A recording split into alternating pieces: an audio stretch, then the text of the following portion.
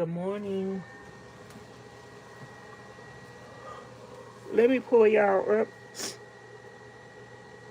and see if I'm coming in clear.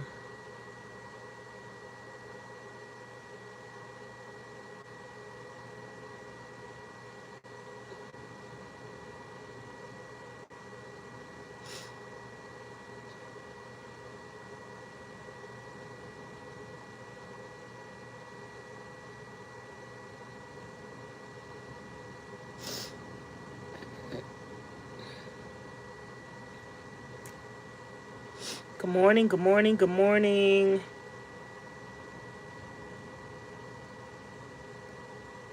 How y'all doing today? Come on in. Thumbs up the video. Double click the screen to give it a thumbs up, or click the three dots at the top and hit the thumbs up button.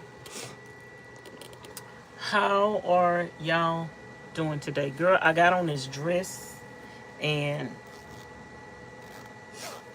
my boobs keep coming out on either side. So, baby, I don't want to have no accident. So I put on this thing. I didn't put it on because I'm cold. I put it on because my chest keep coming out. But good morning. Hey, Miss Sonia. Hey, Jacqueline. Hey, Maya. How y'all doing? Good morning, good morning, good morning, y'all. I am sick. I don't know if I call it sick. Y'all, I'm sick. I'm sick as a dog. But I'm not sick because of the weather. I'm sick because of myself. I'm sick because I did something that I know I shouldn't have did. And y'all, what do you call it when you neglect yourself? Like if I had a dog or a pet, I wouldn't have been able to do what I did to myself. But what do you call it when you neglect yourself, but you take care of other people? Y'all, what do they call it? But I neglected myself, y'all, for the last 2 days. I'm going to tell y'all, okay. I haven't had anything to eat since Sunday night. I haven't had a meal. So yesterday I didn't eat a meal. Day before yesterday I didn't eat a meal, but I did eat some chips and a soda. That's it. Some chips and a soda, but I haven't had a meal since Sunday night. That is going on 72 hours that I haven't had anything to eat. And I got food in the refrigerator. I got food in the cabinets. I got food in the jars. I just been busy editing and focusing on editing that I have not fixed myself something to eat, y'all. So I haven't even had, like yesterday, I didn't have no water. So I got so dehydrated, my lips are like cracking and peeling.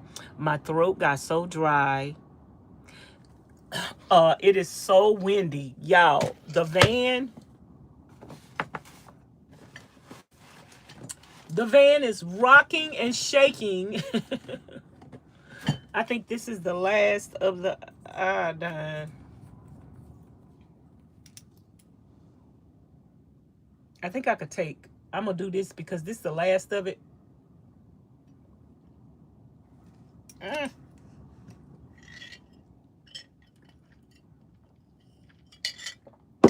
I think I can make this stretch out for 2 days. But that's the last of it, baby.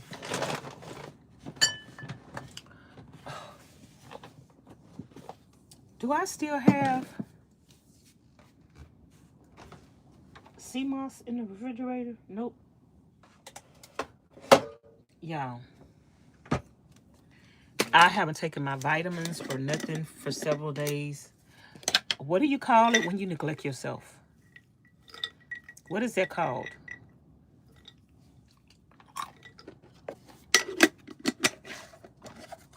Can you call CPS on yourself when you neglect yourself? Y'all,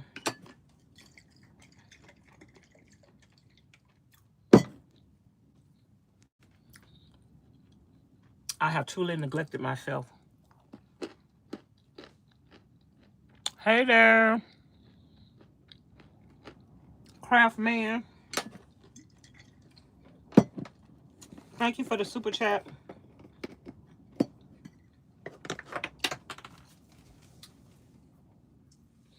Appreciate it. I just brought my Brazil nut on the floor. The Brazil nuts are expensive. God kiss it, devil miss it.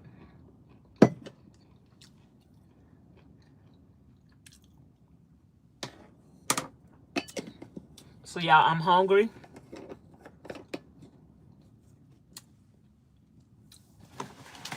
I need to take a Vanlife bath. I need to clean up my kitchen, my living room, my van.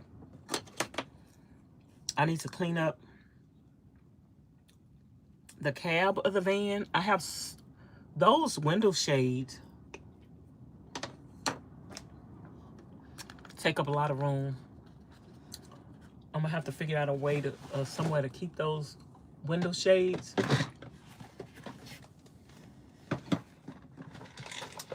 Because they keep up a lot of room. Take up a lot of room.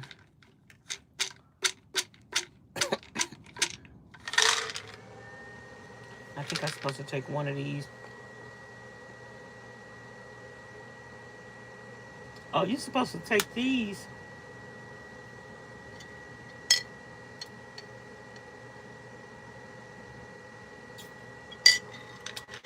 Four times a day.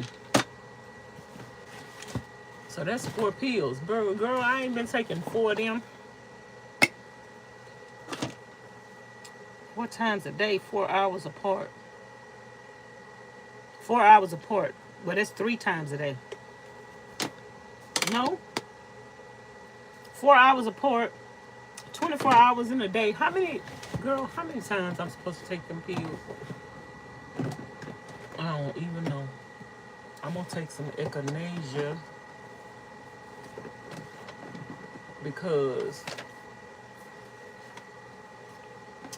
my throat is hurting a little bit. I might do... Yeah, I need to do a spa day.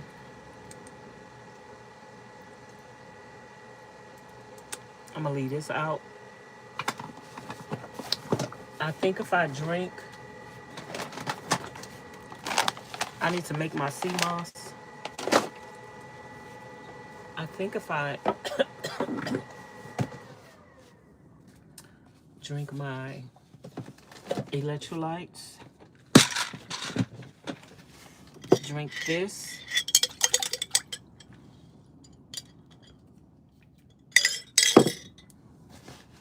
and drink me 2 glasses of electrolyte, I think I'll be good. I think I'm gonna leave this right here so I don't have to keep going over there. And I need to see what I'm gonna eat this morning. What do y'all think I should eat? I got some shrimp and grits. I got some ground beef. I got a beef patty. I got some bacon. I have eggs. I have some extra grits that I had left over. They've been on the stove for a couple of days and they don't smell so hot. I didn't put them in the refrigerator. Hey, Miss Queen Bee. Hey, CJ. Hey, Jet. Shrimp and grits. I would have to cook some grits, child. I have some grits right here that, and I got a lot of them because I cooked a lot the other day. But yeah, they probably would be good, but they smell a little. I ain't gonna trust it. I'm already not feeling good, so we don't need to do nothing else that might make us sick. We already sick. But I don't feel like cooking no grits.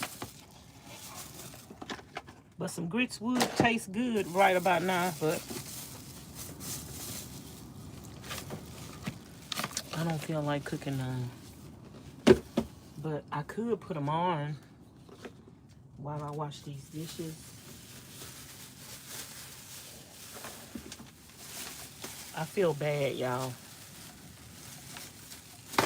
And it's my fault because I ain't ate nothing in almost 3 days since Sunday night. It's almost 72 hours, but right now it's 24 hours.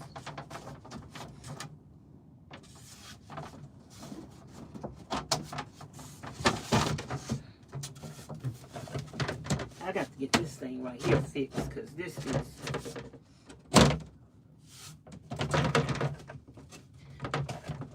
I might have to take this door out because this door right here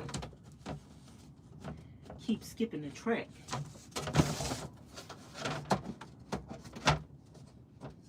It keeps skipping the track. A hop, skip, and a jump.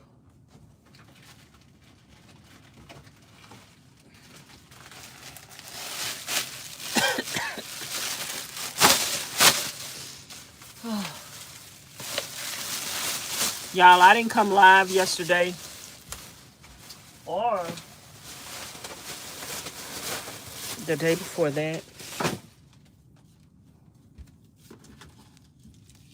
because I've been editing.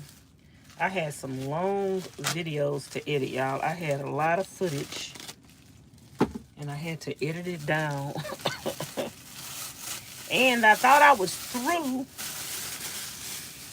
But then I came across some more footage and I'm like, hey, I didn't edit that. I think I started editing the video and then I think I got confused and deleted it.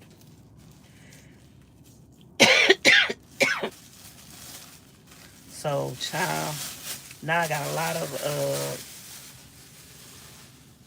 footage on my phone that I need to delete. But I'm got some things I'm working on, and I just need to sit still and work on them.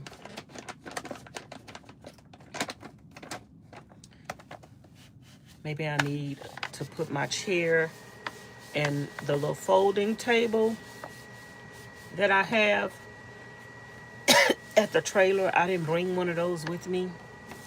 Maybe I need to bring one of those with me so I could just sit outside and have a little folding table.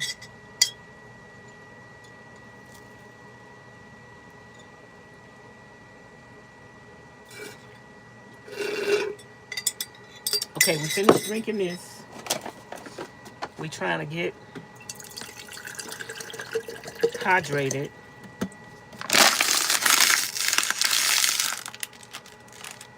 We're trying to get hydrated.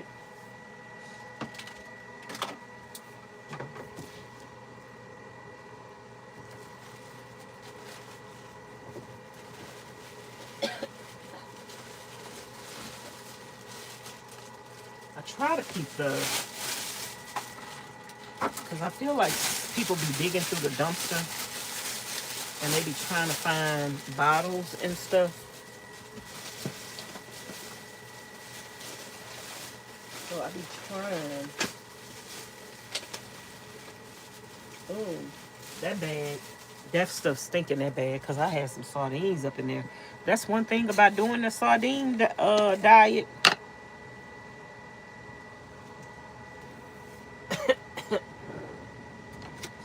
That's one thing about doing that sardine diet. If you live in a van, your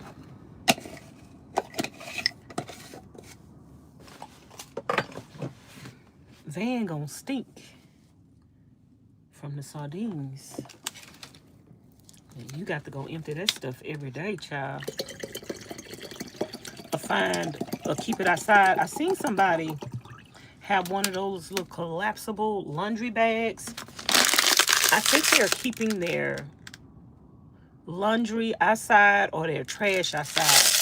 I think I need to get a couple of those because when I'm out camping, I could just keep my clothes in that. Like if you camping somewhere for 14 days, you could just put your clothes in there or your trash in there. And then when you get ready to go throw your trash out, it's already in the thing. I think that's a good idea. I just seen the thing. I don't know what the person have in it because I didn't ask them. But I think they either have trash or dirty clothes in there. I might ask them. Hey, Miss Laura. Hey, Miss Arnaz. Miss Arnaz say, what are you doing? How are you doing, Miss Arnaz? I am sick. Hey, Miss Lore. Miss Lore say, Vanessa, I hope you are feeling better and stay warm. It's not really cold. I know, Miss Lolo. What's up? Hey, must something.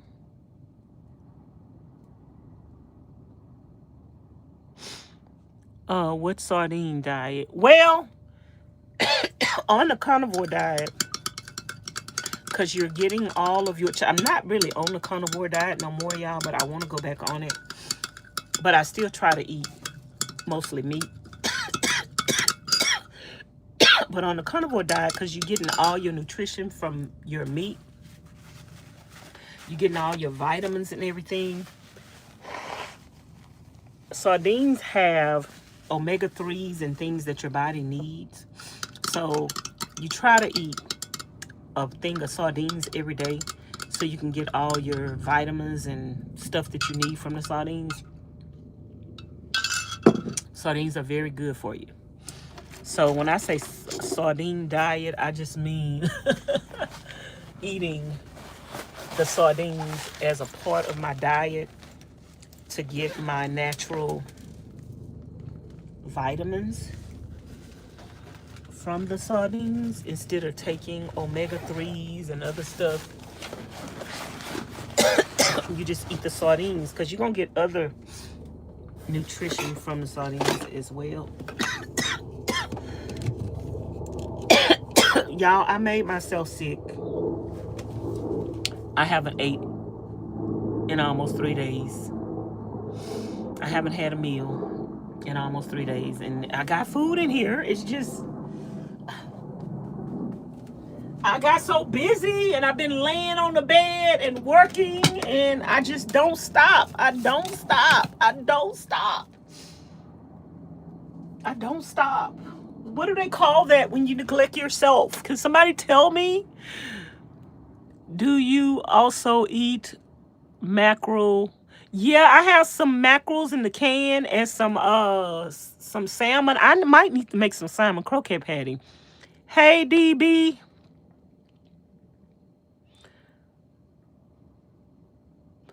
You must be depressed. Hey, Patty. Yeah, I might be depressed. I think I am. But no, I've been working. I've been editing. But I do get depressed. I think we all get depressed, child. Anybody tell you that they don't never get depressed? I don't know. Maybe some people don't never get depressed. Maybe some people had a beautiful, wonderful life and they never get sad. I think... if you get sad, that's a form of depression. I think getting sad is a form of depression. What do y'all think? I don't know. Is it possible for some people to never get depressed? I do get sad, y'all. And I was kind of sad the other day too, but that didn't have nothing to do with why I wasn't eating.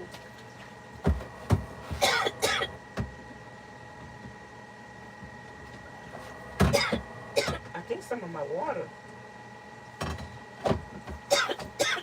leaked out. I wasn't eating because I was working.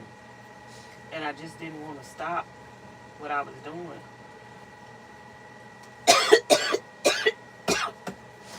Y'all, there's something in my throat.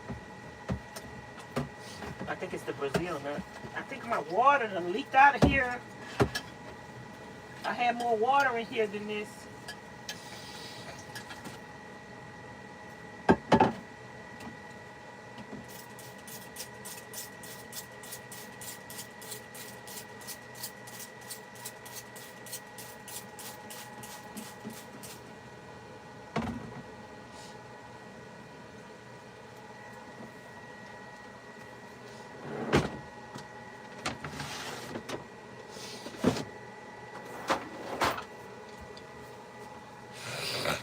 Hey, Miss May.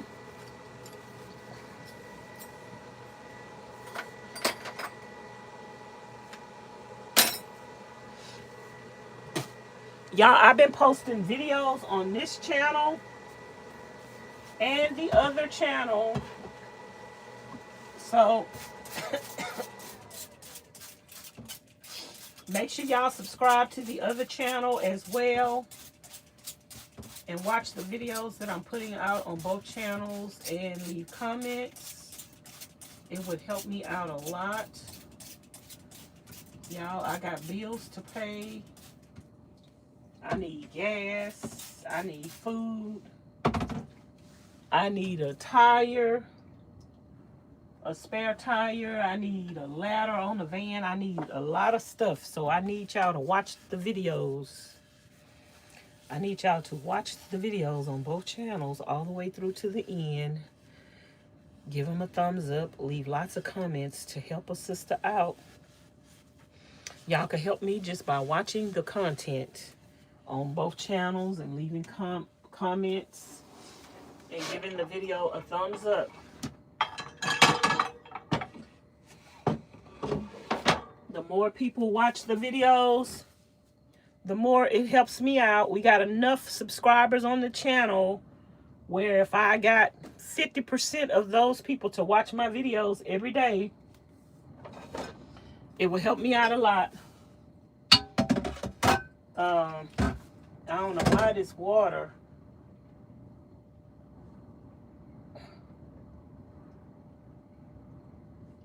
was draining. Now I don't have enough water in here. Because it's leaking. Why is it leaking?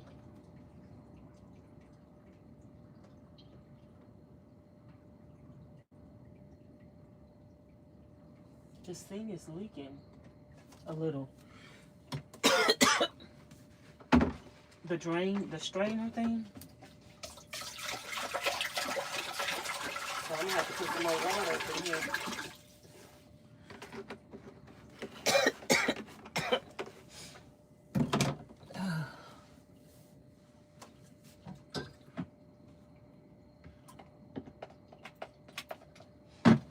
I think I might down cook some grits.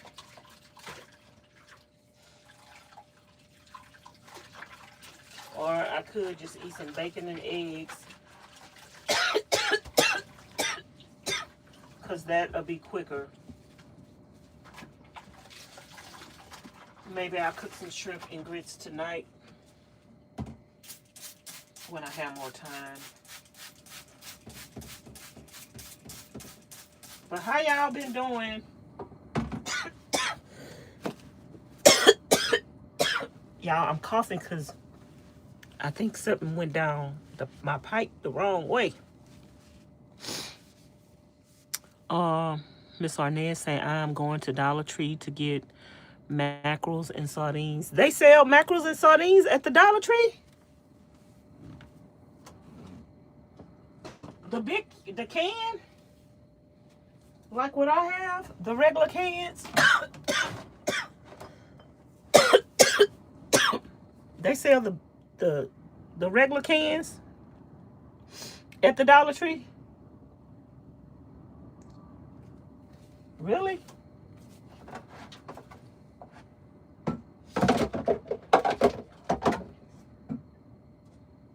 I ain't know that. Is it the regular cans or is it? Let me go and eat my sardines while we're talking about it, y'all. Because this is, I need my vitamins and stuff. This is a part of my vitamins.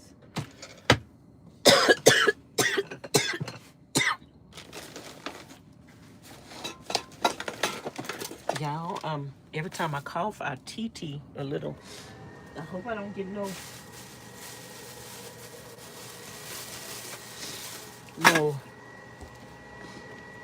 nothing on the back of my dress when I sit down.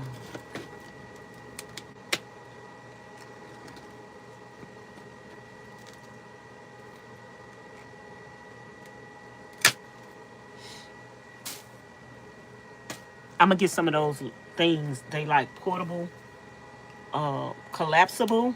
I think they call them collapsible trash cans. I think I'm gonna put a couple of them on my Amazon wish list. That would be a good idea, to put one trash in one and dirty clothes in one. Thank you, Lord. Even though this not our meal, we taking our vitamins today.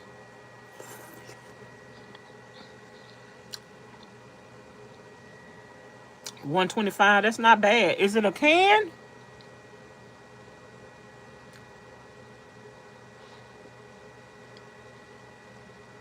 DB say, I've been all right, flexing my toes and moving my limbs regularly. Okay.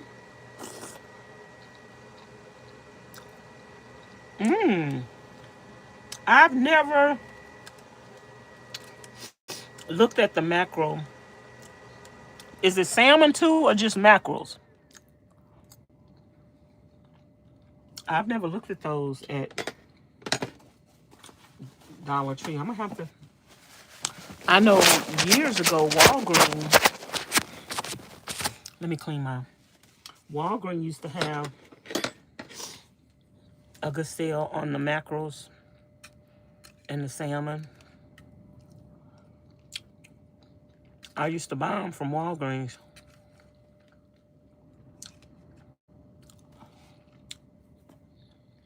Hey, CJ.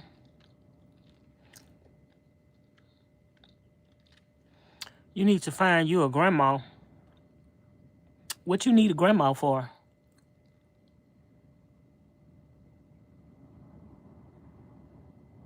CJ, you about to get hit from the channel. You about to get blocked. I thought you was okay until now. I'm going to put you in timeout for 24 hours to give you a chance to think about it. If you ever come back to my channel with that again, you're getting put out in 24 hours today.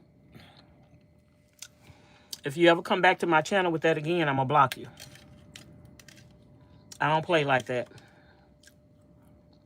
So, I hope you learn from your mistakes. You always come to the chat. I thought you was a nice person. But no, you don't play like that. That ain't nothing. Say something like that and then say, I'm playing. That's not nothing to play about. That's very disrespectful. So, don't do that again. I'll see you tomorrow. Or later on tonight if I go live. It might let you come in.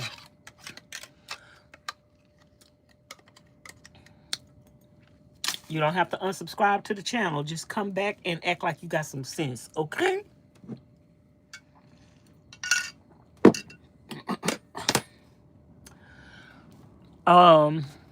Vanessa say I'm going to Dollar Tree to buy sardines and mackerels. Yeah, I never checked. I'm gonna have to check next time I go to Dollar Tree. I'm gonna have to check on that. I'm gonna have to check on that.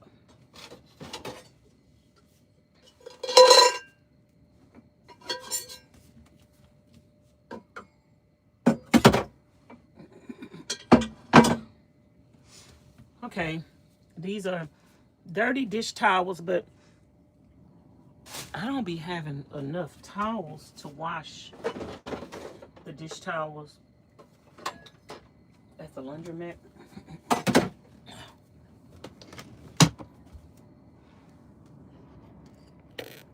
Arnez say after I get off work. Hey, Miss Georgette. How you doing? How is the Nutty Buddy Sunshine Squad doing? Even though we're not feeling good, we still got to get up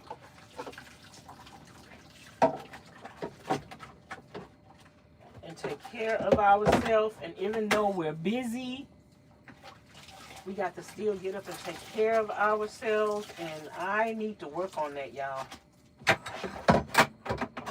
When I'm busy editing, sometimes I get in a zone and I can go 2 or 3 days without eating, and that's not good. I have neglected myself for the last few days. I haven't had anything to eat since Sunday night. I think that liver and onion that I had Sunday night, and I didn't even eat it all. That is the last meal that I had. I'm sorry to hear that you are not feeling well. Pray for a speedy recovery. Well, Miss Georgette, if I eat and I drink a lot of fluids, because now since I didn't eat nothing since Sunday and haven't even been drinking water, I am dehydrated. And maybe you could die from dehydration. That's not good. So I think I'm gonna eat me some bacon, egg, and cottage cheese. I haven't scrambled an egg in a little minute. I've been just frying them. I think I'm gonna scramble me some eggs. Hey, Miss Jenny. They should be with the... I'm gonna look next time. Thank you for letting me know that, Miss Arnez. I have a lot of salmon right now, though. I have like probably about 10, 15 cans of salmon right now. So I don't need any right now. But when I run out, and I got a lot of sardines too, because somebody had ordered some sardines off my Amazon wish list. They had ordered me a whole case off my Amazon wish list. A couple of people sent me a Cash App and a PayPal. Thank you to you guys that did that. Also, I'm gonna have a housewarming party for the van when I get back to Ms Charlene's house.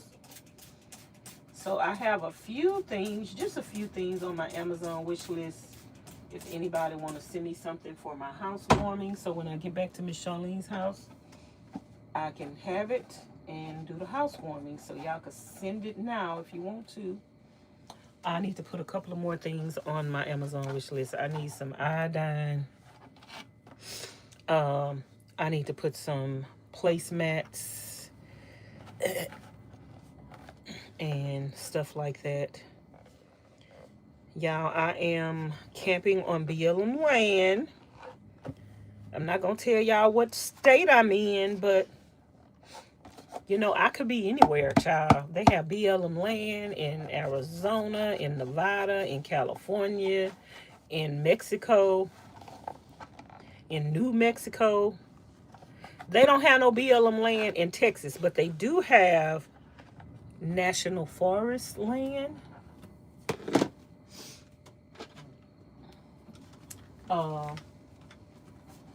I want to go to Texas this year, y'all, but I don't know if I'm going to make it because I got some things. If the views pick up on the channel,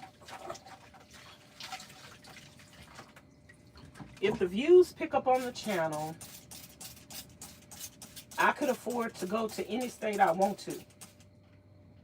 But I have bills to pay, a few bills. Not a lot, but it's more than what I've had in recent years. I got bills to pay, and if I'm not making enough money on my channel to be able to be on the road and pay my bills, then I can't do both. So that's why I need y'all to watch the videos, child. Watch the videos. And if it's a millionaire out there that's watching and you want to help a sister out, send me a Cash App or a PayPal for some gas. That would be greatly appreciated. But yeah, I got some things I need to do. I didn't realize BLM land was so... Girl, yes, BLM land is huge. And so many people are out here or could be out here where I'm at, and nobody has to park close to each other because the BLM land is very huge. And for people that are homeless, that's living in cities, you have a vehicle, and you living in cities or you living in cold states, baby, you need to make your way to a state where there is BLM land. You can live on the BLM land forever. You just need to alternate between 2 locations or 3 or 4 locations every 14 days, or you can pay $160 or $180 for the LTVA, I think it is. You could pay to camp on that land for 6 to 8 months for just $160 for the whole 6 months. So I didn't know about this kind of stuff before I started van life. Even when I first started van life, I didn't know about this kind of stuff. People who are homeless, people who are living on a fixed income, people who do not have a lot of money, and whether you're living in a car, a bus, a truck, you can survive on BLM land forever, going back and forth. Or you could go to the LTVA land where you could stay there for 8 months for $160 or $180 for the 6 to 8 months. You can't beat that. You can't beat that with a stick. And on the LTVA land, y'all, I am hot, but I got on this dress that my boobs keep popping out the side. So I need to take a bath and change clothes, child.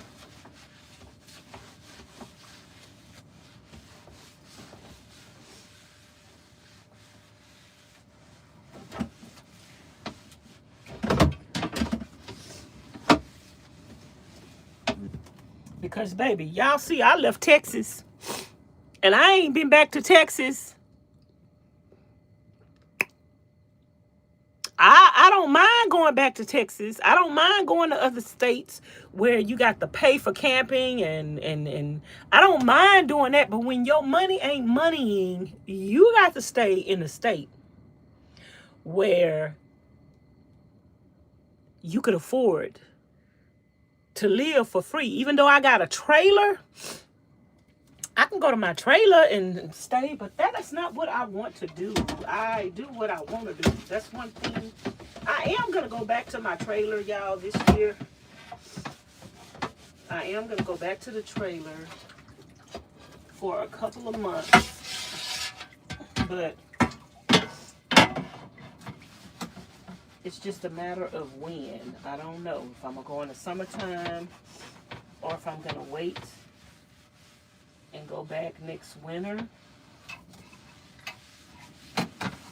I haven't decided, but I'm probably going to end up passing through my trailer,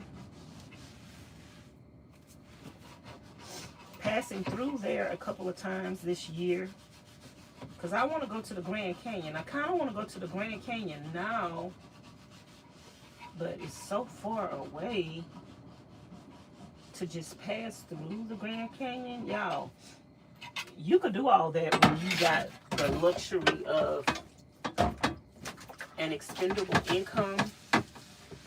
You know, a lot of snowbirds, they have expendable income. I'm just a poor, broke nomad that I don't have insurance. I don't have health care. YouTube is my only income, and I'm depending on my subscribers to watch my videos to help me pay my bills. So when y'all don't watch, if y'all want me to be broke, don't watch my videos. If the trolls really wanted me to be broke, they would stop watching my content, because it don't matter if you comment or not. It don't matter if you thumbs up or not. You watch, and that helped me get paid. So if the trolls really hated me as much as they act like they do, they would stop watching my videos.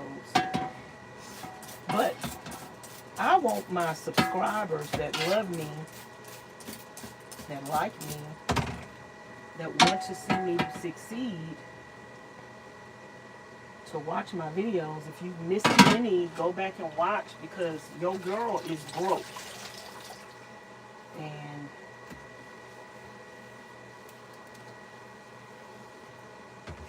hopefully now that I'm getting back on the road, I hope I could stay on the road. I hope I can make enough money to stay on the road and pay my bills that I need to pay. Otherwise, I might have to go sit still somewhere. I don't mind sitting still on BLM land.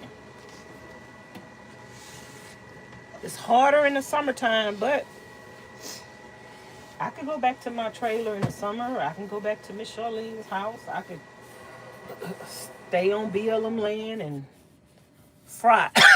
Let my brain fry. But I just want to let the people know that is in states and they're homeless, and in the wintertime, you need to get away from that state. If you got a vehicle, you need to come to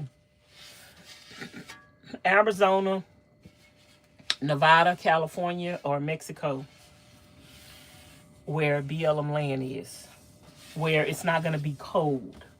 Now, I do have some other states that got BLM land, but it's cold states. You need to come to the states where the winter time is bearable. As a nomad, I just really want to encourage you of that, because nobody should be freezing to death, like literally dying in a vehicle because of the snow. If your vehicle works and you can drive, if you don't have money to get to the other state, go panhandle to get you enough money to get to a warmer state, and trust God that He will provide, you know, you with the money through panhandling. Whatever you need to do, child, get yourself to that other state where you could pay to be on the LTV land $160 for 8 months, and you do not have to move. Like, if I would have known about that before I bought my trailer, I would have done that. But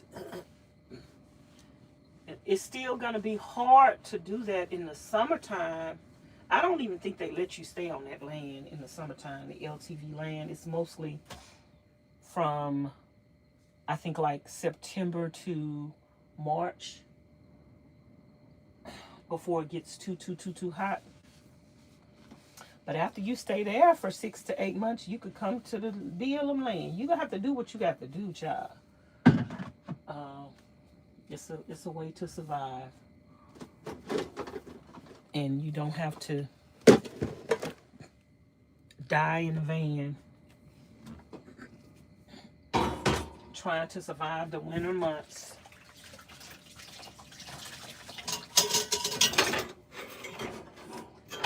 Get out of that state. And it's not just about surviving, because you might be in a state like Texas that the winters are not so bad, but there's nowhere to camp. There's nowhere to camp for free. It's, you know, you living in parking lots and stuff. It's so much freedom being on BLM land that I wish I would have known about that.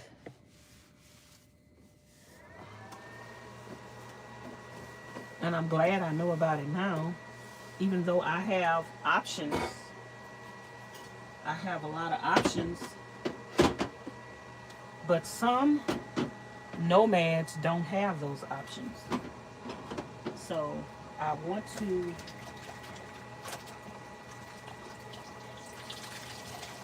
just stress, and I think every nomad with channels should stress the options of BLM land to their subscribers, because there are a lot of people that are living in their vehicles in winter states during the freezing cold, and they not dying from propane. They not dying from propane. They dying from the cold weather.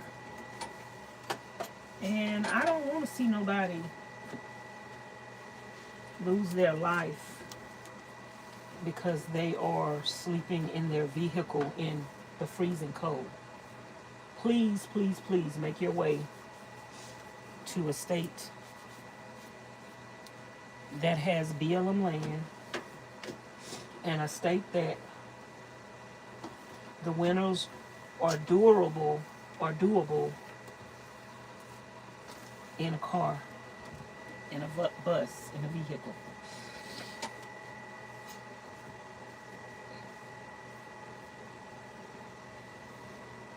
We have to look out for each other. And if y'all have any information about places to camp for free,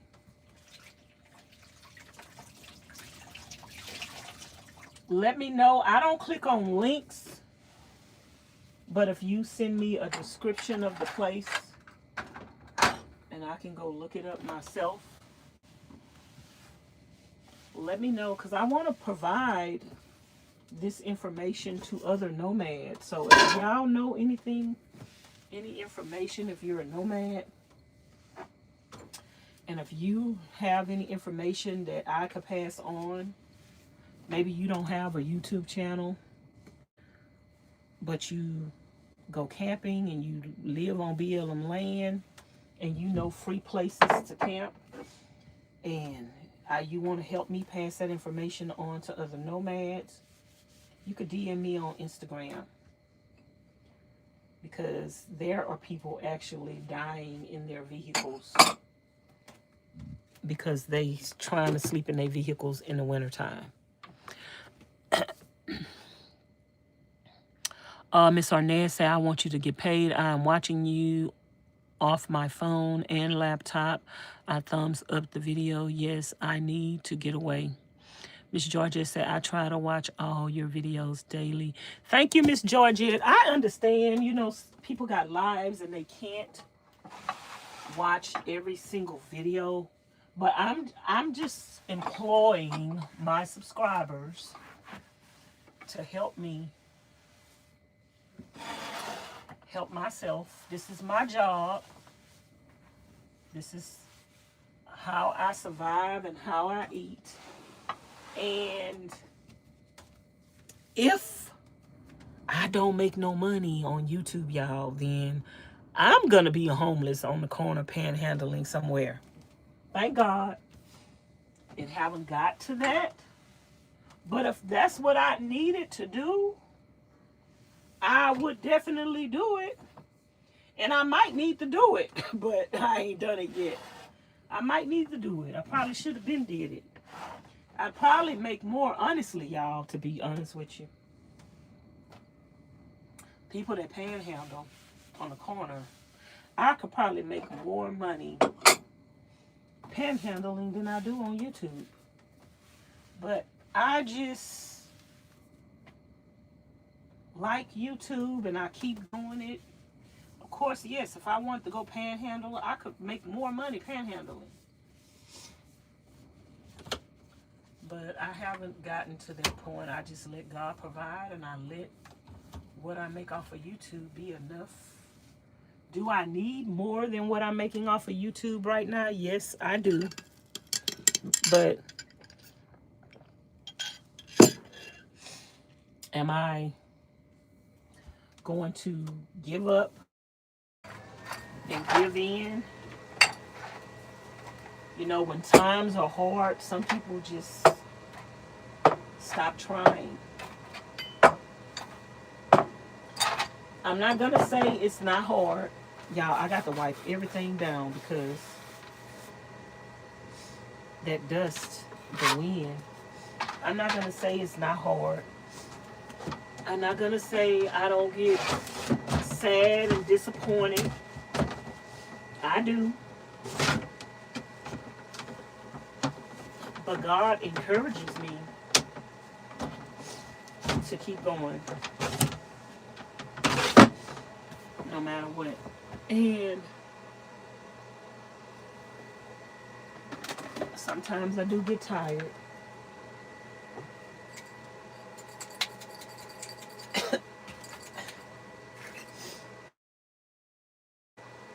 But I still keep the faith. I still keep the faith and I keep going. And that's not just for me. It's a lot of people out there. It's a lot of people out there that are struggling. Not just people in van life. There are a lot of people out there struggling, trying to make ends meet. A lot of people struggling mentally, physically. It's not just all about money. It's a lot of people struggling with their health. And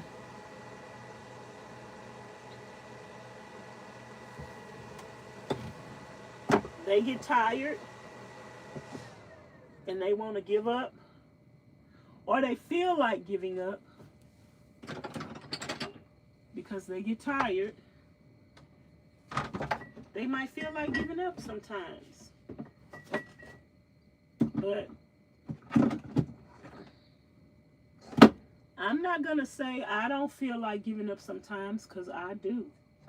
Sometimes I get tired. Sometimes I cry. Sometimes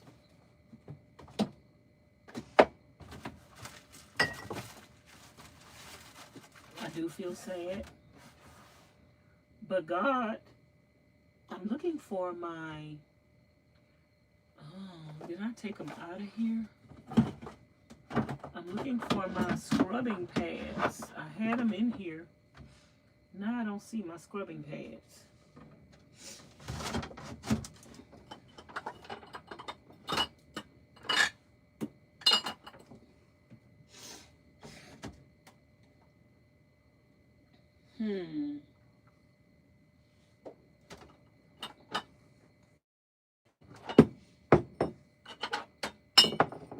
some scrubbing pads.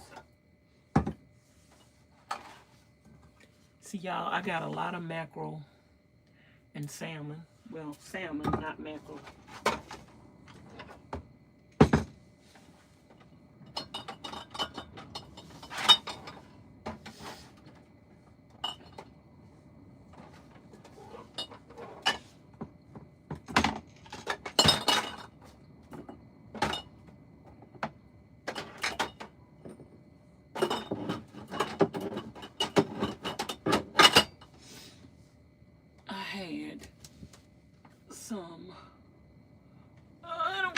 I don't see them.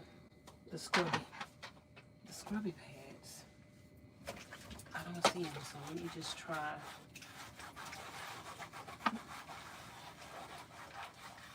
To just wash this with soap and water. We all have our, you know the saying, say we all have our demons. We all have our struggles. And I'm just going to say this. Don't put stumbling blocks in other people's way. Because you never know how that person is struggling. You never know. I don't want to be the person that will put a stumbling block in somebody's way or cause a person to hurt themselves because they just can't take no more. I wouldn't want to be that person. And you never know what people are going through. Even strong people like myself, people tell me all the time, Vanessa, you so strong. Vanessa, you so strong. But then, even my friends who know that I'm a strong person know that I'm also human. Just because a person is strong do not mean they're not human. Just because a person is strong don't mean they don't get tired. Just because a person is strong don't mean they don't get sad. Just because a person is strong don't mean they don't get depressed. Strength means that you bounce back, but strength don't mean that you don't go through. I think strong people probably go through more because that's what made them strong. The people that are not strong are the ones that gave up.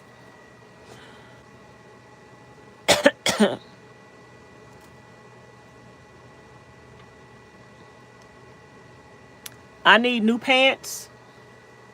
Something on the back of my dress. It probably is something on the back of my dress, y'all. Hold on. I have a weak bladder and it's something on the back of my dress, y'all.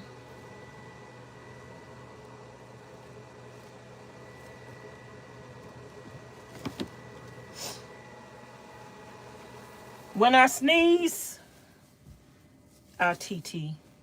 I need to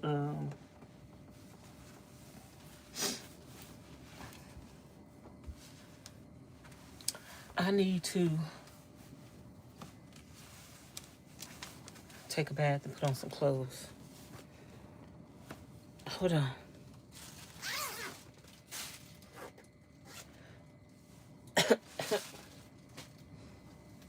Give me a minute.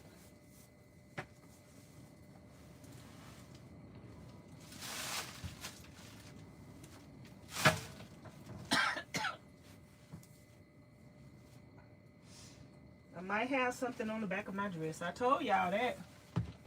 If I sit down, I'm probably going to have a pee spot on the back of my dress, but I'm about to take a bath in a minute. It's going to be all right. Let me see. Did I have something on the back of my dress? Let me see.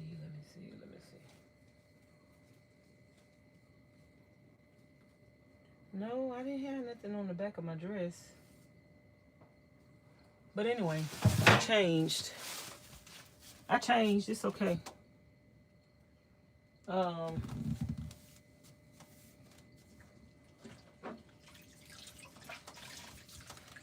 Y'all, like what's her name say? Tabitha, what's Tabitha's name?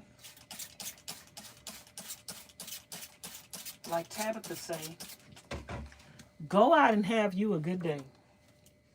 But if you can't have no good day today, don't go mess up nobody else's. Don't go put a stumbling block in nobody else's way. If you can't have a good day, if you're not making your day the best day that it could be, don't go hinder somebody else. Don't go bully somebody else. Don't go harass somebody else. Don't go lying on somebody else. That person could be going through something where what you do to them is the last straw. And you might think it's fun, and you might think it's funny that you could affect people like that, but that's not godly at all. So be careful what you say, be careful what you do, because you got loved ones and family members and friends that are going to come in contact with people. And I don't think you want nobody being nasty and mean to your family members and friends just because they can, just because they're evil, just because they're sad, just because they're depressed.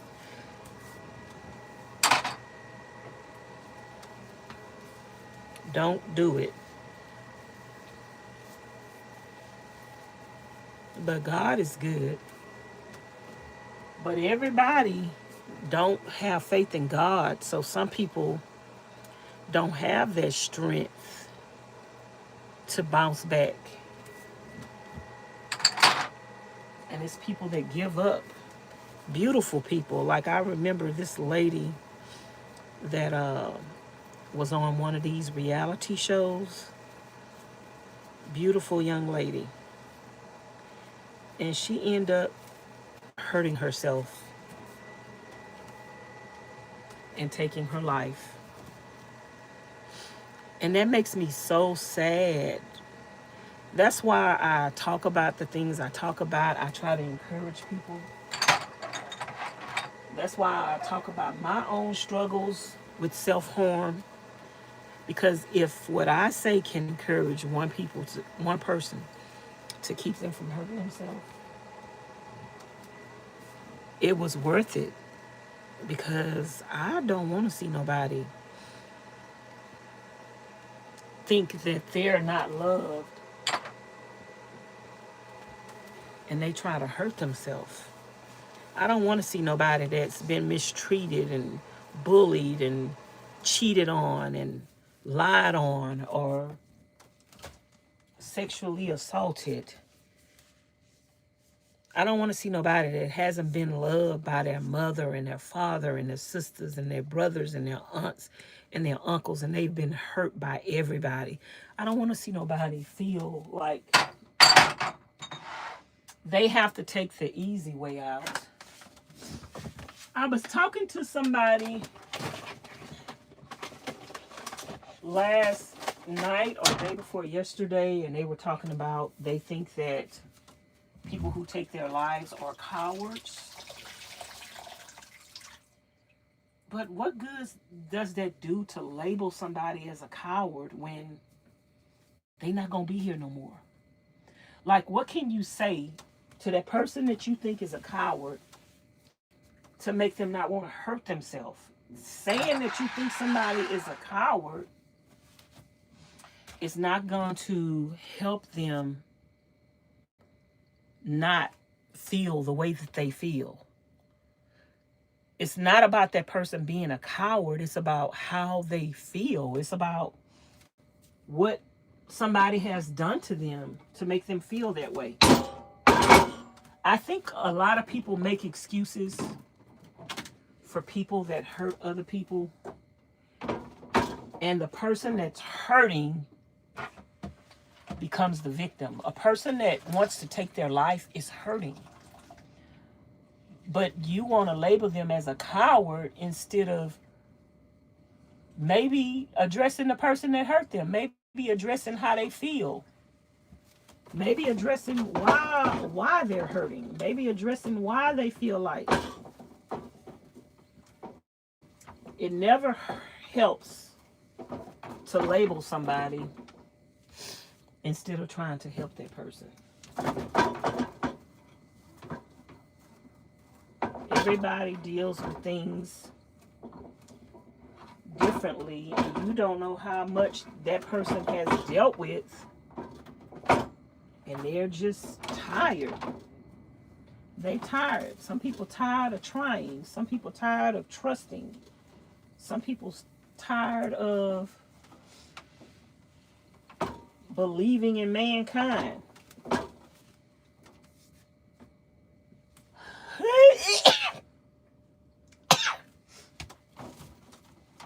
And everybody don't know the Lord. Even though I know Jesus and he strengthens me, it's still hard. I'm not going to tell you because you know Jesus and you trust Jesus that you're never going to be sad. That you're never going to feel tired. Anybody that tell you stuff like that, they lying. And that's why so many people are hurting. Because people are lying instead of telling them the truth. Instead of telling them that just because you give your life to the Lord, just because you serve Jesus and love Jesus, don't mean that you're never going to be sad, that you're never going to be depressed, that you're never going to cry, that you're never going to have problems, that things are going to always go your way. That's not true. I love Jesus. And I serve the Lord. And I appreciate him for everything he did to me. Do that mean I'm never going to get sad? Do that mean I'm never going to get depressed? Do that mean I'm never going to have problems? Nope. It do not mean that. It do not mean that. I get sad. I got problems. You didn't notice anything. Yeah, I didn't see anything on it when I took it off. But maybe, I don't know why the person said that. Maybe they just wanted me to get up out that dress.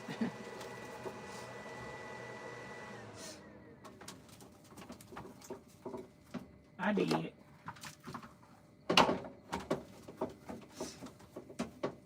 Y'all, we have to encourage each other. Pray for each other. And you know they have a saying, check on your strong friends. Just because your strong friends seem like they always strong, don't mean they not suffering in silence. I told y'all years ago, I know somebody that had a strong friend. She owned her own business. She always helped her mom, her sisters, her brothers. She always bailed everybody out of their financial difficulties, emotionally, physically, mentally. She was there for everybody. And nobody knew that she was hurting. Nobody knew that she was suffering. And she went, checked into a hotel to off herself. She didn't leave a letter. She didn't leave a note. She didn't leave a diary. She didn't leave nothing. A voicemail, a message. She didn't call nobody. She didn't leave nothing to let nobody know that she was tired, that she was suffering. Check on your strong friends. Check on the people that you love. Call them, check on them, ask them, is everything okay? Ask them, do you need anything? Do you need me to pray for you? Do you need a listening ear? Because you never know what people are going through. And even if people tell you, no, I'm good. Even if people tell you everything okay, that don't mean don't check on them. That don't mean, oh, go 6 months without checking on them. Girl. Some people are so selfish. They want people to be there for them whenever they need something. Or maybe they have somebody else to be there for them, so they don't care. Well, I don't need to check on her because I got a friend. Or whatever, but I try to check on people, y'all. I try to let people know I love them. I appreciate them. Oh, Lord, I just broke this thing. Oh, Jesus. I hate dropping stuff. I got this from the Dollar Tree or the 99-cent only store. The handle is not going to work. I bought some extra handles, but I don't know what I did with them. The handle just broke.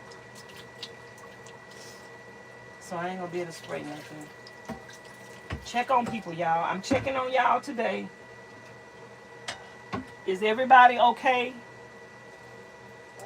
Is everybody feeling all right? Do anybody need prayer? Do anybody need a word of encouragement?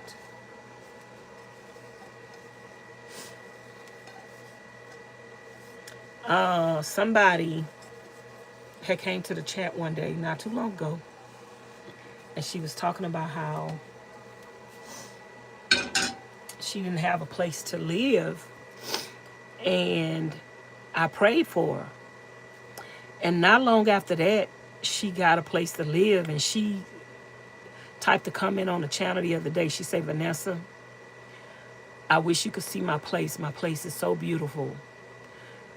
And she say, every time I look at it, I just can't help but think about the day you took the time to pray for me.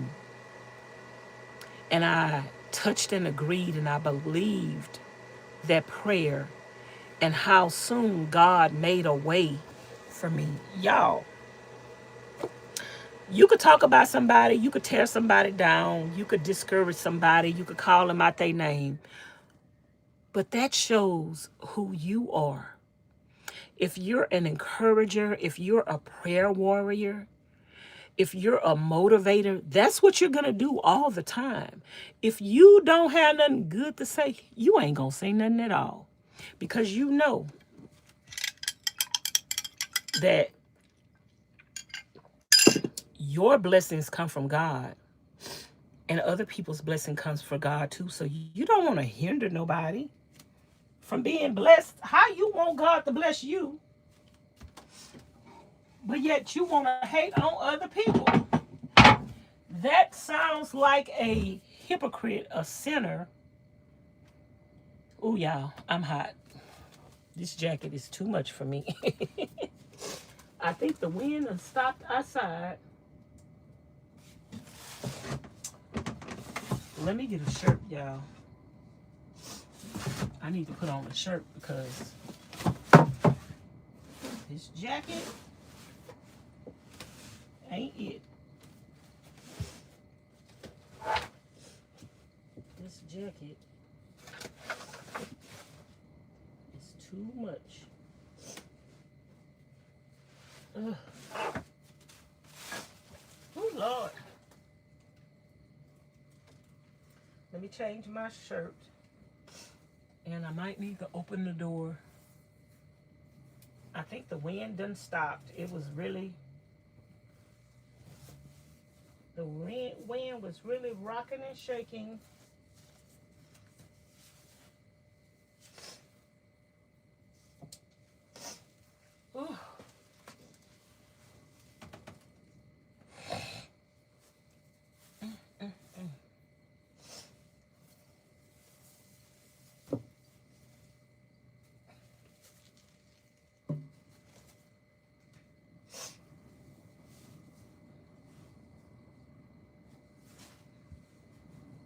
Okay, the wind's still blowing. But I can't open that door when I'm cooking.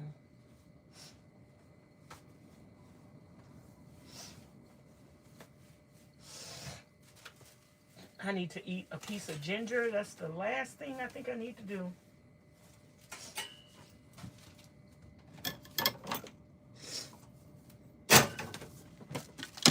That's the last thing I need to do is eat some ginger.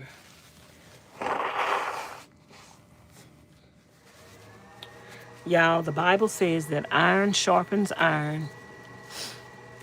Miss Veronica said, amen. So true. Mocha. Hey, Pam. Miss Arnett say, being a caregiver for a loved one is very challenging. I pray all day, every day. I just got through watching a video of somebody that was talking about being a caregiver. And they were saying how they had to put their loved one in a care facility. And they were saying how they felt guilty for having to do that, but that they realized it's no guilt. We have to take care of ourselves first. You might love your loved one and you might want to take care of them, but the best place for them might be in a facility. And that's just the end. That's just the, you know. Sometimes we have to ask God, are we doing what he wants us to do? Just because we want to take care of our loved one, that don't mean that that's where God wants them at. So we have to pray, because your health is just as important as the person that you're trying to take care of. And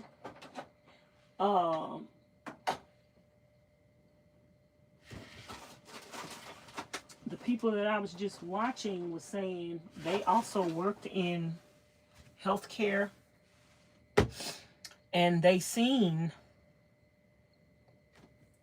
how hard the people that was taking care of the other people, how they got sick, how their health ended up going down because they were taking care of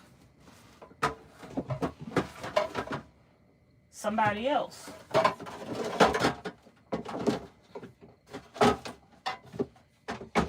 You can't take care of other people at your own expense, at your own health. When I used to go to my daddy's house and I used to check on him and I used to help him out with stuff, and every time I would leave there, I was crying. Every time I left there, I was emotionally destroyed because of the way he treated me and talked to me. Girl, I stopped going by there. I ain't owe that man nothing. I ain't owe him nothing. Oh, I got another one of these, y'all. My other thing broke this morning. The wind was so heavy. Now I need to get some more of these. I need to have like 10 of these with me because they be breaking. Y'all, it's good if you can help people, try to help them, but at the end of the day, you have to take care of yourself first. Your health comes first. And if someone is abusing you and mistreating you while you're trying to take care of them, girl, be out. Put them in a home. Do whatever. Let them do whatever they got to do for themselves. If they got enough sense to curse you out and talk to you any kind of way, then they got enough sense to take care of themselves. Because that's how I feel about it. Because if you really needed my help, you wouldn't be talking to me any kind of way. But since you want to talk to me any kind of way, you don't need my help. Don't let people mistreat you and play a guilt trip on you. And I think a lot of parents do that. I think a lot of parents do that. They play a guilt trip on their children to try to make their children feel sorry for them. When you was growing up, your parents didn't make the sacrifices they needed to make for you. But when you get older, you're supposed to make sacrifices to take care of them and to stop your life and to put your health on hold. Baby, I'm sorry. I've been a caregiver my whole life. Even as a child, I was a caregiver. My husband had sickle cell anemia. I was a caregiver to him. I've been a caregiver my whole life. Girl, I'm taking care of myself. And that's why the last few days that I have been in the van and not eating, that's not good. That's not me taking care of myself. That's not me loving myself. That's not me appreciating myself. We have to put ourselves first.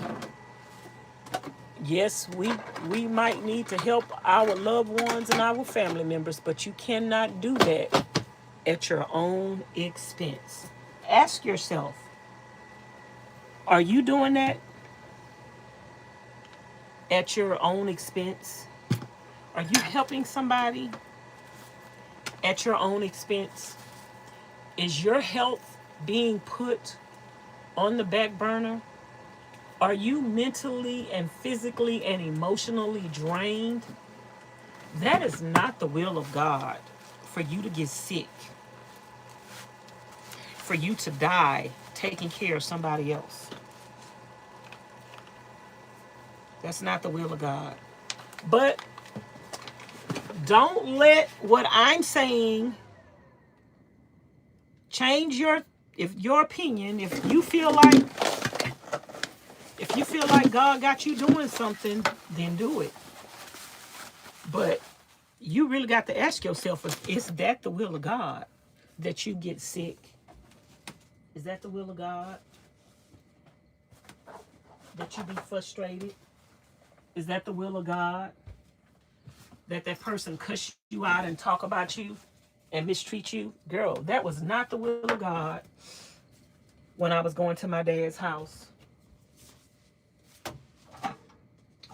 That was not the will of God that I left his house every day crying.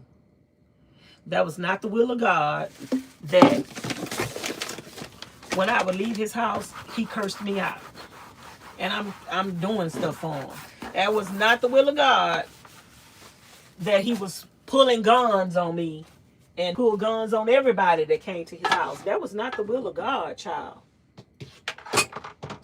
That was not the will of God. Like, I know somebody personally who knew somebody that was a caregiver, and the man would always threaten the person and threaten them with a gun. It was their legal caregiver. The person was getting paid to be their caregiver. And the man would threaten the person and tell them, I'm gonna shoot you, I'm gonna shoot you. And one day that person put the key in the door and turned the knob, and that man was sitting there with a weapon. And when that person opened the door, that person let loose on them, and that person lost their life because they made excuses for that person. Oh, he not gonna hurt me. Oh, he elderly. Oh, he senile. Oh, he don't know what he's saying. Oh, he would never do that. I'm gonna tell you this. If somebody keep telling you they're gonna do something, you better take them seriously. Whether you think they're capable of it or not. God say what's in the heart comes out of the mouth. And if that person that unstable to be threatening you, you need to take that serious. You got to take your life is worth more than you taking care of them. Baby, my dad had threatened me one too many times, and he couldn't get me to come back to his house. I wasn't going back over there. And then everybody, he just playing. He don't mean it. How you know? When I'm dead and gone, all you gonna say is, well, he kept telling her, and he told everybody he was gonna kill him. He was gonna shoot him. He pulled guns out on everybody. He done pulled guns out on everybody in the family. And complete strangers. So, why shouldn't I take him serious? I love myself, baby. And even if I do want to go, I don't want to go like that. Okay?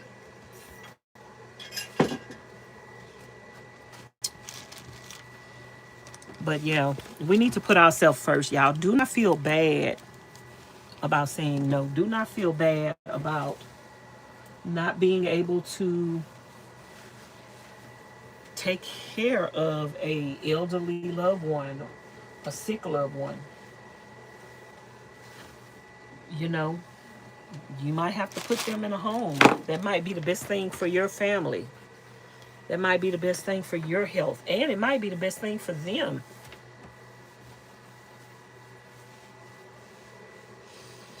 Especially if they mean, that might give them a chance to reflect. Because don't nobody owe nobody nothing. God don't owe us nothing. We don't owe people nothing. And people don't owe us nothing. And even the people that brought us into the world, some of those people didn't even do the things that they should have done to provide for us, to provide us with the life that we deserve.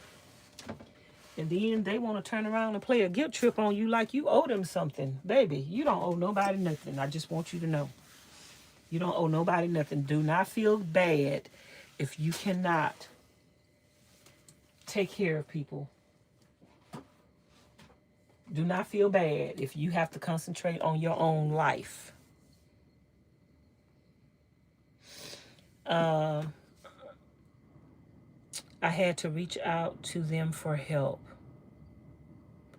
I just watched them yesterday. You know who I'm talking about, Miss Arnaz? Lolo say, the worst thing about it all, will always remember what they said or did. Boy, do I know the reality of that. Yeah. Child, I'm going to always remember how evil and wicked my daddy was. And I don't care what nobody say, because I was there. Nobody that was in another state can't tell me nothing. I was there. And do I hope that my daddy gave his life to the Lord before he died? I hope and pray that he did. Do I think that he gave his life to the Lord before he died? No. My daddy was still cussing and fussing till the day he died. Okay? Cussing and fussing, drinking, doing things that he shouldn't have been doing, especially as a person that is disabled. When a person is disabled, paralyzed, can't get out of bed, can't walk, can't get up and do nothing for themselves,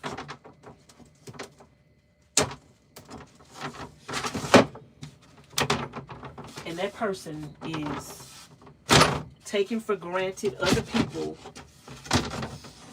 mistreating other people, mistreating their own body. Like, child, that person is turned over to a reprobate mind.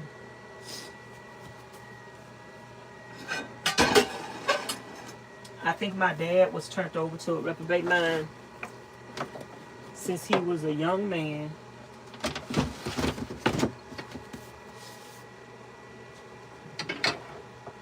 I don't think he believed and trusted in God. And he sure didn't teach us about God because he wasn't following God himself. And it's sad how people lie for their relatives. It's sad how people say, oh, like I try to tell people all the time, you cannot preach people into heaven. It's sad how people want to say, oh, he was saved. Oh, he got saved on his deathbed, girl. How you know? Stop lying. You don't know if he got saved on his deathbed. And I don't know that he didn't. So stop saying that he did. Because we don't know.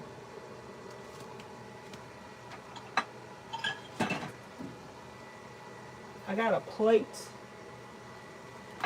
Oh, I thought I had a plate missing. You don't know that he got saved on his deathbed.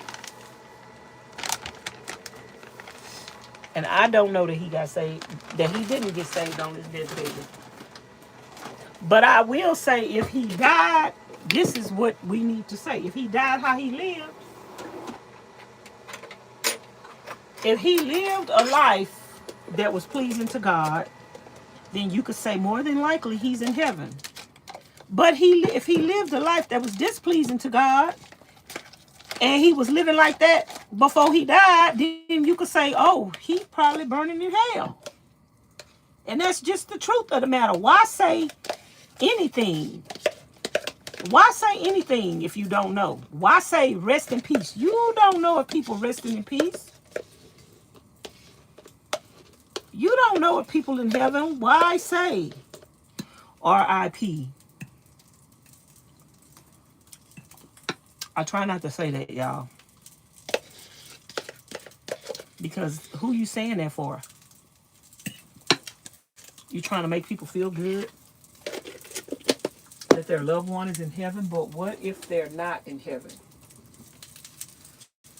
I think people that are living need to know the harsh reality of sin.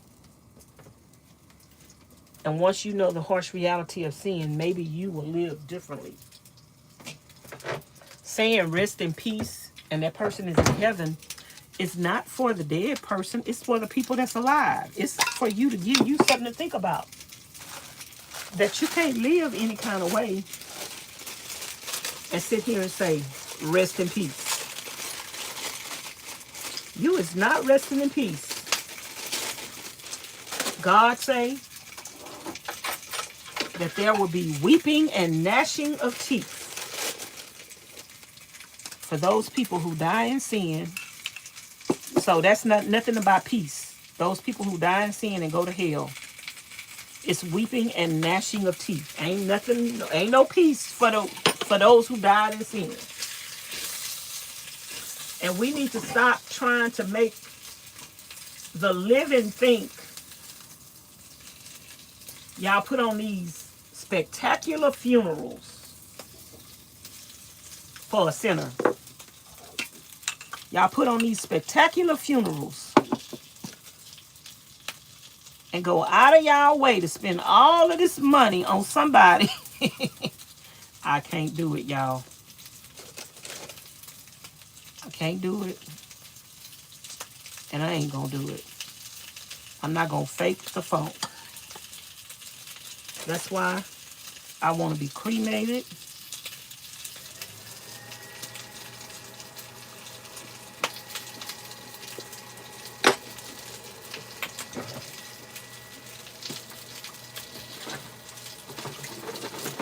That's why I want to be cremated.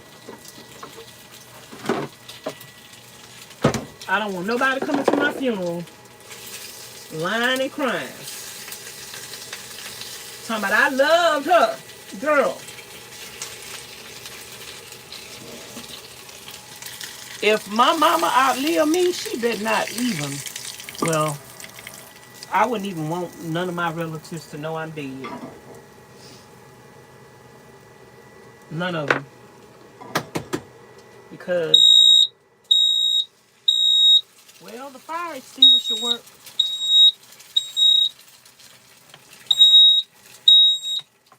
Is it going to go off because I pressed the button?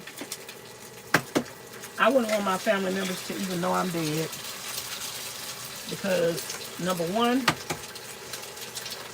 they don't have no control over My body, no say over my body, my life, my funeral. I don't want no funeral.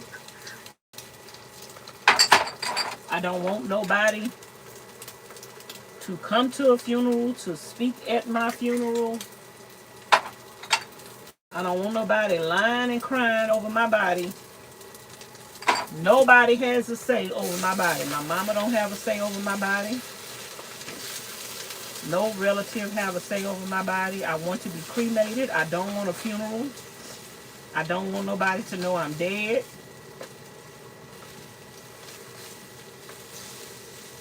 None of my relatives. I don't have nothing, nothing of value. Nothing of too much of value, but none of my family members have claim to nothing that I own. Not nothing. I've said that publicly, and I'm definitely going to put it in writing. I need to get on that, because if something happens to me today or tomorrow,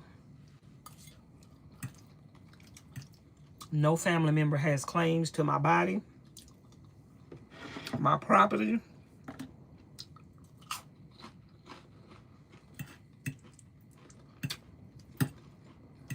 or nothing. And I definitely don't want none of them trap mouth tricks. Father God, we thank you for this food we're about to receive. In Jesus' name, amen. I definitely don't want none of them trap mouth tricks. Lying and crying and talking about they love me. That's a lie. You don't know what love is. Why wait till somebody dead to tell them you love them? I can't hear you. You didn't tell me you love me while you was alive. You didn't show me you love me while you was alive. You didn't care nothing about my well-being.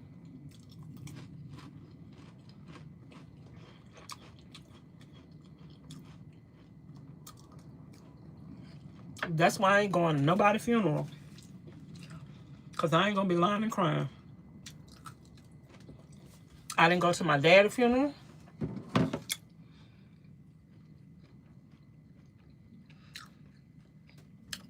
I wasn't going to be lying and crying and talk about he was a good man, because he wasn't. He wasn't a good man. He was evil. He was wicked. He was brutal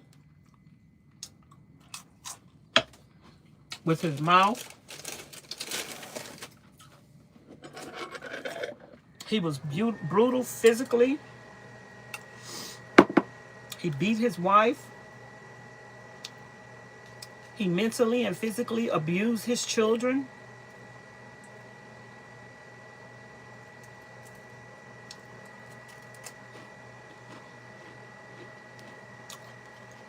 But y'all will go to somebody's funeral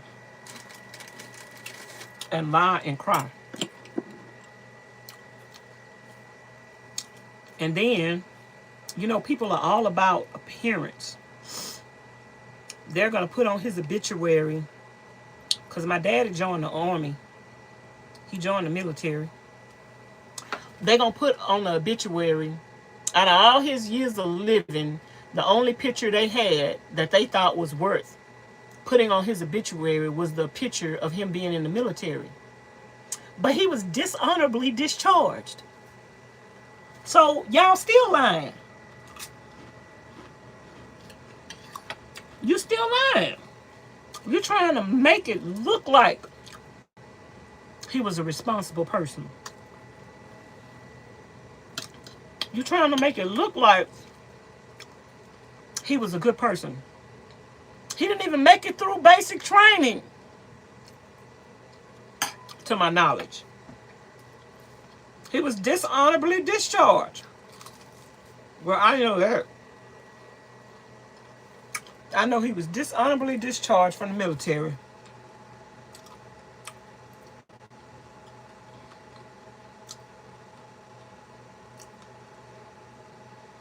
But you're going to put him on a obituary in an army,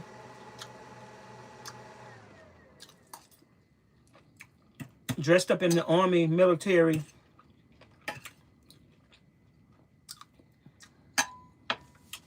when he was dishonorably discharged. Like, that's a lie. I can't stand how people perpetuate lies. I don't like that. I don't like it. Like, tell the truth and shame the devil. You should have found a picture with him at a club in a bar holding some wine. That's what you should have did. Because he was an alcoholic his whole life. You should have showed a picture with him smoking cigarettes. You should have showed a picture of him cursing people out and pointing a gun at them.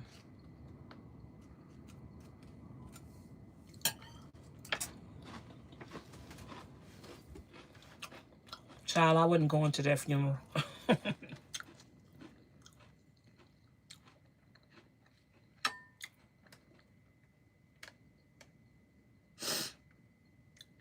Omar, I don't understand what you're saying.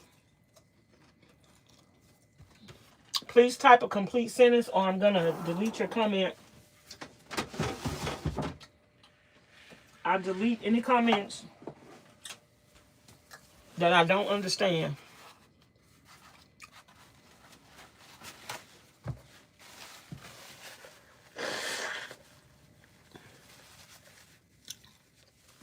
I delete any comments that I don't understand. I don't understand your comment.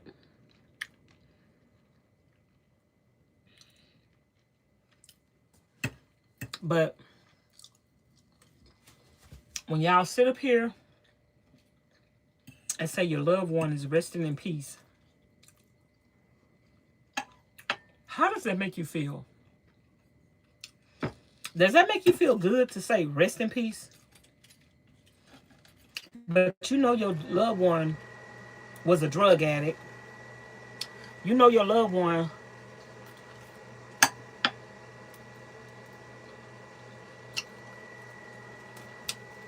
sold drugs. You know your loved one was a prostitute. You know your loved one was a rogue, was a thief. You know your loved one was in a gang. You know your loved one took somebody's life. You know your loved one was an abuser, a liar, a cheater.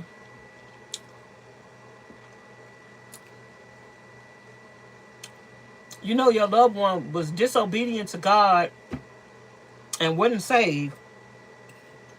But it make you feel good to say rest in peace. Girl, them people burning in hell. And the sooner you stop saying rest in peace for everybody who died, the quicker you will send a message to other people that you cannot live any kind of way and think you're going to heaven, because you're not.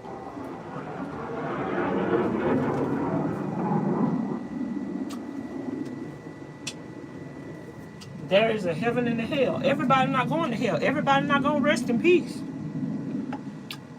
So stop saying rest in peace to people who clearly was outside of the will of God.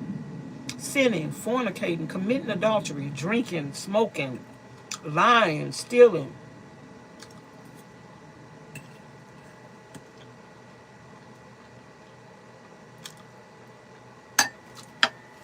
And do not come to my funeral lying and crying. She was a good person. I'm not going to even come to your funeral. Because I ain't going to lie. And if I cry, it's going to be for the things you did to me. And be like, thank God he out of here. He can't hurt nobody else. I'm never going to another funeral That might change because, you know, they say never. But I'm never going to another funeral in life. I won't even be at my own funeral. I'm not going to be there. Because once you die, your soul leaves your body.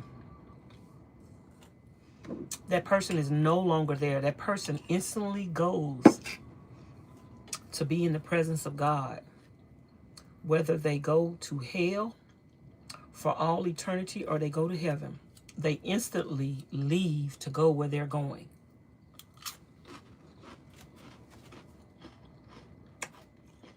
There's no such thing as purgatory. There's no such thing as working your way out of hell. You had your whole life to work towards going to heaven.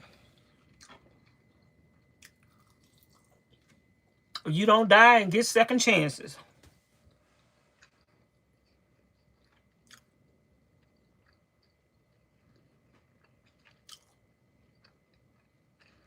The van bill looks amazing. Thank you.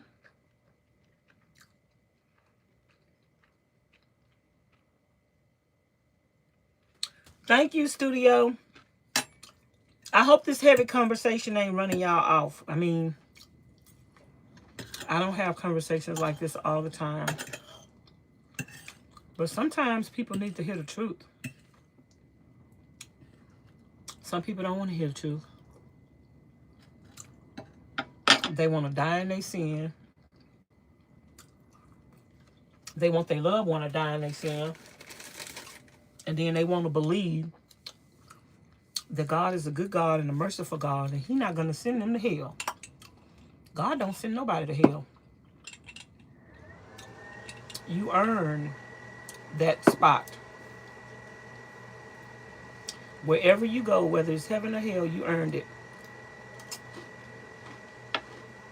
And you deserve it.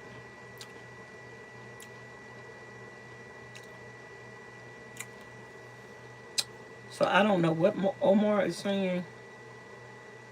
So I'm going to delete that comment.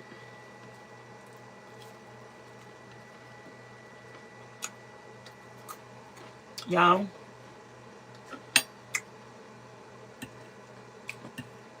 I had to eat something real quick. This is my first meal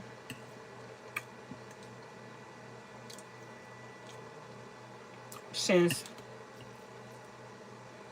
Sunday night.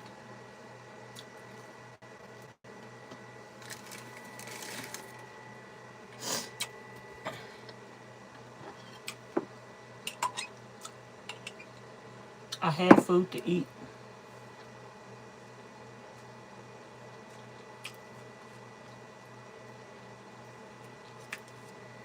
I had food to eat.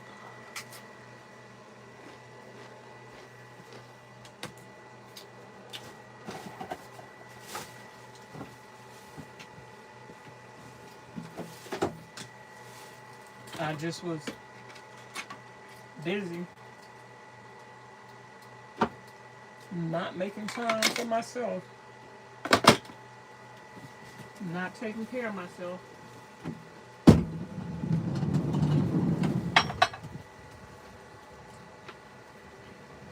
The way that I should.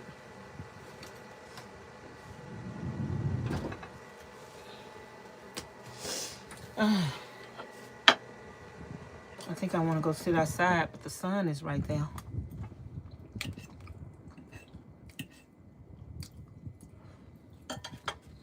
I need one of those awnings.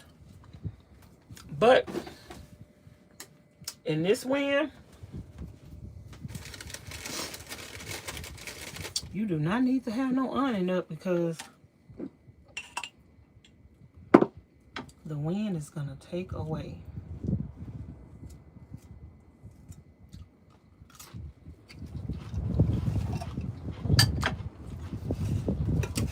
But I would love an awning. I need an awning, a ladder,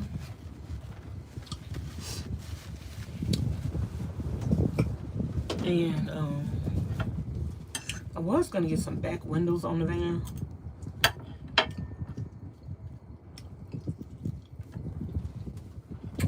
I think I changed my mind about that.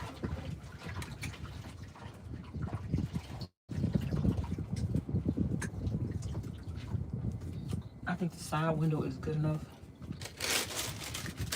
But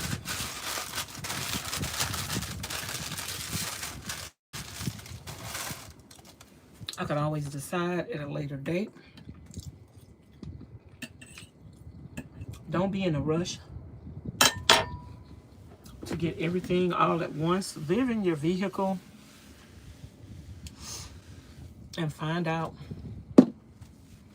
what is best. Do your build and the basic stuff, like, I mean, yeah, like the windows and the doors. The windows on the doors, that could wait to last. But if you're gonna put windows in your side walls, that you need to decide before you do your van build. But the windows and the doors, that could wait till you get on the road. After you get on that road, then you could find out what you could live without. I think I needed my side window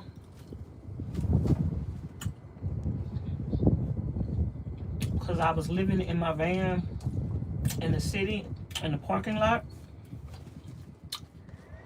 And at nighttime, you need to open that door. But because you got the window, you can open the window. You need some circulation going through your van when you do city van life.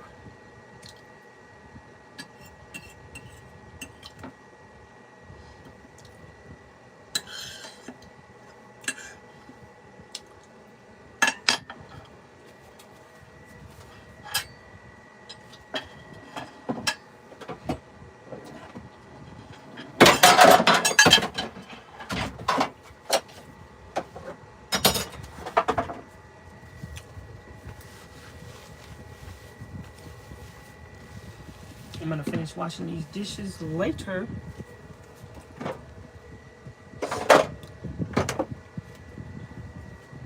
Let my food digest. I'm pretty sure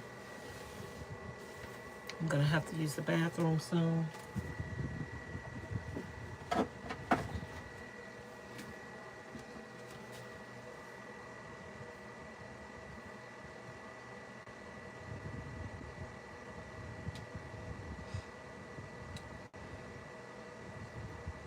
Yeah, we need 2 more thumbs up to get to 60 thumbs up. Double tap the screen to give it a thumbs up, or hit the 3 dots at the top and then hit the thumbs up button.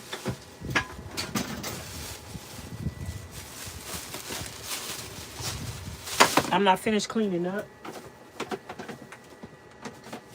I need to sweep. I might need to wash my towels. But I want to sit down first. Let me go outside and see if I have shade on the other side of the van, because there's no shade on this side. I want to sit outside. But let me see. Something.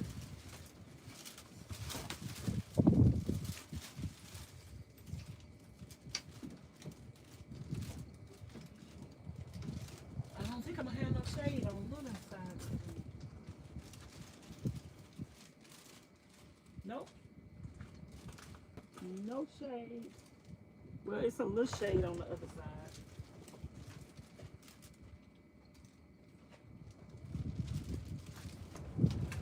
There's no shade out here. So,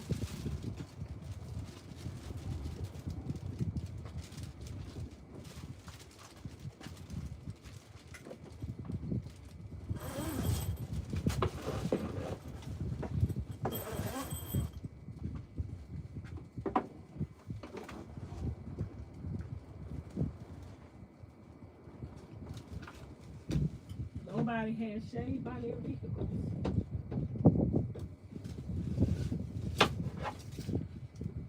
the wind feels good if you have your doors open. If you don't have your doors open,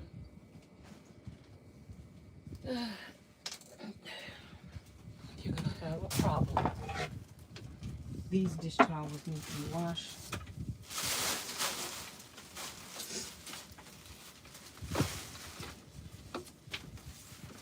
I just want to sit down and relax for a minute.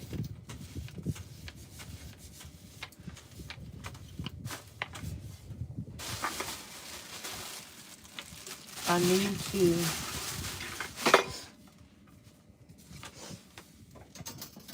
get a piece of ginger. That's the last thing of my herbs and vitamins that I need to take is a piece of ginger. If that's the last thing I need to do today.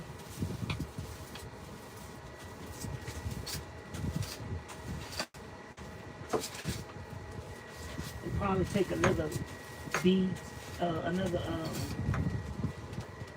vitamin C. They say take it every 4 hours.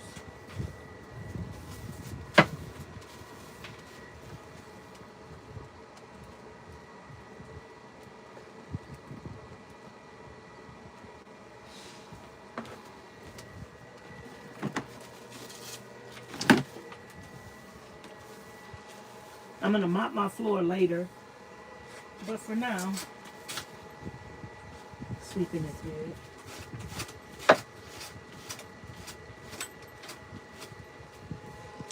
For now, sweeping is good. Oh, let me get these pillows off of my sofa.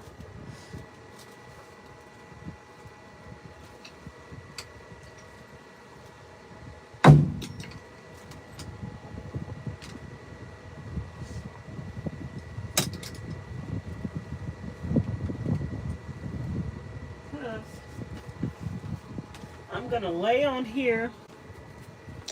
I've never laid on my sofa and opened up the pull-out drawer.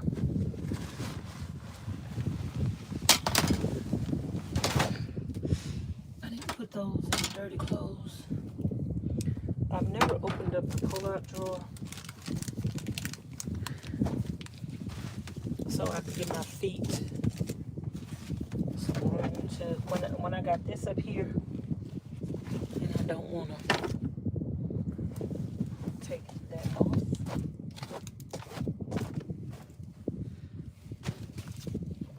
I can open up the pull-out drawer. I've never done that before. We might do that today.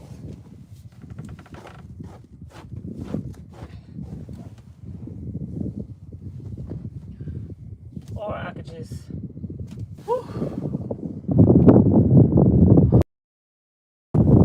I need to set the clock. The clock is wrong.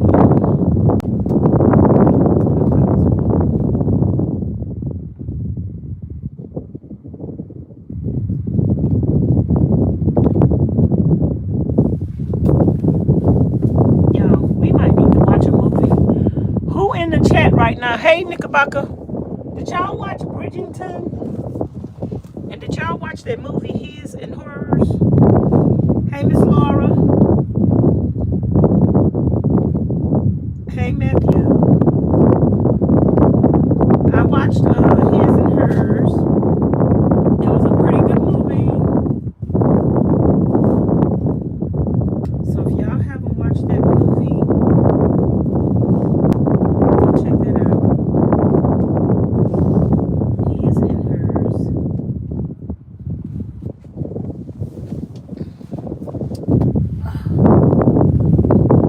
Y'all,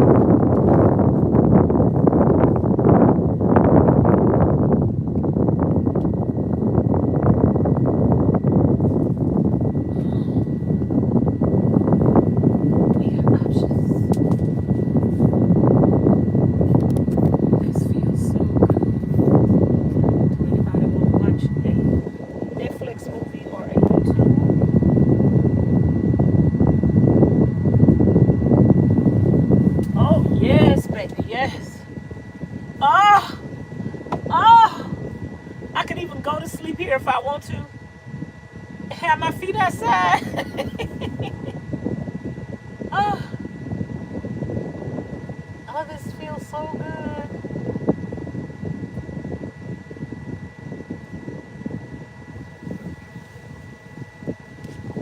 Let me show y'all.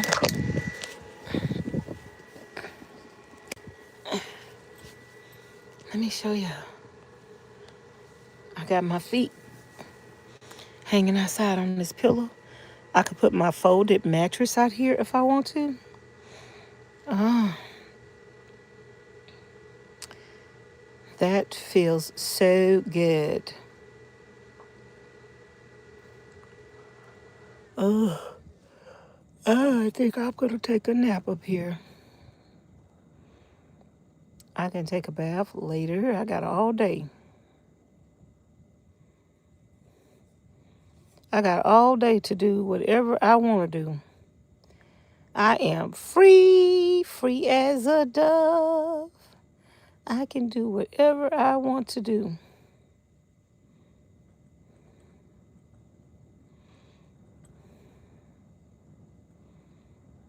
Mm-hmm.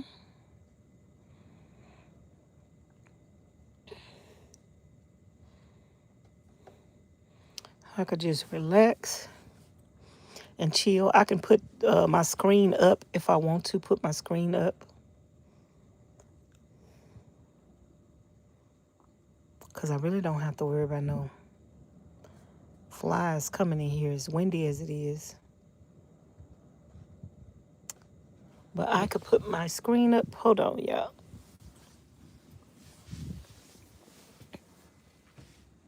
I could put my screen up.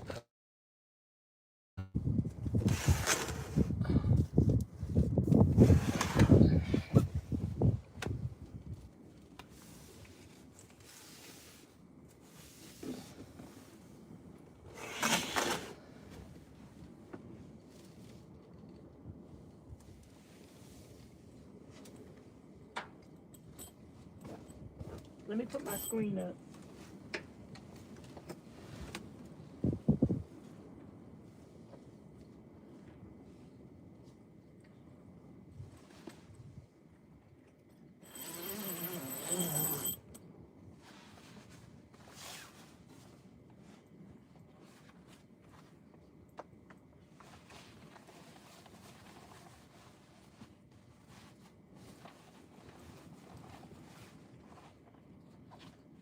I might lay here till it get dark, y'all. Take me a nap. And just relax. Eat my piece of ginger. Take me a bath later tonight.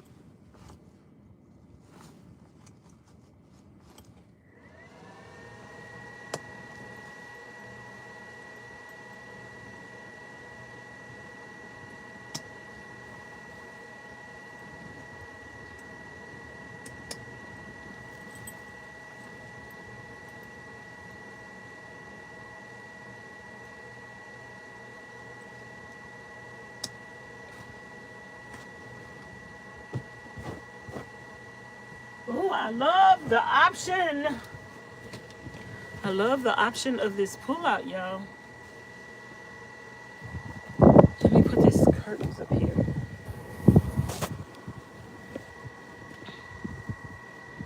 I love the option of this pull-out. Oh, you could just... I love the option of the pull-out.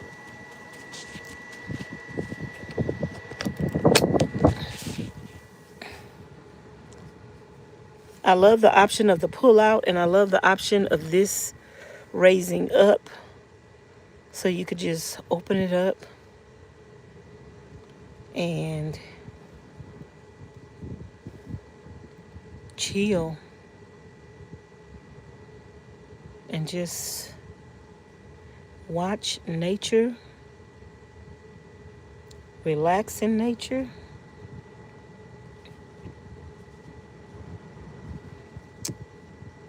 Hey, Jamie. Good morning, good evening, good afternoon, whatever time it is, wherever you're at. Hello and hi. Let me get my water.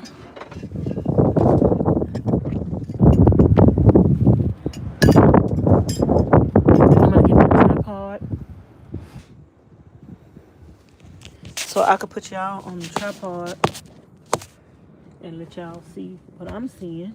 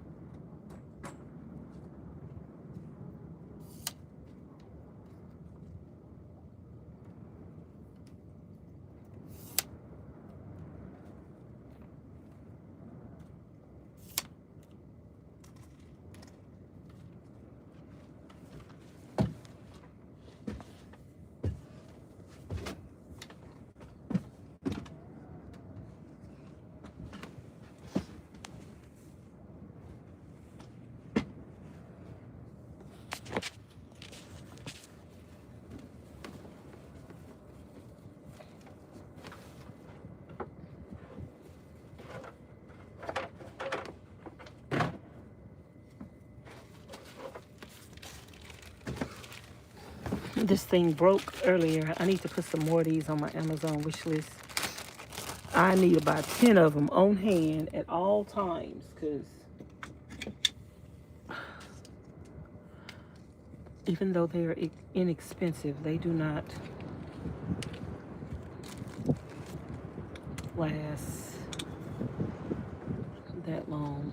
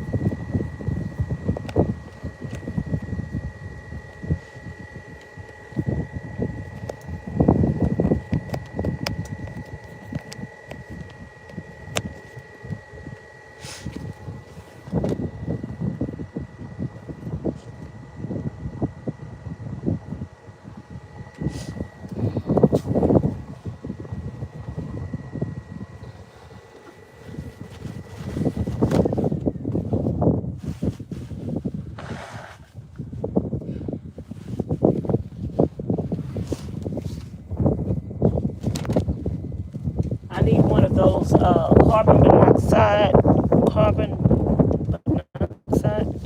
whatever detector. I got a smoke detector.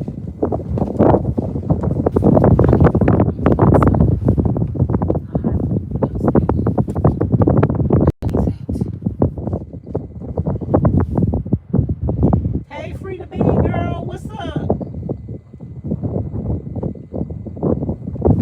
How you doing, girl? I'm a little under the weather. And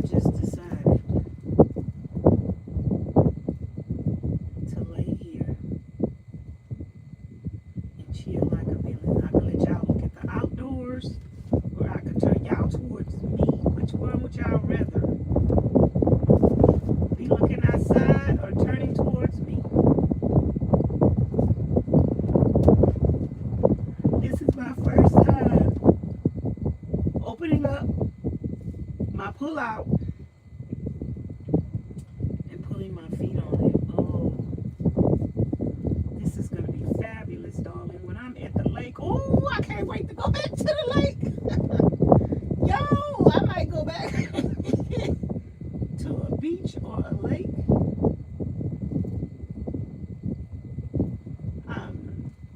I could drive to San Diego and be there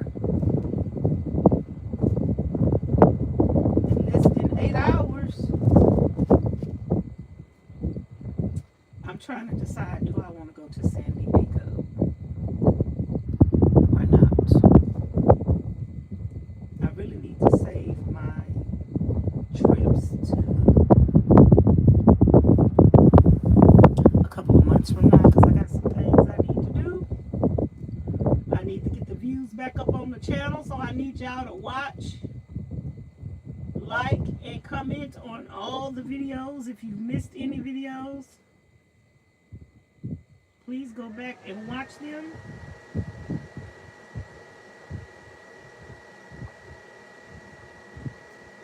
I'm just laying here on the sofa, looking out of my door.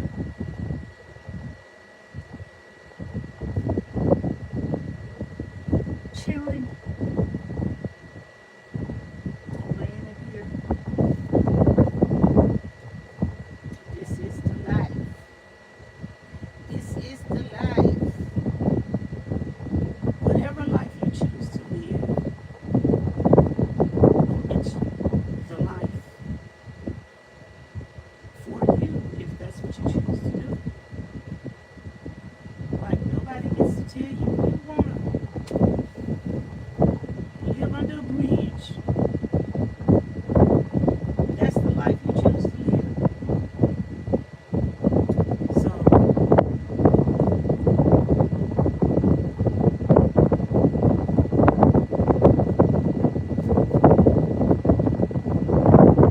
live that life.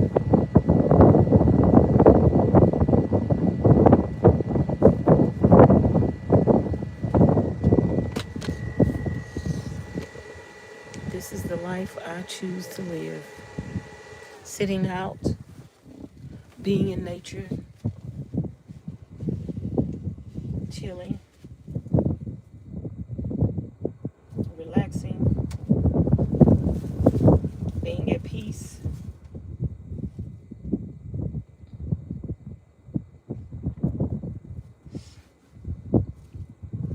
I don't mind staying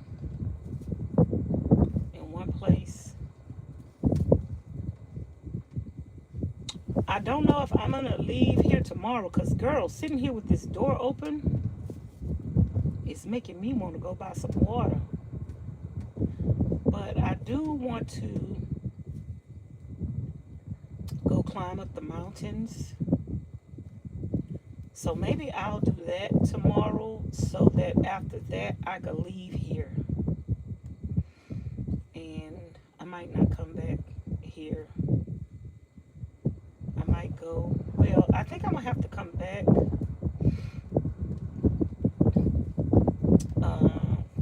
Because I got somebody I'm checking on. But I think I can go by the water this weekend. I will go buy some water. I'm not far from water. I got water to the north, south, east, or west. I can go in any direction and find me some water. If y'all don't know, the Colorado River runs through a lot of states.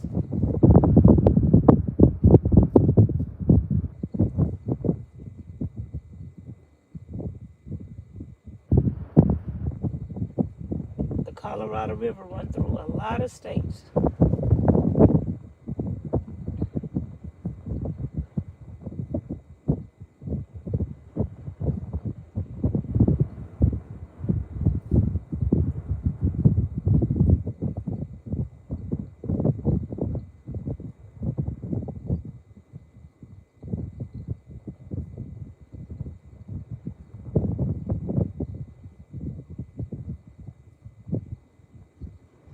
When I want to lay up here, all I got to do is just put my pillows on the floor.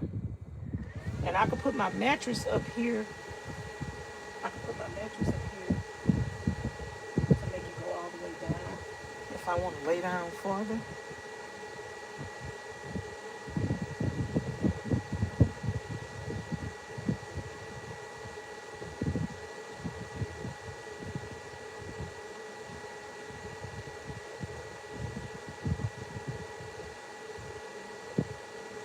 She been doing van life for she was doing van life before she started making YouTube videos. I'm like, she ain't been doing van life for 7 years. Oh, she was doing van life before she had a YouTube channel.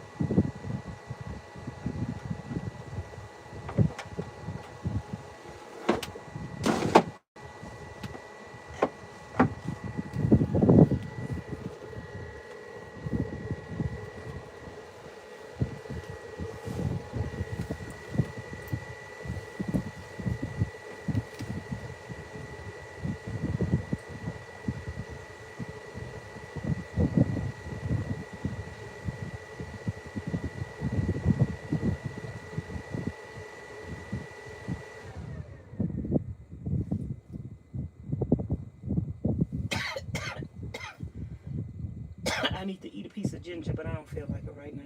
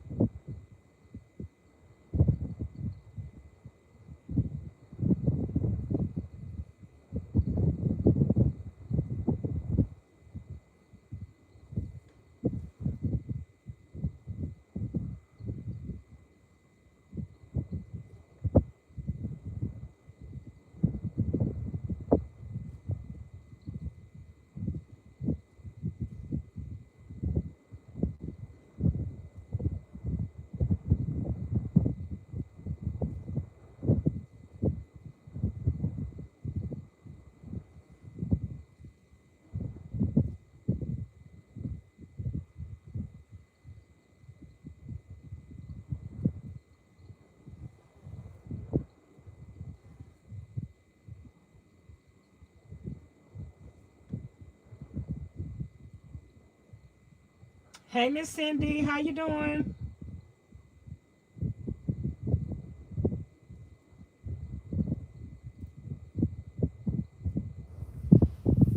How y'all doing?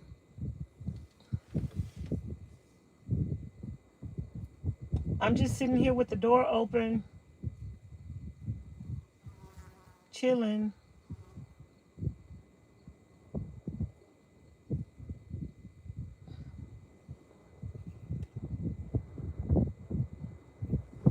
We need 2 more thumbs up to get to 70 thumbs up. Double tap the screen or hit the 3 dots at the top.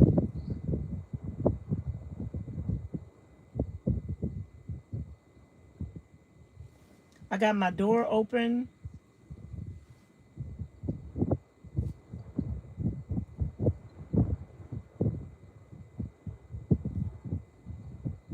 I might watch a movie on YouTube.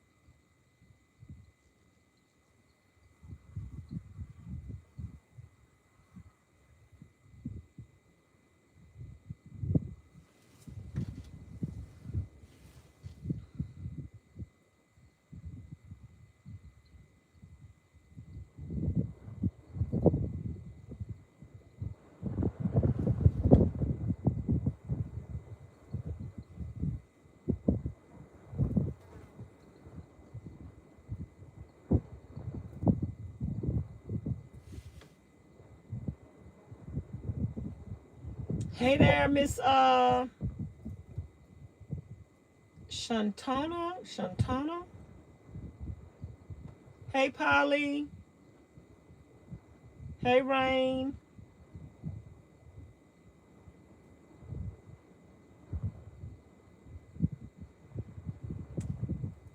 Hello, y'all. Thumbs up the live stream. We're camped on BLM land, out in the middle of nowhere, boondocking.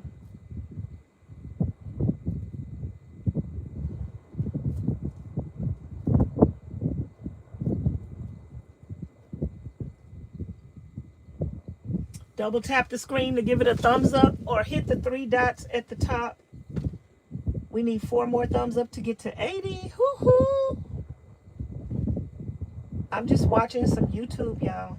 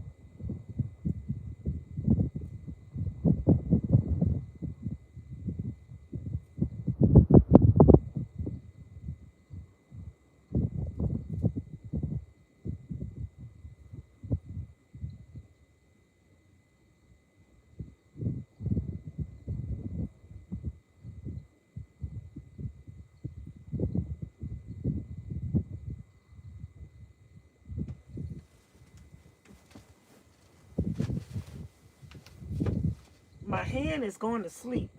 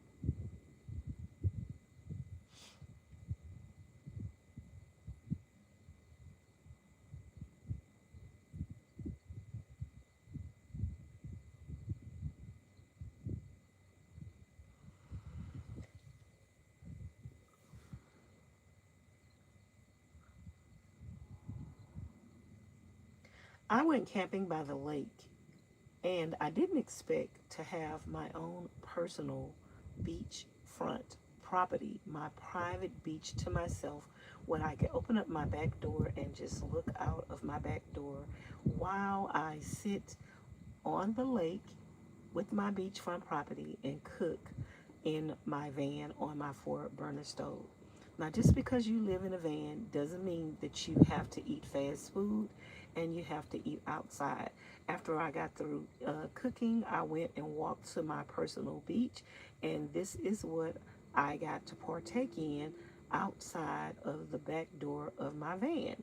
And the several days that I was there, of course, I had to continue to cook breakfast, lunch, and dinner on my 4 burner stove, you guys.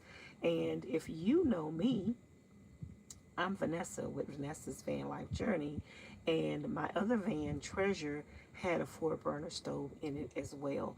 I come from a large family. I was cooking at a stove when I was 8 years old. Girl, we have to have a place to cook full course meals. And guess what? We did it again inside of Sunshine. And so right here, I am prepping my bacon, and I am going to make some beef patties so that we can have the carnivore diet burger whenever we're ready. Just because we live in a van doesn't mean we have to eat fast food, doesn't mean we have to eat everything that's in a box or a can. No, we can cook, you guys. So here are my 6 beef patties for my carnivore diet burgers. And then next up, we're going to saute some ground beef with some onions and some cilantro. And we could just eat this with fried eggs. We can put it in some noodles, or we can put it over some rice. One day I did put it over some rice, and then the next day I did put it over some noodles. I love a lot of cilantro, so that's what we're going to put in there. And then after we get through cooking, of course, we're going to go out in our backyard, watch the sunset. Must be nice, darling. I love being a nomad. I love being living in a van. And here we have the rice with the beef over it. And on this day, I'm just warming up my 2 beef patties that I already cooked, looking out of my window on my 4 burner stove. And voila, here is our carnivore diet burger. Let me know what you think. And I hope y'all have a stove in y'all van, and you can go and park anywhere and chill and relax. Thanks for watching.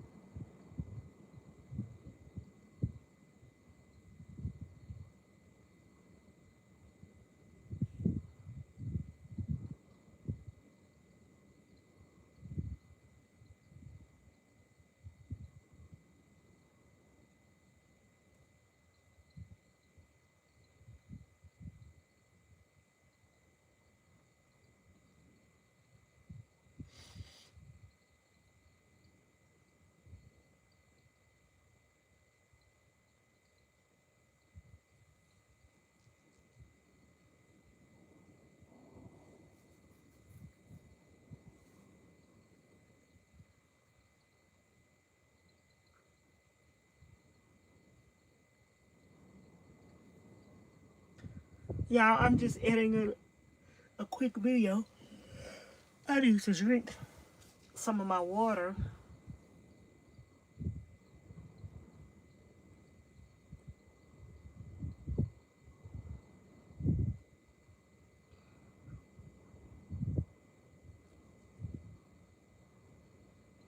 I need to drink some of my water. I'm definitely feeling dehydrated.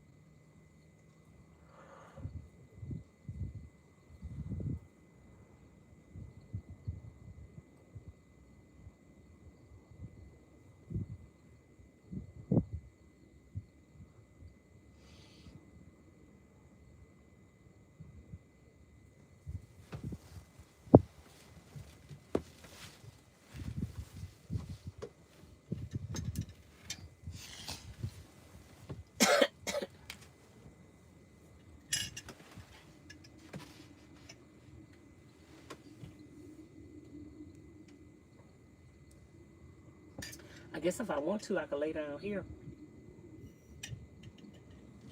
Let me see. It's a little too low. I'm gonna fall out. I'm gonna fall out. It's a little too low. I need to put my mattress up here and then have my pillow up here.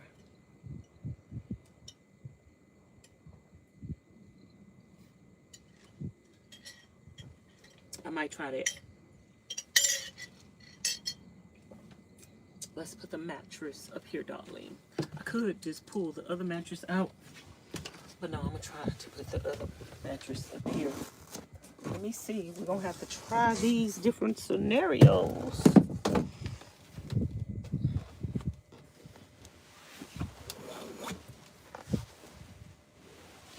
We're gonna have to try these different scenarios.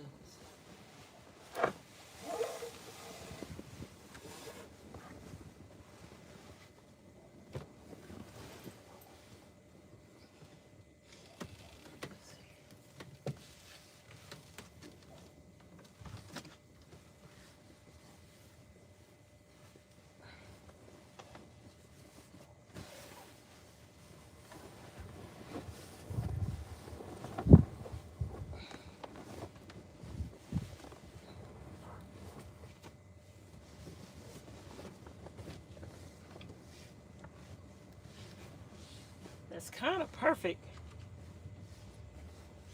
but it's not really wide. This is not wide enough.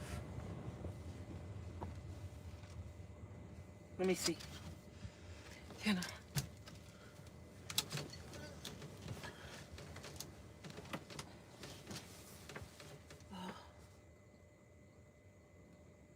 I can lay here, but the sun is directly in my eye.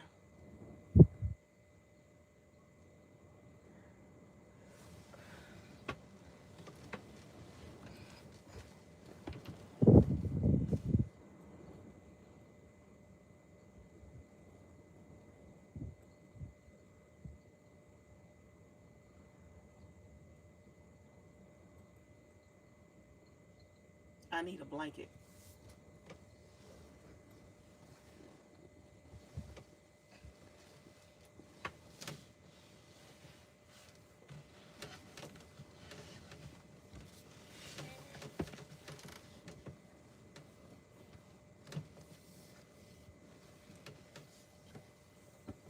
the mattress, the thing is not wide as that.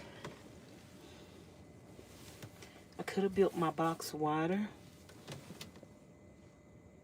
Had a bigger drawer to come all the way out. That would have been nice.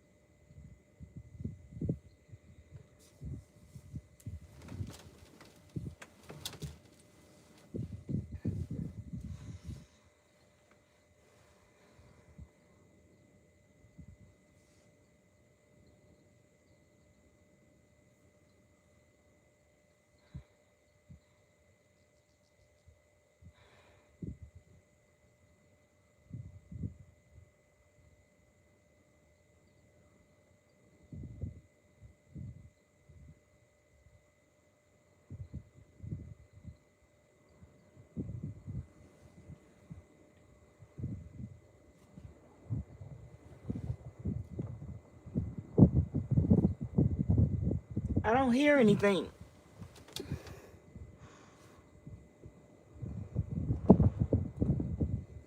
I don't hear anything.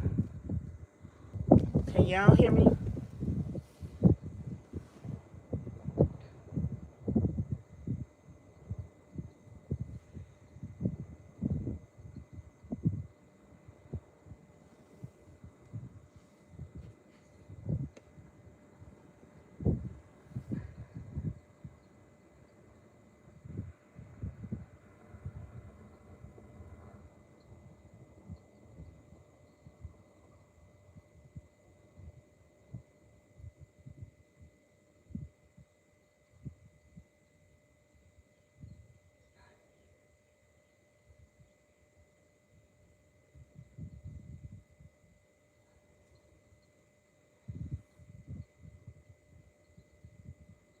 Hey, Slip.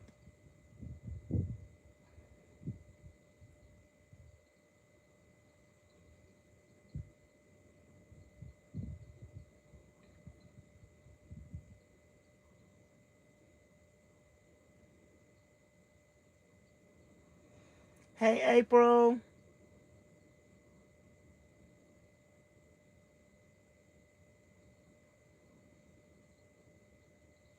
How y'all doing?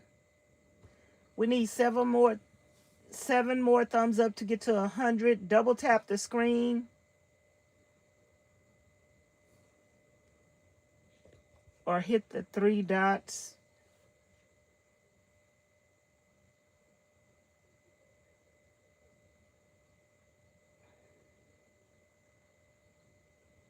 Please speak English only. Alexander Allen.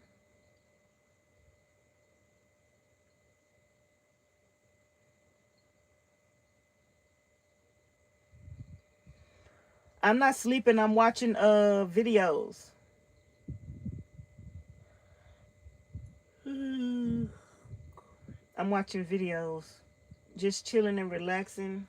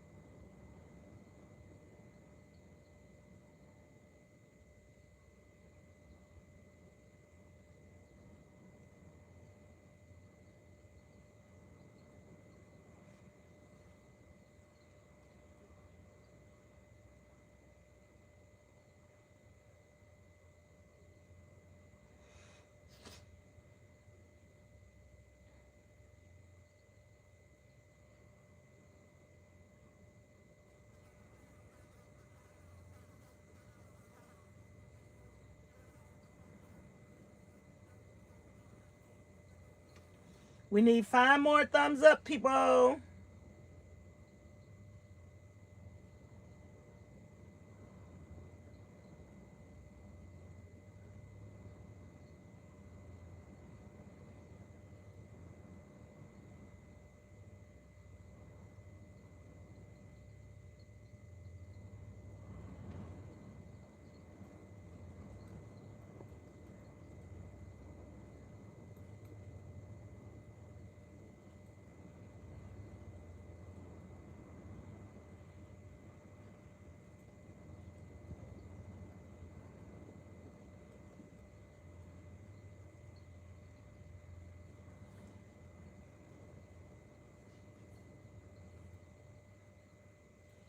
Four more thumbs up.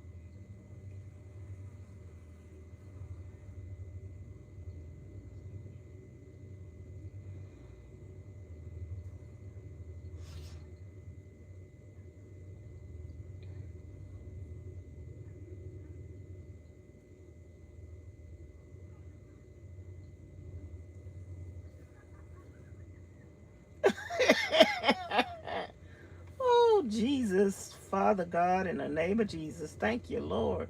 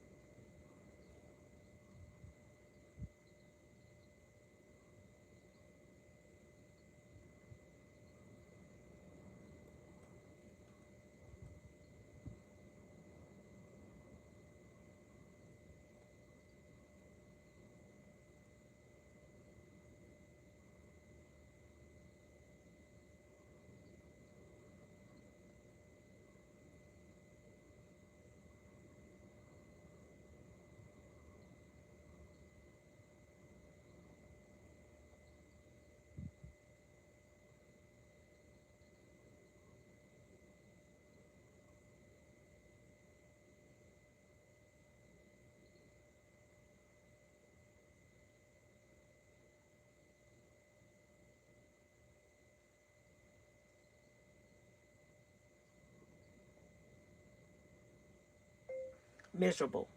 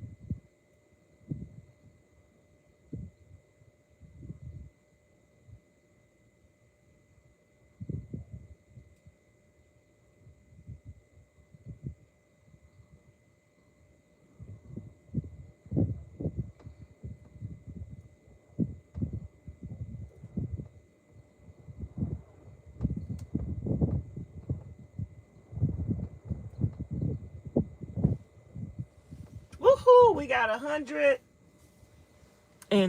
thumbs up. Yay! 103 thumbs up. Thank you, thank you, thank you. Hey, Miss Kanisha. How you doing? Hey, dude. Hey, Shella J. Hey, Miss Believe. Girl. What's the temperature there, Vanessa? Girl, I don't know. Vanessa, ain't nothing like peace and serenity. I know that's right. Who's still in the chat?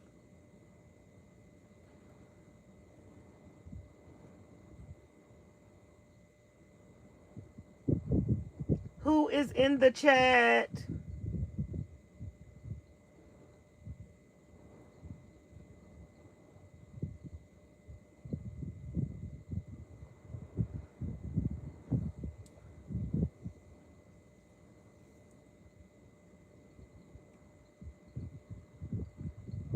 Let me know who in the chat right now. We got 104 thumbs up. Thank you.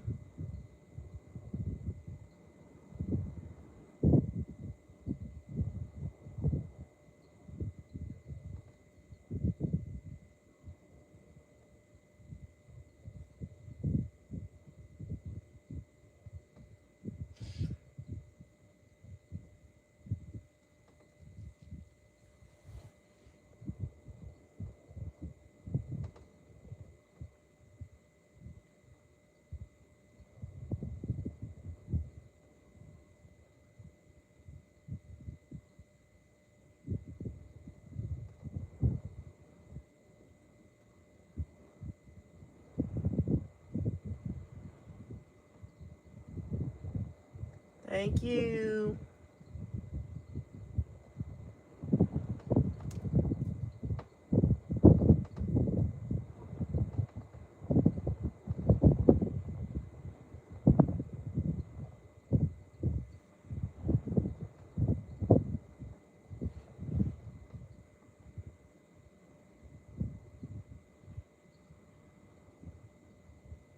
Ew.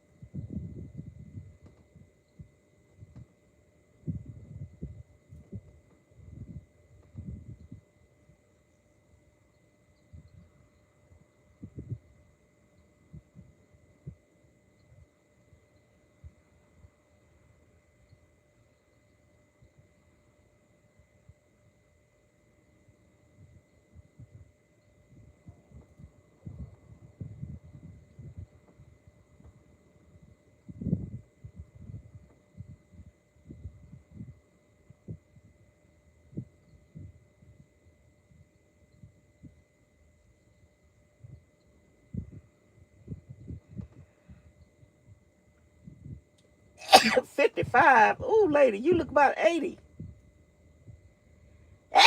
She look 80.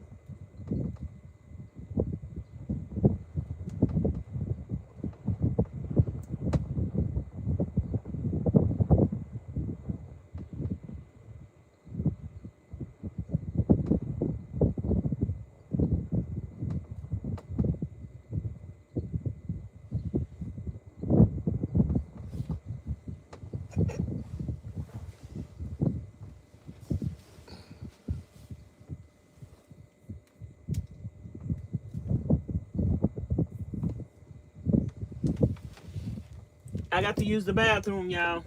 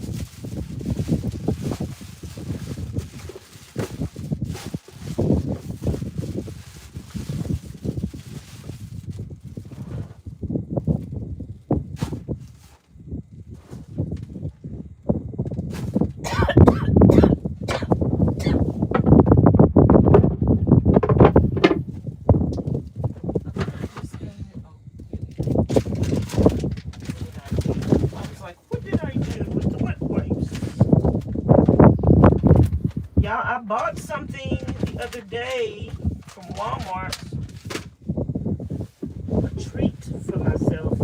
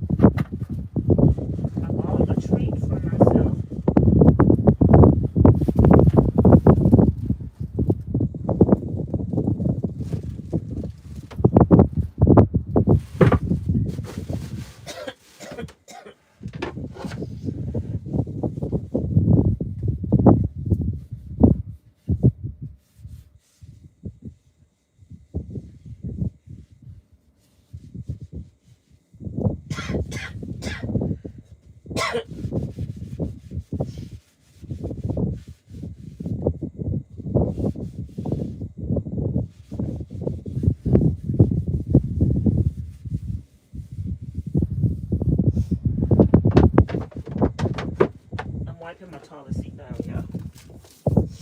Just in case y'all.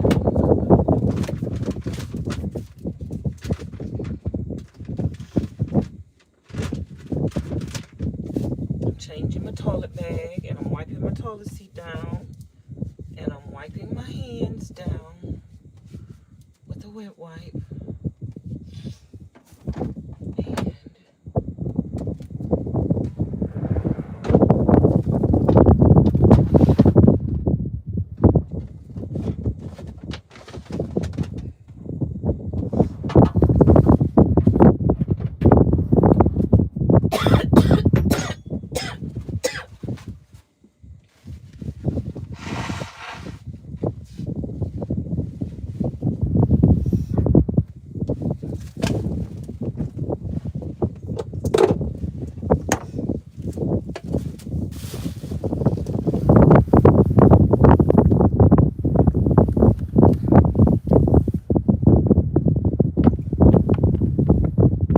Got 13 people in the house.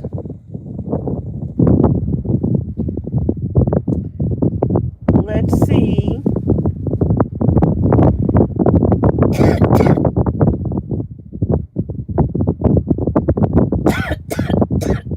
I don't know why I'm coughing. But I bought some of my ice Italian icy thingamajigs from Walmart yesterday or day before yesterday.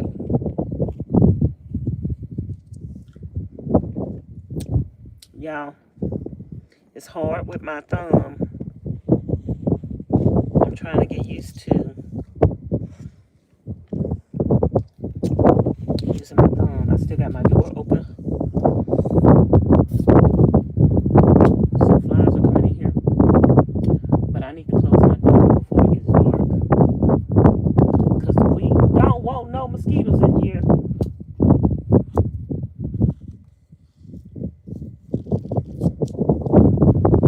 But it feels good to be able to open my door and let my feet hang out. I got shade now, so I could leave my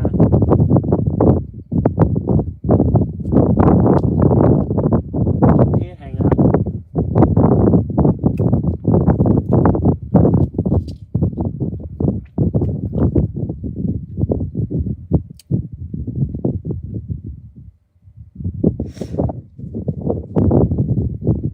Where do I travel? Mostly anywhere I want to go.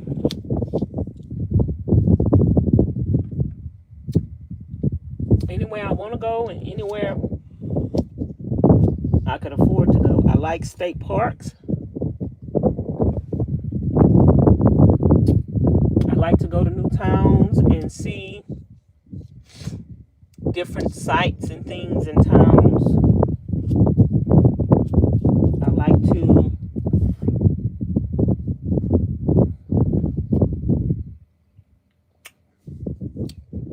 try different foods. But all of that is contingent on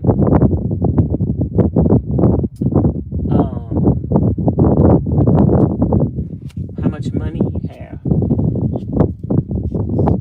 So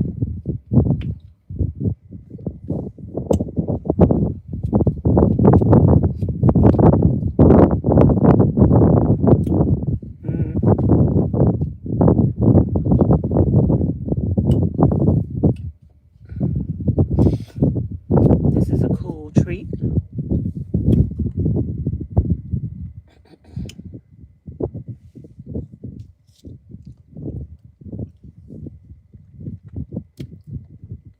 I think when I eat my ginger, that'll make my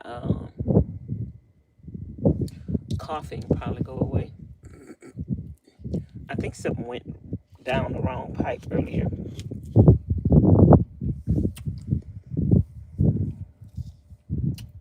Y'all hit the subscribe button if you haven't already.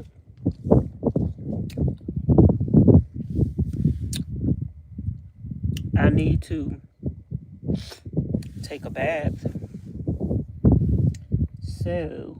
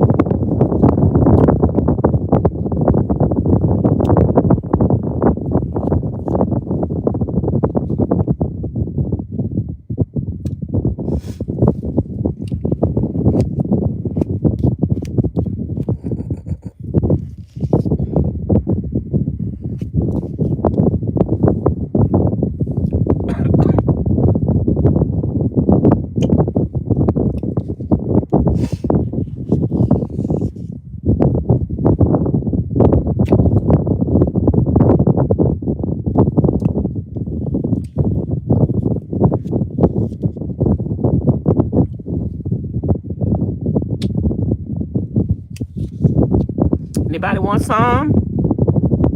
Y'all need to try these Italian ice from Walmart. They come in a box with 6.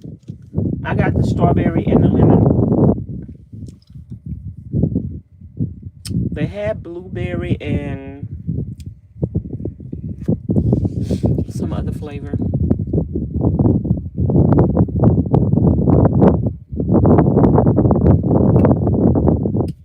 I think I might have had that other flavor before.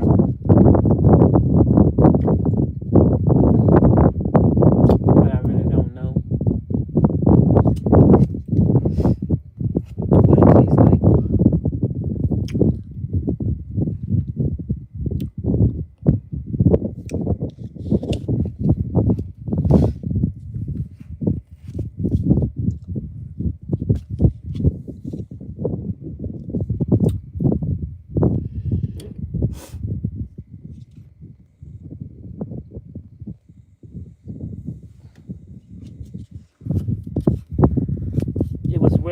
candy earlier.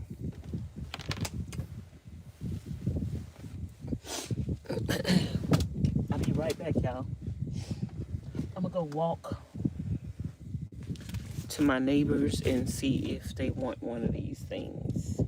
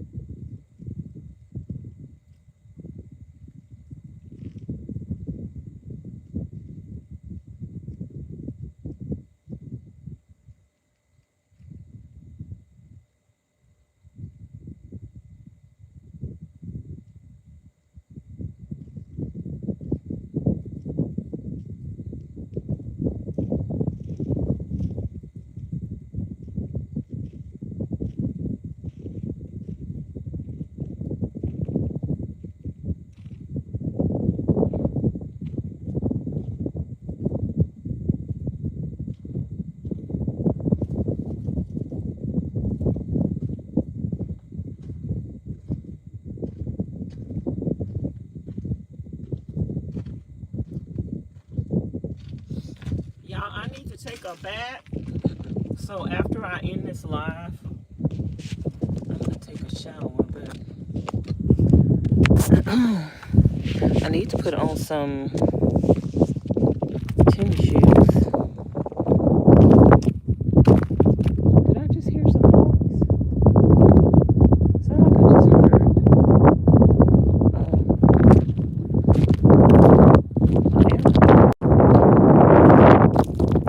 Yeah, I got on tennis shoes.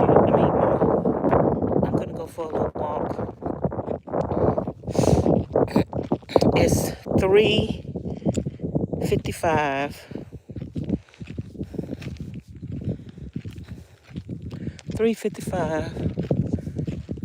The sun is gonna be going down in a little bit.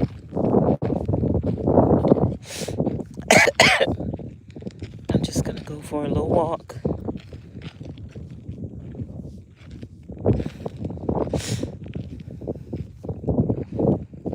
A little work.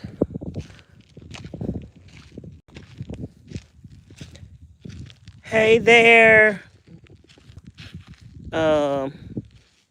However you say your name, Zakin, Zakin. Hey Carlos. I'm not telling people where I'm located. So, I'm on BLM land. That's all you need to know. I'm out camping on BLM land. I do not tell people where I'm located. It doesn't matter where I'm at. That's BLM land in Arizona, in Mexico, and New Mexico is BLM land in Nevada, BLM land in Arizona, California, Mexico, Nevada, some BLM land in Wyoming, there's some BLM land in Utah. It's BLM land in a lot of states. So I'm on BLM land. What state I'm in, I have not disclosed that, and nor will I. I may disclose it when I post the videos on the channel a month from now. But as for right now in this live stream, I am not going to tell you what state I'm in. This is kind of a cute rock. I don't know if Ms Charlene would want some white rocks. I think I might get this one because I seen something about polishing them. And I don't know if she would want a white rock.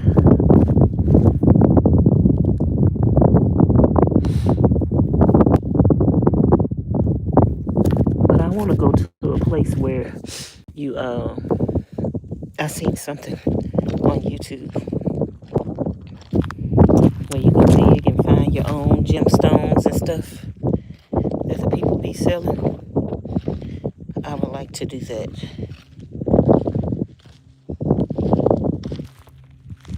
You're just joking. You just joking.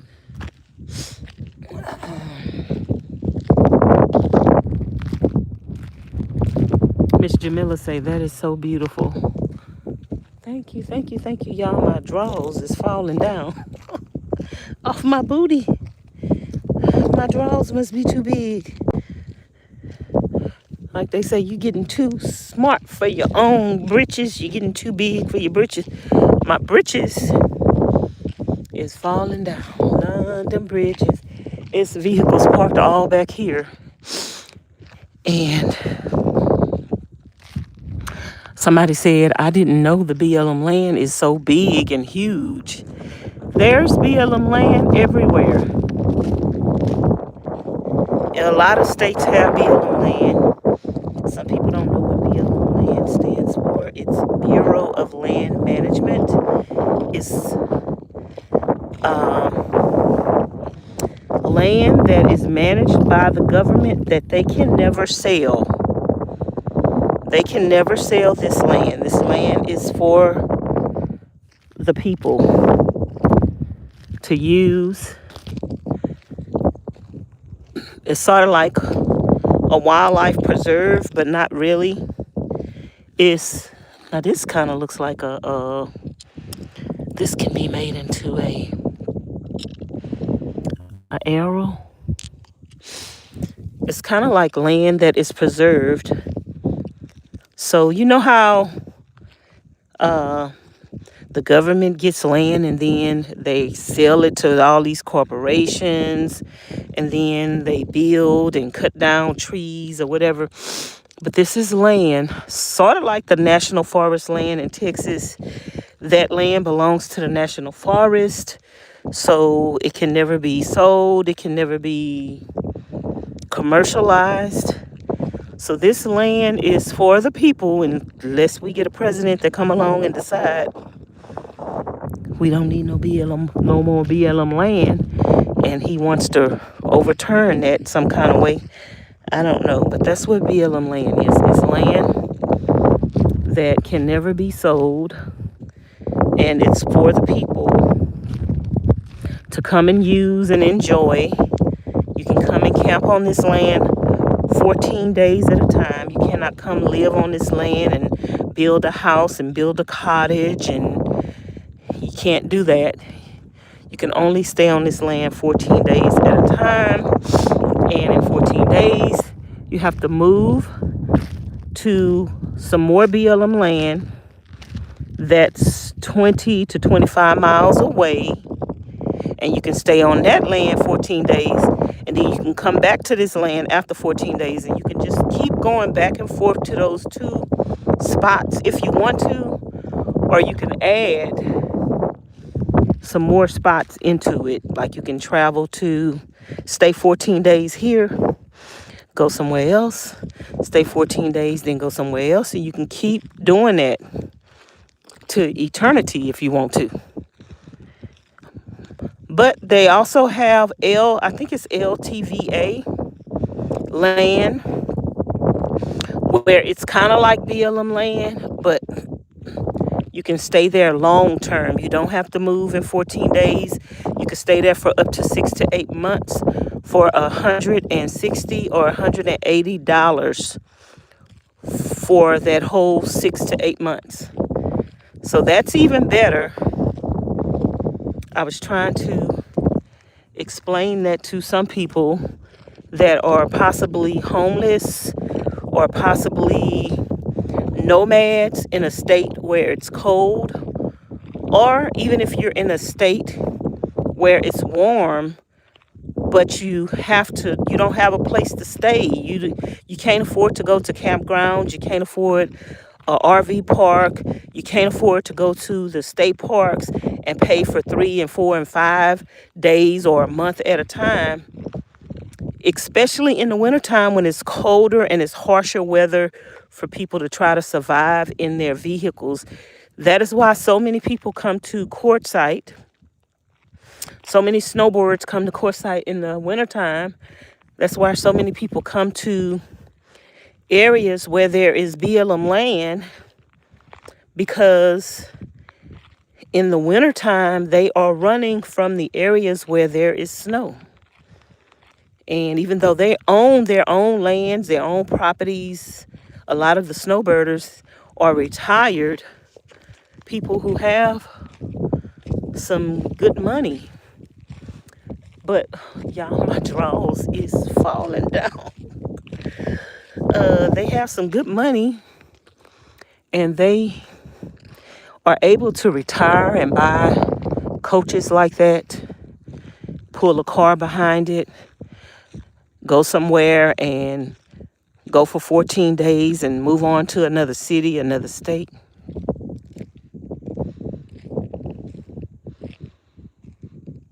Carlos say, neat. That is interesting. So I am a nomad, even though I have a trailer and I have place that I'm renting my spot for my trailer. I could stay there year round if I wanted to. But I also have a van. I had the van first. I had a van first to travel and just go places. So I don't have to sit still. But when I get tired, which would probably be the summertime for me, some people probably wouldn't understand why I would want to go to my trailer in the summertime, seeing as how it gets so hot there. But to me, that's just the opposite. I would rather be in a place where I can stay air conditioned and cool in the summertime than to be in my van in the summertime getting sick, unless I travel to an area where it's going to get colder. I don't know, y'all. I'd rather be at my trailer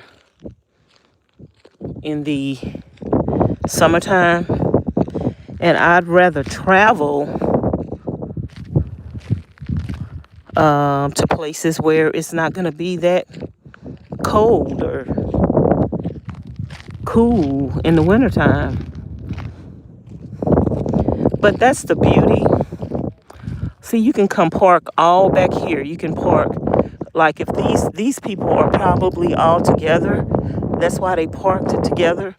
So if you have a lot of people together, y'all could park together. But if you're by yourself and you don't want to be around people, you wouldn't come park around these people if you didn't know them, because they are together because they know each other and they're enjoying each other's company. See how they got their tents and stuff set up?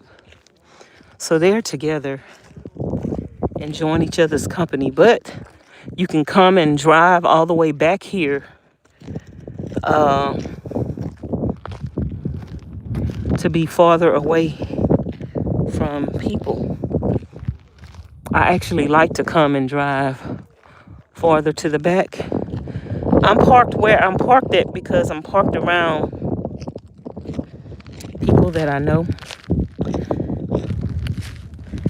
But we're not parked close to each other. We're parked where we can see each other, but we're not parked like next to each other.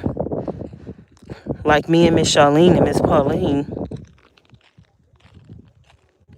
we would probably park closer to each other, but not have our vans right up on each other, but closer to each other, like those people over there are closer to each other, and make our little base or whatever.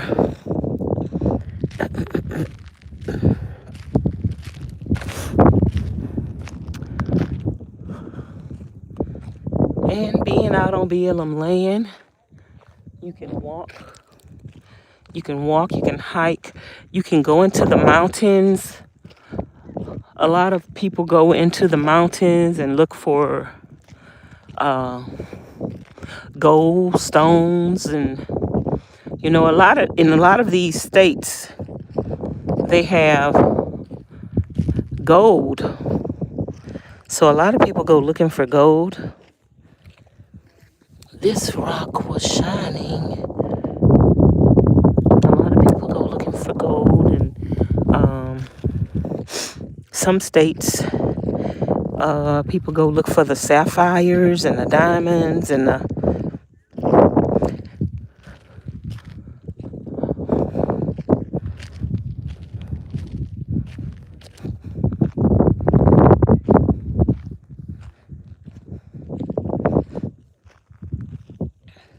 I didn't go walking yesterday, y'all. I didn't get out my van at all yesterday. I didn't even eat yesterday. So I think I've had about 3 things of water today. I ate. I'm probably going to eat something else tonight. This is a big fire pit. I like this fire pit. I'm probably going to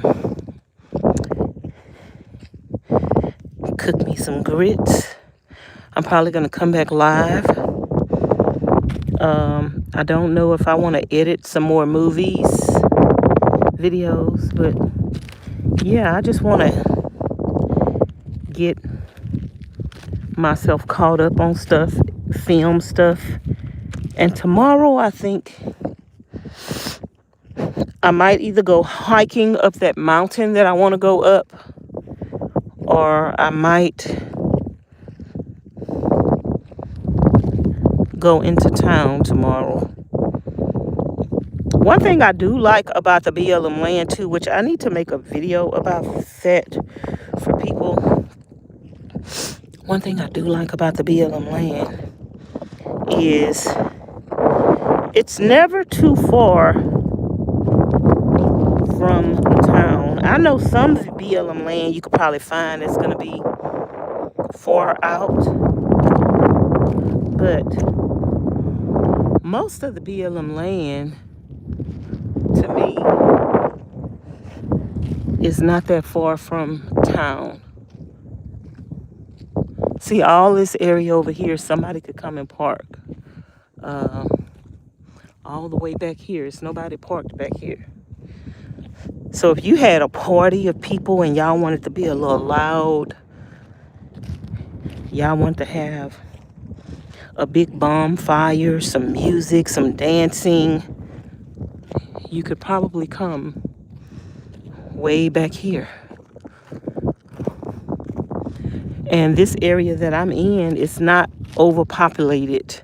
Like Quartzsite didn't have that many people this year as they normally have, but they still had more people than here. I think somebody might be back there.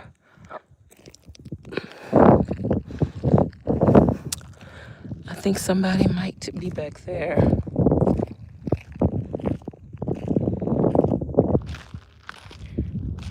Don't go where alone? Don't go where alone? I go almost everywhere alone. I'm not no scary person. That's the whole point of being a nomad. I'm a solo nomad.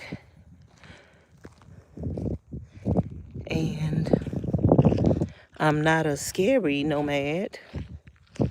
And I don't have to. I'm not the type of person that say, oh, I'm not going to go somewhere if I don't have nobody to go with me. I don't need. It's always good if you have company and you have a friend that you can travel with. That's good. That's a bonus.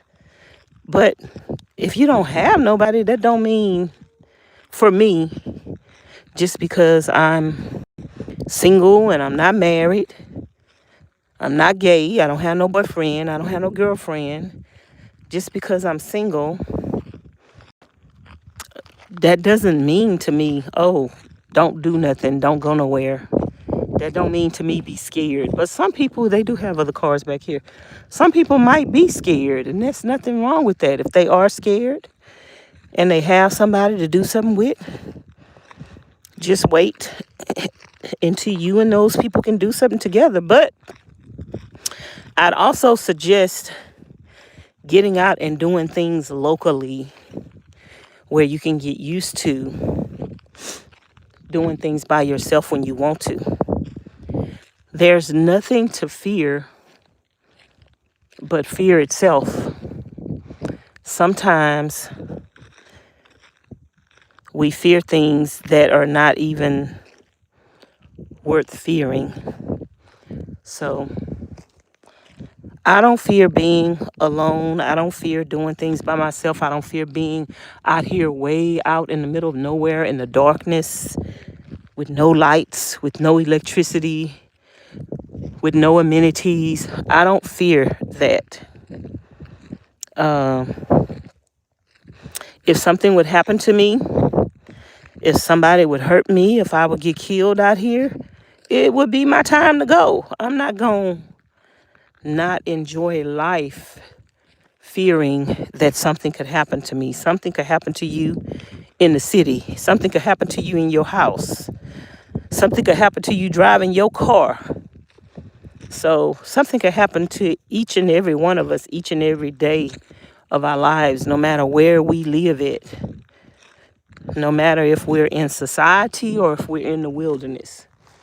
The chances of something happening to me out here are lesser than it is for something to happen to you in the city where all the criminals are. People that are out here are to themselves, minding their own business, seeking peace and nature and tranquility. Look like somebody left some firewood right here.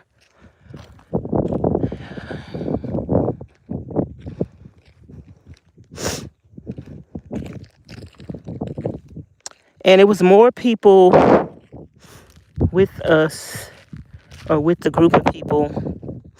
I'm just visiting a group of people, but it was more people with the people that I'm with traveling, but they went on to another place. They are traveling to different cities and different states. There goes some wood. If somebody want to burn some wood.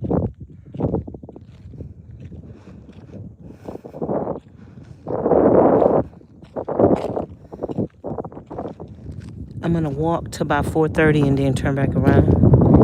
That way I'll be back to my place close to 5. See, I don't know what kind of rocks. Ms Charlene say any kind of rocks, any kind of rocks. I don't know what kind of rocks that woman want. I'm not really seeing no rocks that make you say, ooh, ah, ooh.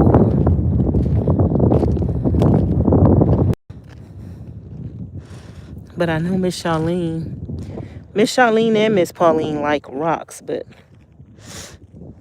I think Ms Charlene might like them. I mean, Ms Pauline might like them more.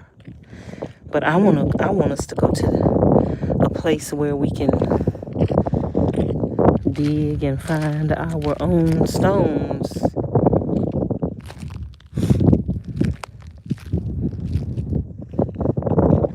I used to watch those videos, not videos, but shows on television where those people would go into the mountains and find amethyst and sapphire. And man, I was always meant for this life, because that kind of stuff always interests me. That kind of stuff always interests me.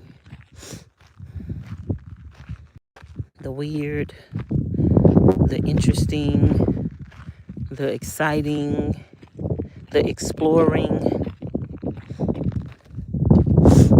That kind of stuff really interests me.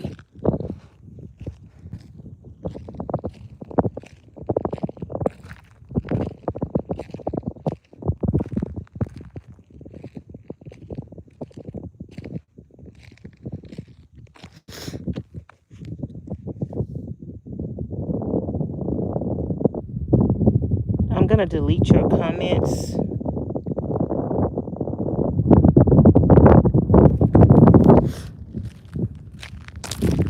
I don't refer to people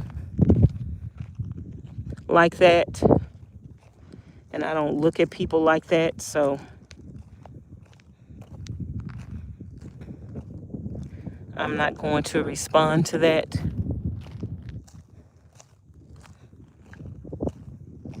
And if somebody haven't told you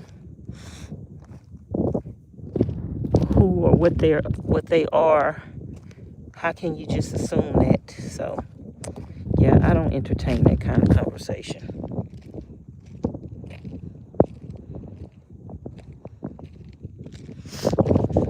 Okay, well, I don't want to talk about that. I don't know nobody but myself. That's who you see me with. You don't see me with anybody else. You don't see me socializing with other YouTubers and hanging out with them. So even if I watch their channels, I don't know them. I don't know nobody but me, myself, and I.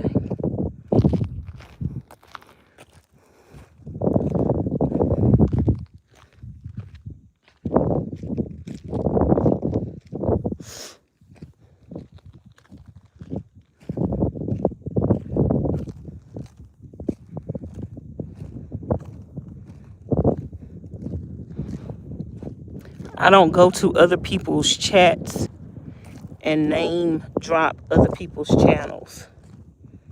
I'm there for whatever that person has to offer. I'm there to get to know that person, but I don't go to other people's channels name dropping other people's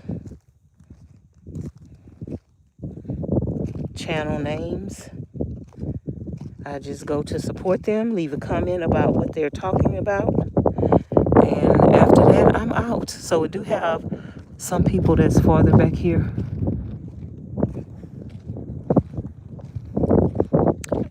I don't know if that's a fence up here.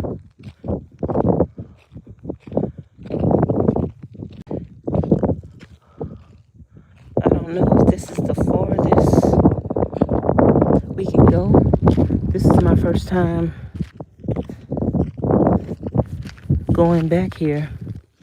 You would definitely not hear nothing back here, and nobody would bother you back here. The other place where I went that was on the lake, it had a long road. I drove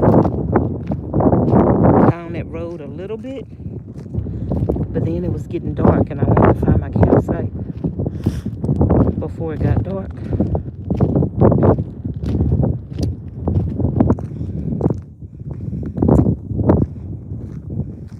I want to find some more water to go around.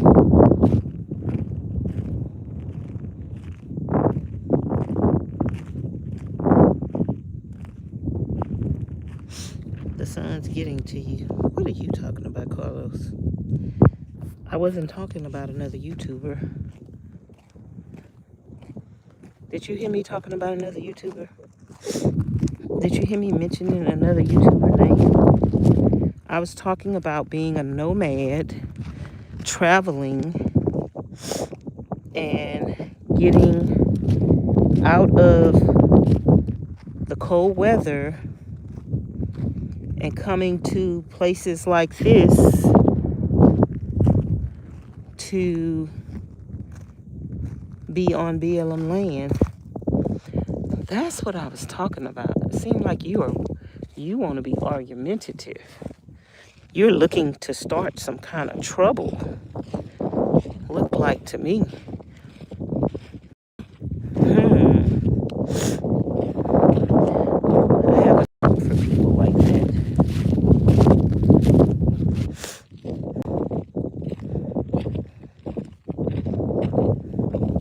I shut that kind of stuff down though, because I don't tolerate that kind of foolishness. I'm just out here walking in nature, enjoying myself. I'm not talking about another YouTuber. I haven't mentioned another YouTuber name.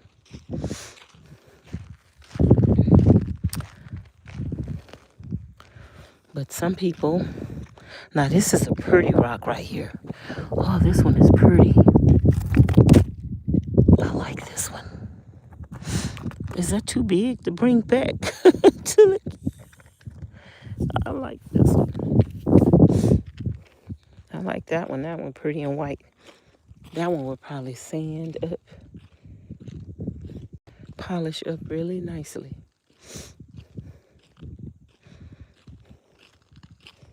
I don't know where I'm gonna put these rocks at.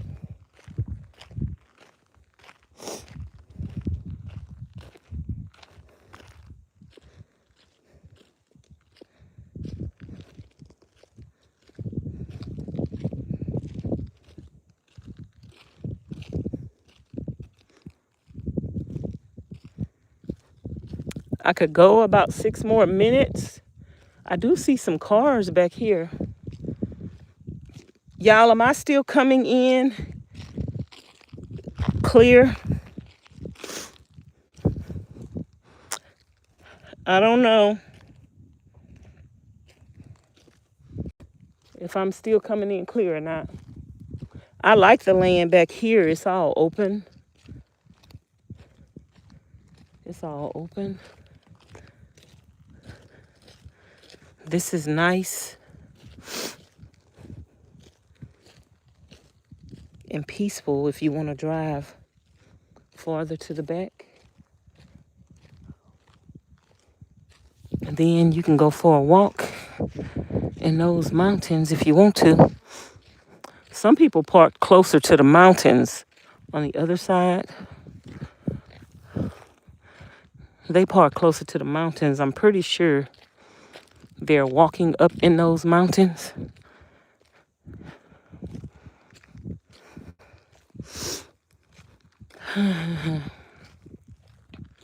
I want to go up in the mountains.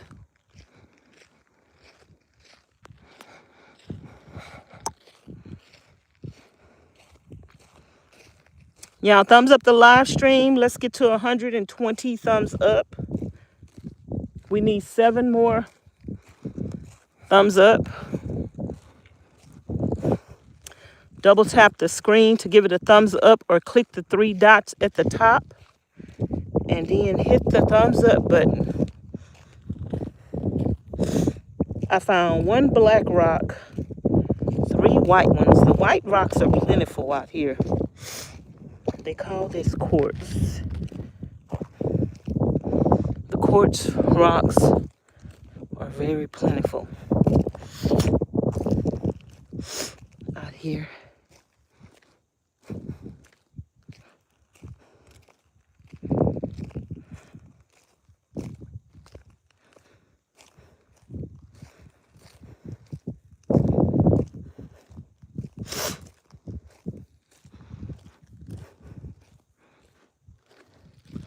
Let's look at these rocks.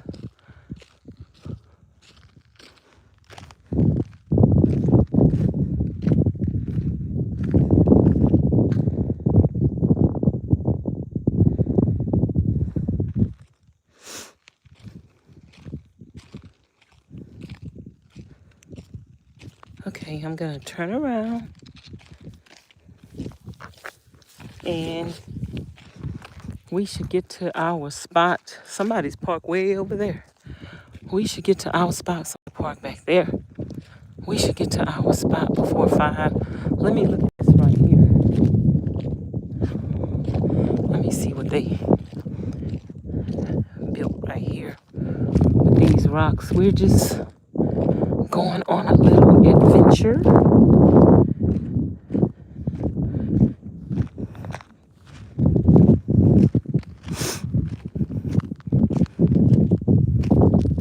We're on a little adventure.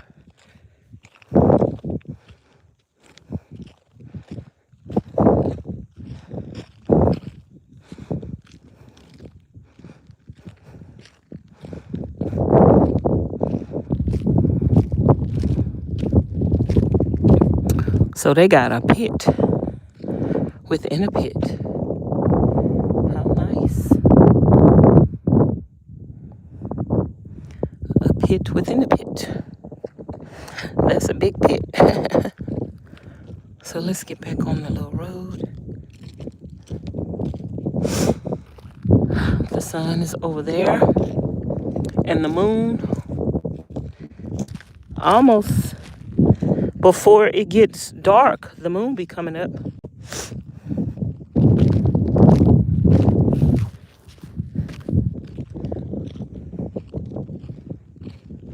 And do y'all see how clean it is? The people out here that come out here respect the land. When you come on BLM land, even when you go to a park, even when you're walking in your neighborhood, respect the land. Everything that you bring in, take out. Do not leave trash. Do not throw anything on the ground. pick up behind yourself. Do you see how clean this land is? Can you imagine if everybody that came out here left their garbage, left their trash? This would be despicable. Then the land that you're coming to visit would no longer be good for you to live on. You can't dump your toilet, your black tanks, or anything like that out here. You respect the fact that you are allowed to stay here for 14 days. You go get your water that you're gonna need. Hopefully you have solar on the top of your van. When you need more water, you go into town and get more water. When you need to empty your black tank, you go empty your black tank. When you need to throw away your trash, you go throw away your trash. And that's about respect. I don't like when people don't respect their neighborhood. They don't respect where they live at. They just throw trash on the ground. I don't like that.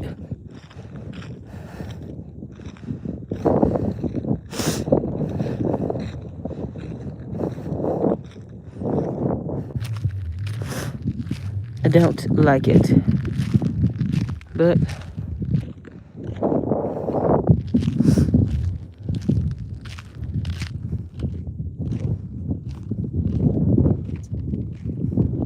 if you take care of your stuff, if you take care of what you own, if you take care of what you're being allowed to use,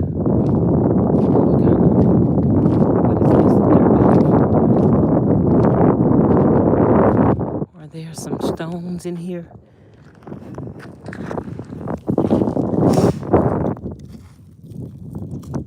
I was seeing somewhere is some stones. You can, different stones.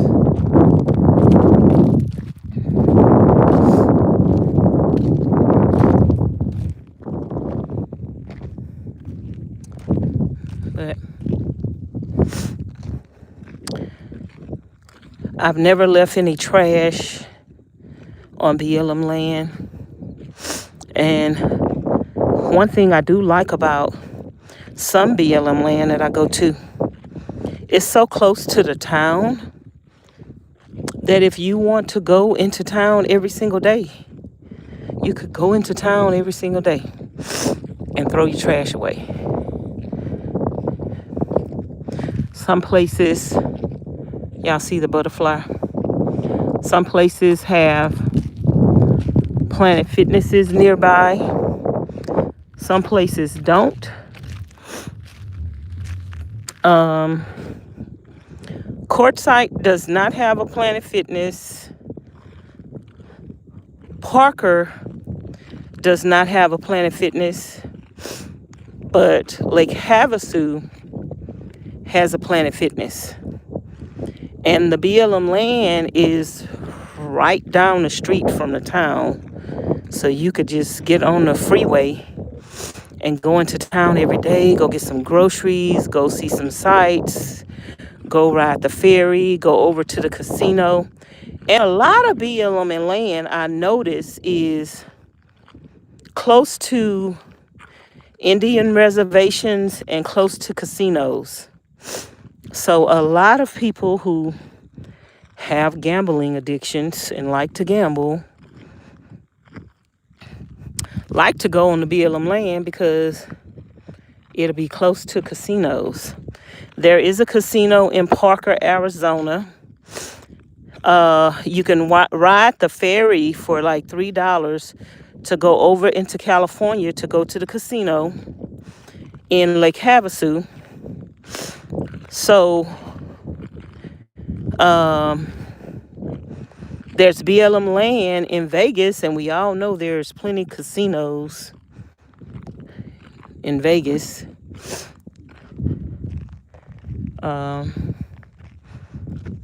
So almost everywhere there's BLM land, there are casinos not far behind. I have noticed that have noticed that. Vegas is my hometown. You're not in Vegas now, though, are you, Miss Believe? I read your comment the other day. I'm so happy that you are happy with your new place.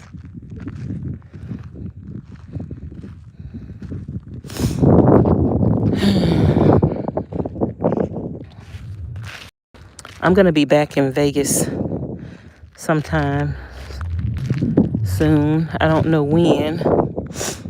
In a few months. I have to still go help my friend in Vegas.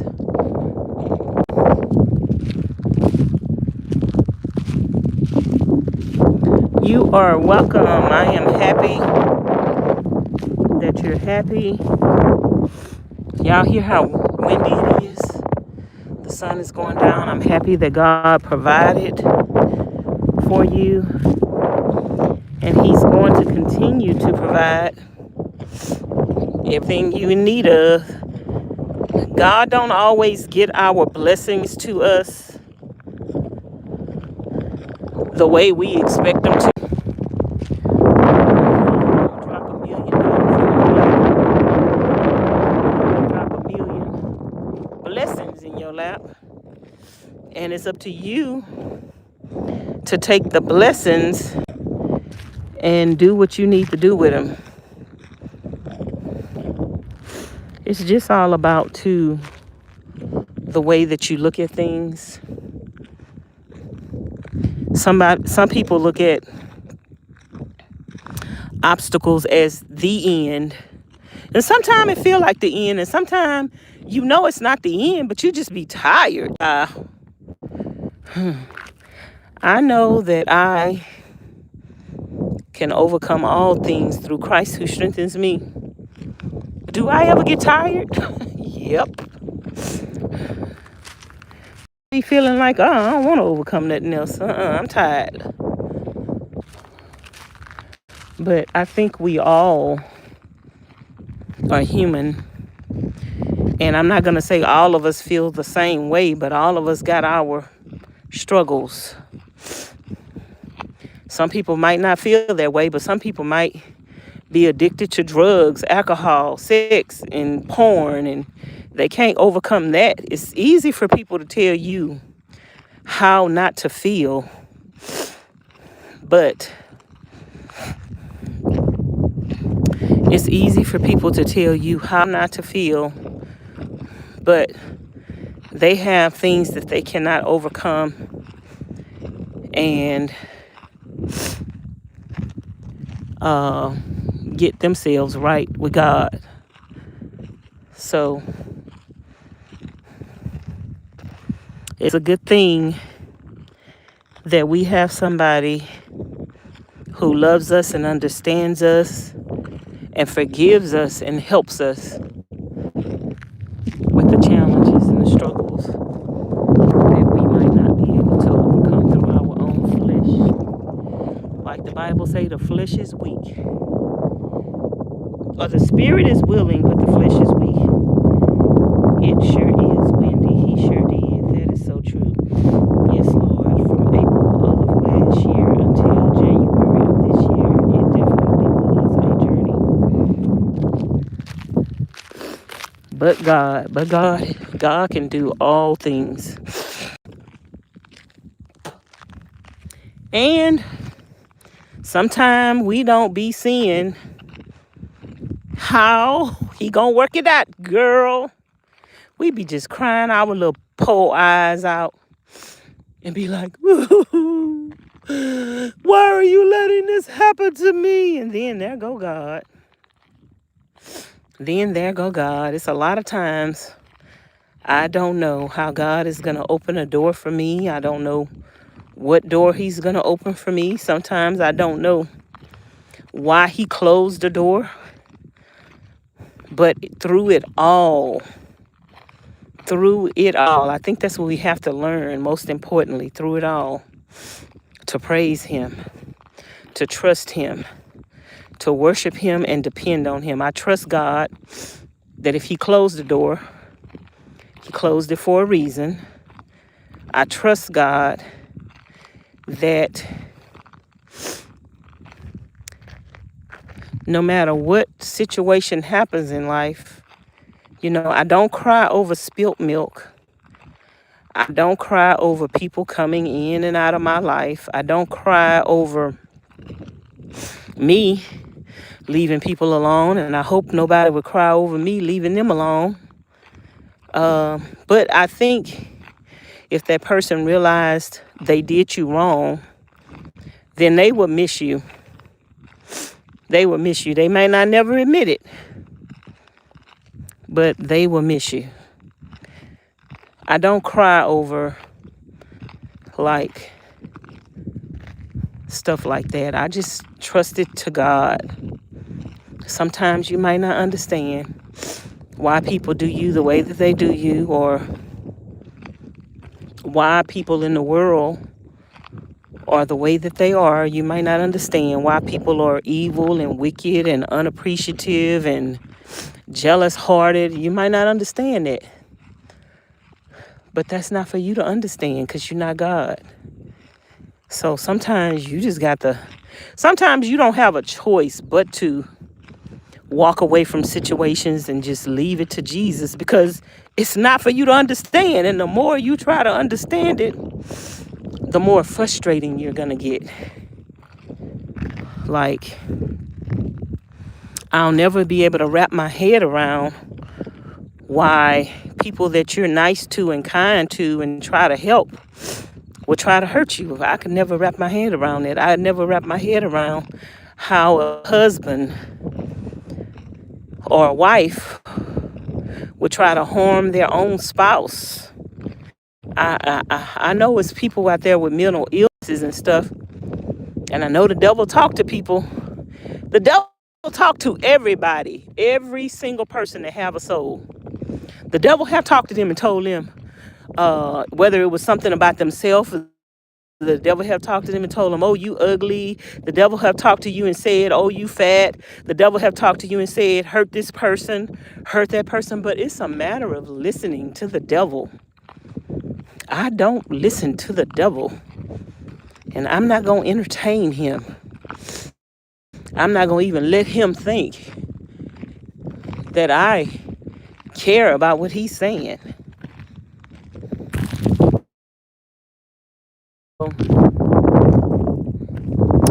We just have to stay prayerful. I was saying earlier today how we have to encourage each other, pray for each other, love each other.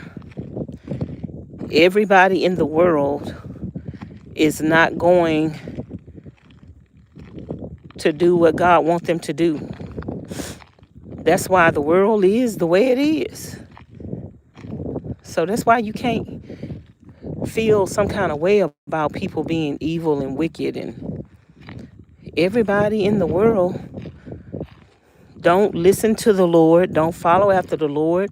Everybody in the world don't believe in God. Some people, when you talk about God and they say God, they're not talking about the same God you're talking about. Who they worship has become a god to them. Satan, the devil, is a god to many people. So when people say God, girl, that don't mean they talking about the same God you talking about. I realized that a long time ago. I was talking to this man, and he would say, God, God, God, God. And one day God told me, God said, Vanessa, he not talking about the same God you talking about. And one day God told me to ask him, is the God that you're talking about the God that has a son named Jesus? Is the God that you talking about? Are you talking about the same God with the Father, the Son, and the Holy Ghost? Are you talking about the same God with the Trinity? And baby, that man was just sitting up there talking to me. Every time we was talking, and we would be talking about God, And I'd be like, oh, he's a Christian. Oh, he's such a good man. Oh, he's so kind. And girl, God told me that man is not talking about me. And one day I asked him, I say, are you talking about the God, the Father, the Son, and the Holy Ghost? Are you talking about the God who has a son named Jesus that's sitting on his right hand? Are you talking about this God that made heaven and hell? Are you talking about the God that created the world in 7 days?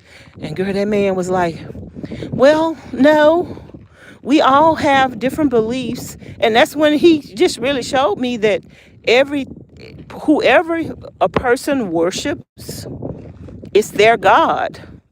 So now the devil can get you. And a lot of y'all marry men and y'all be like, he was saved. He was a Christian. He loved Jesus. Girl, that man in bit more love the Lord. That man in bit more love the Lord. He wasn't serving God.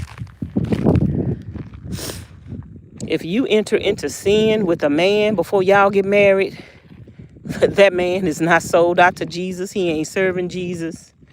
And you could best believe that you're gonna have all kind of problems in your marriage. Y'all wanna get mad when y'all get married and your husbands cheat on you. And you be like, he's a cheater. Well, you was a cheater when you married him. Both of y'all was cheating. You was cheating on God with him. And you thought you had something. You didn't have nothing. That man was sold out to God. What makes you think he gonna be faithful to you till death do us part? And God is the one that gave him life. God gave him life, and he ain't faithful to God till death do us part. Yeah, that's why I'm celibate and single for the rest of my life. And even if the devil try to bring somebody in my path to tempt me to sin, I rebuke it in the name of Jesus. And sometimes the devil come to you with thoughts. It don't have to be a person. It could be a thought. It could be a lust of the flesh. It could be a dream. It could be a movie. The devil will come in like that, and then you'll keep thinking about it. And then next thing you know, that dream will make you want to act on it. That movie will make you want to act on it. That picture, that poem makes you want to act on it. That's why you don't entertain the devil. That's why you don't entertain the devil. If I know that the devil is trying to put a thought in my head and I know it's not of God, I rebuke it in the name of Jesus. The devil can't tempt me with the flesh anymore. But the devil tried to come in through some dreams, girl. A couple of nights, I was dreaming about some stuff. And I wake up, I'm like, why am I dreaming about that? Oh, Lord, why am I dreaming about that person? I rebuke that in the name of Jesus. And I prayed about that. I'm like, Lord, take them thoughts away from me. That's not of you, Lord. The way I used to live, the sins I used to get, the sex I used to have. If you find yourself thinking about those things,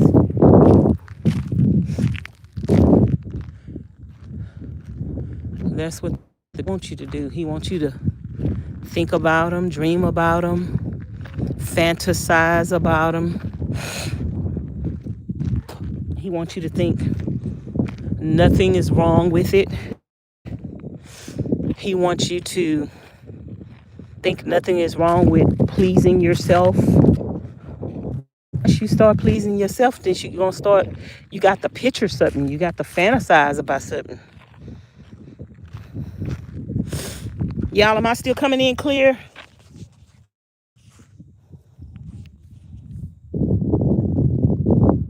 Know if I'm coming in clear. 10 minutes to make it back to my van down there. I wonder if I can make it back to my van in 10 minutes. And then I am going to end this live so I can go take me a bath and fix me dinner. I'll probably come back live after I take a bath, fix me dinner. I might watch a movie. So if y'all have a movie on Netflix or YouTube that y'all want to suggest, let me know. If y'all don't know, Bridgerton is back. 4 new episodes came out, and the other episodes are going to come out in February. I already finished the 4 episodes.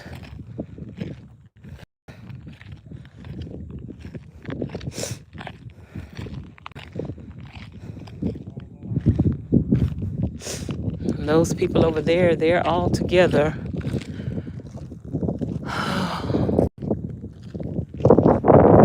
The sun is going down.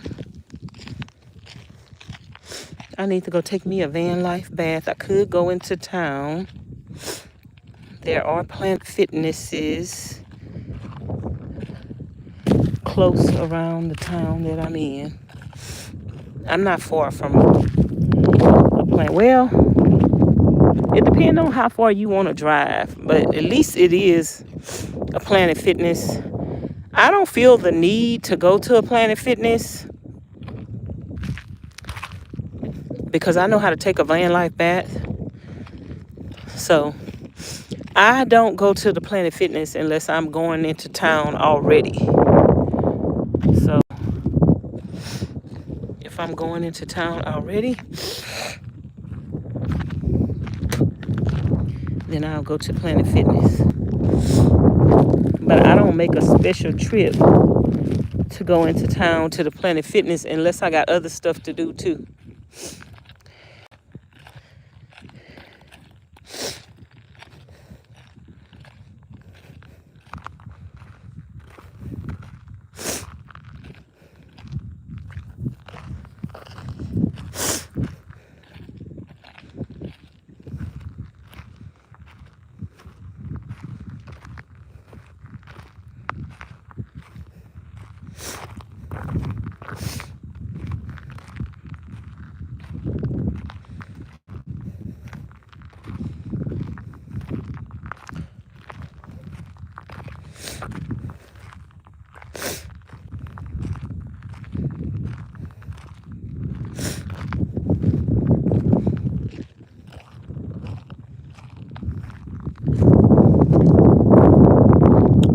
Park all the way back there by those mountains on the other side.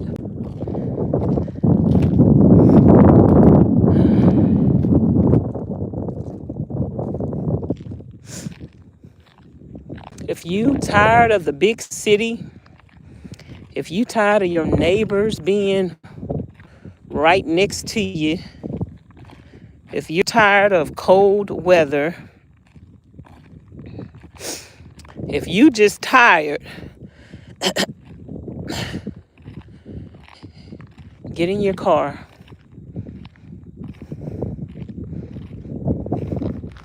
Get in your car, get in your bus. Some people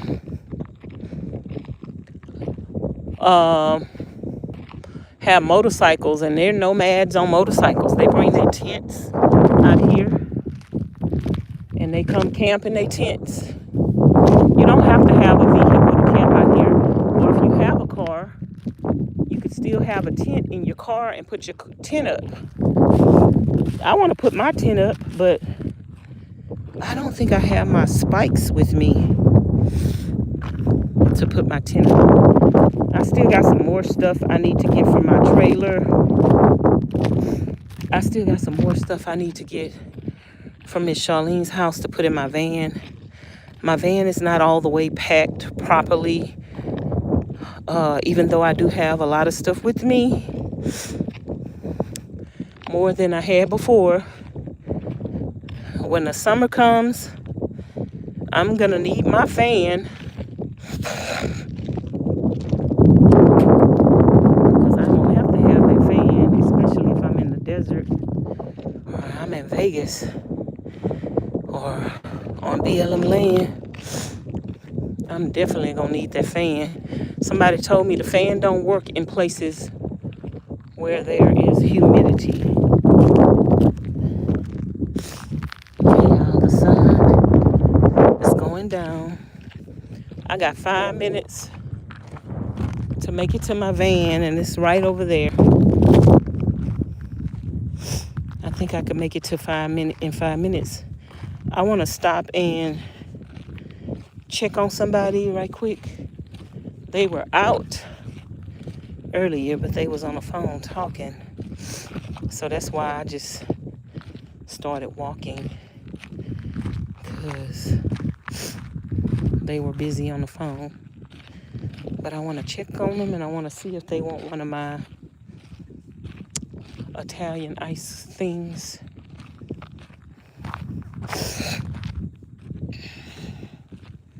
And then I'm going to put on some water to take a bath. See, they got all these trails where you can ride your bike.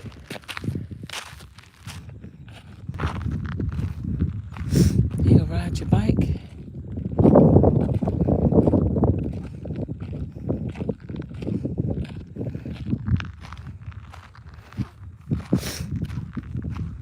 Or you could drive to get to the other spots. You can go all around.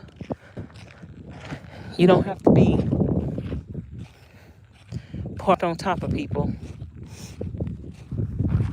And the people I'm around, we're parked in the same vicinity, but we're not parked on top of each other.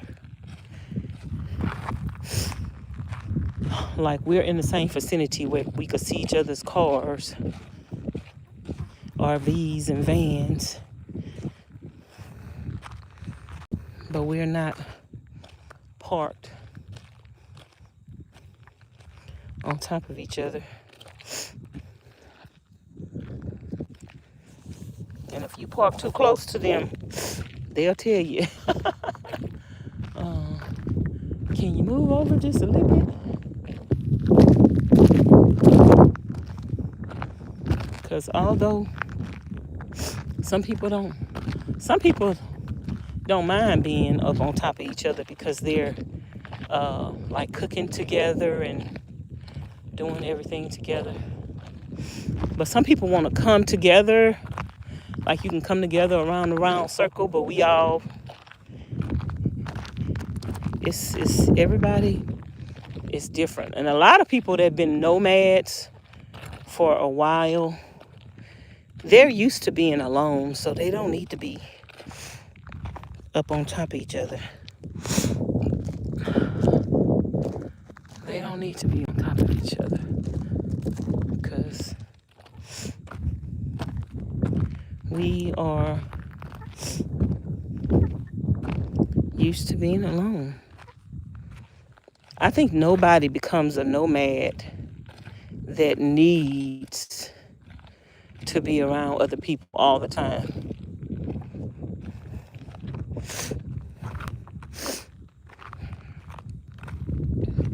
Like, I don't understand how some people think that a nomad needs to be around people all the time. People be around people when they want to be around people, but a true nomad don't have to be around people. That's why when I first got featured on Tiny Home Tours, a lot of people was reaching out to me and telling me I should start my own caravan. I didn't want to start no caravan. I didn't want nobody following me everywhere I went. I would meet people everywhere I go. I could go meet people. I can go up to people and talk to people. It's nomads. There's plenty of nomads out here. People that do the same thing I do. I don't have to start a caravan with people following me everywhere I go. And then half of those people don't like each other, don't get along, and then it's going to be confusion. I'm going to put these, and then I'm going to put y'all on the tripod. Check on this person real quick. Bring y'all over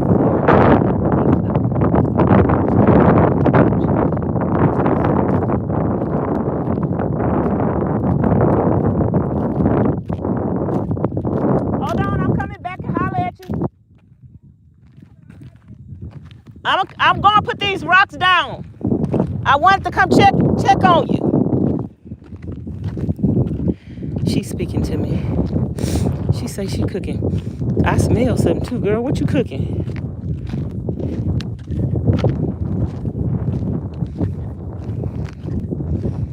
I need to take me a bath.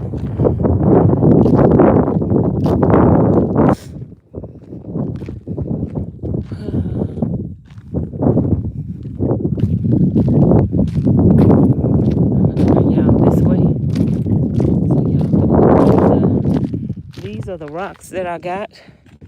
Ms Charlene, if you're watching, call me and let me know if you like these rocks, girl. Because I have no idea. I have no idea what you're looking for. Ms Pauline says she don't care. She like all rocks.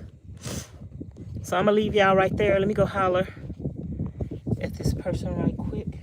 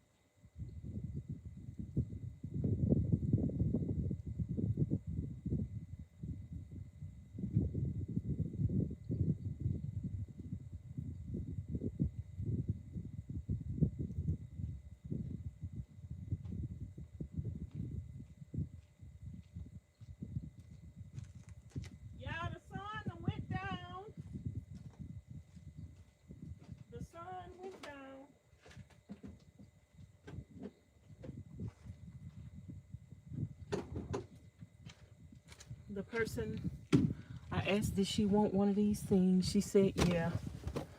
So let me get one for her. She wants the strawberry.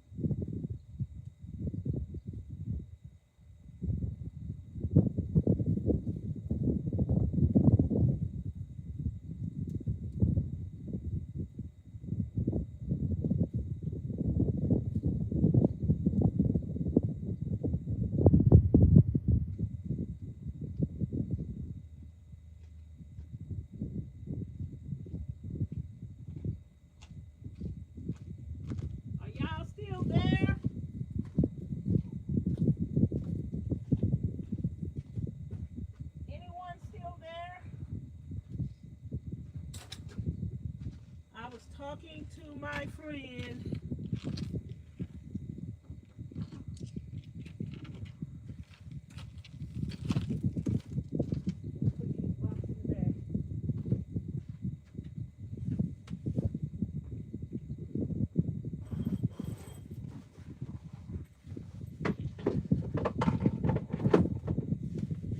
We kept talking.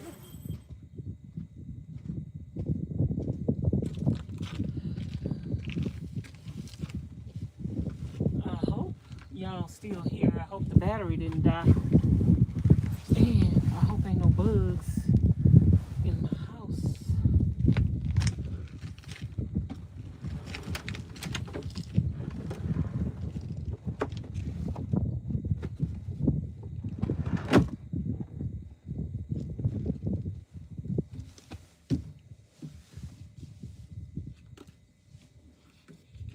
Let me see who's still here.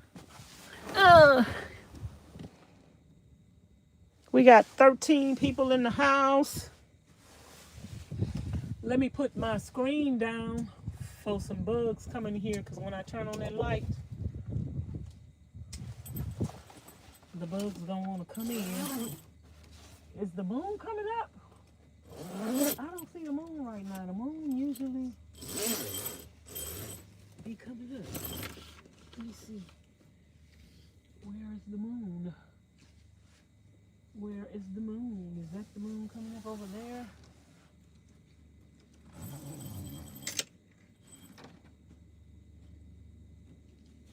I don't see the moon coming up. It usually be coming up.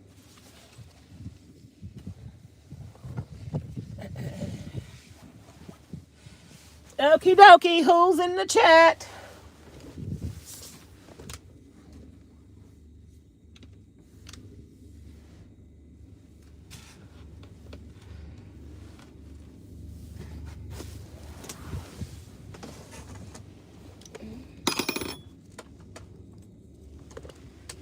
Who's in the chat? Who's in the house? Who's in the house? Who's in the house? Who's in the house?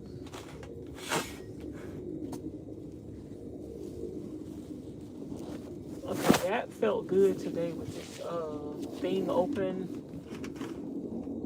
and my feet hanging out. I'm gonna do that when I'm by the water next time. Now let me turn the light on.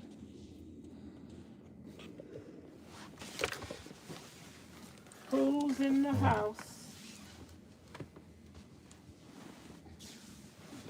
Let me put my mattress up.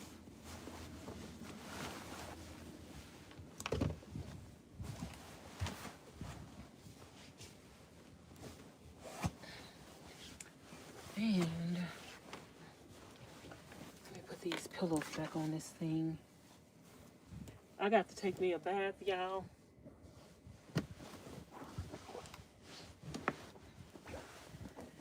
I got to empty my bladder.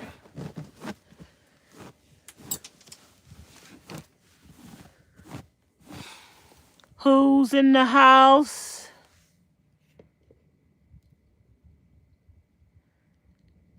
Can we hear the wind? Did you hear the wind already? I think you can hear the wind. I thought y'all did hear the wind. Y'all didn't hear the wind?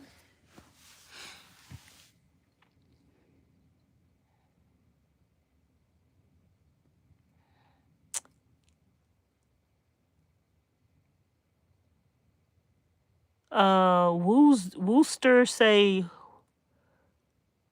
what a beautiful evening. Hope you had a good day. I did have a good day today. Just chilling and relaxing. I wasn't feeling good this morning, but taking my vitamins and drinking some water and electrolytes. I was really dehydrated, and I still need to drink some more water because I think I really got sick because I'm dehydrated. So what I'm about to do right now is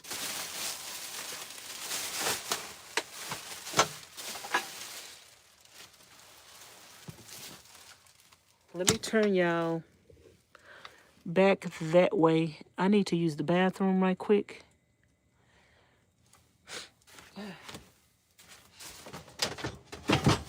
My bladder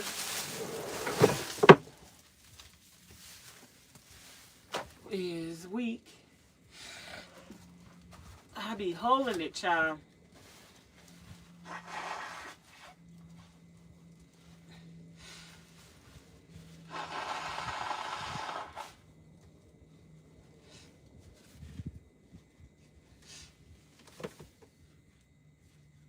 I be holding it. And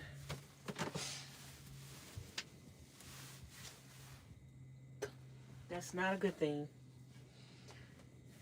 Holding it. I already got a weak bladder. And it makes my bladder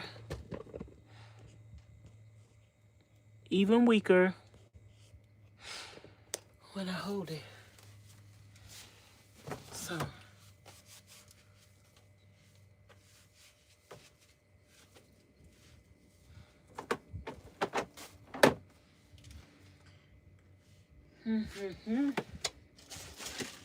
so y'all, I got to get ready to take me a bath. And then I'm going to come back. I might cook some grits, eggs, bacon, or I could eat grits and shrimp.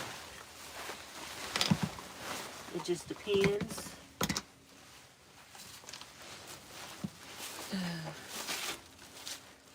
I gave a lady the ice cream and she said it was good. She said it was good.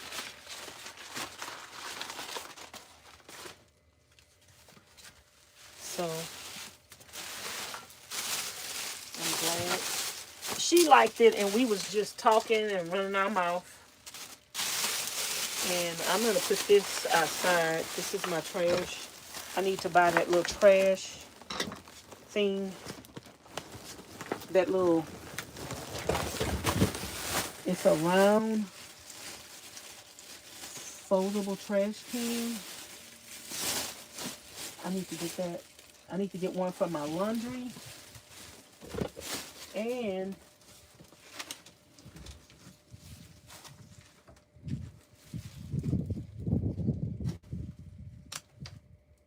I need to get one for my laundry and my trash when I'm out. I seen somebody with one of those things, but I don't know if that's what they're using it for. But I think that would be a good idea to use it for that. But I don't know if that's what they're using it for. But that's what I'm going to use it for.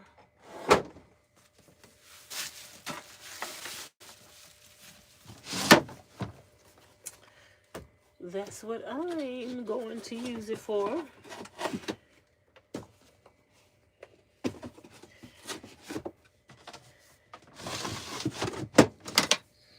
So I might go. I don't know what I'm going to do tomorrow, y'all. I don't know if I'm going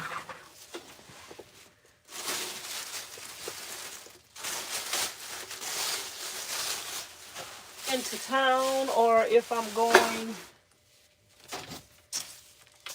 hike. I want to go hike up this mountain. So I might go do that tomorrow before I leave this area again. Because I got some more places that I want to go. And I got some more places that I want to go. I don't just want to stay here. I want to go see some more sights.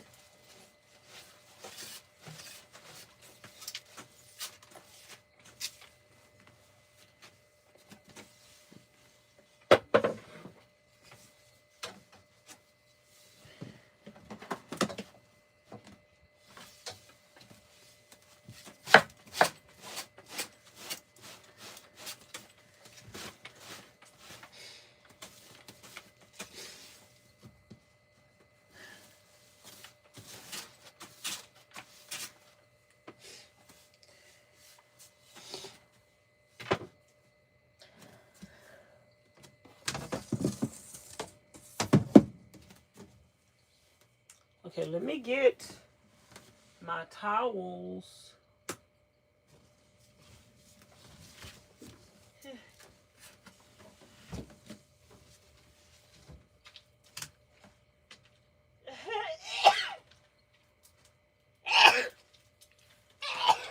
Woo, child.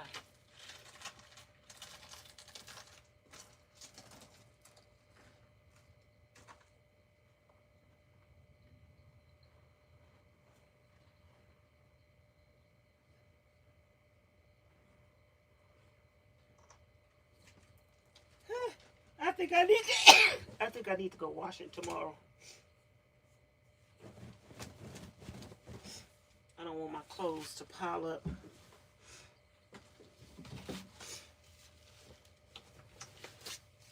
I don't want my clothes to pile up that much.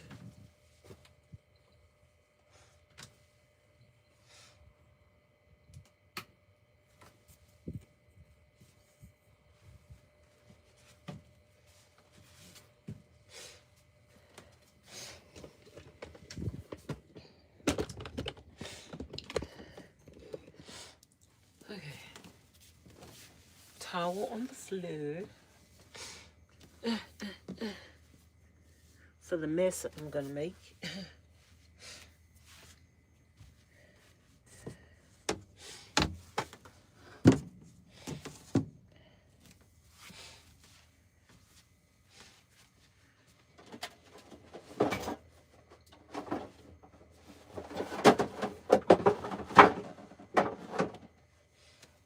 My bathtub.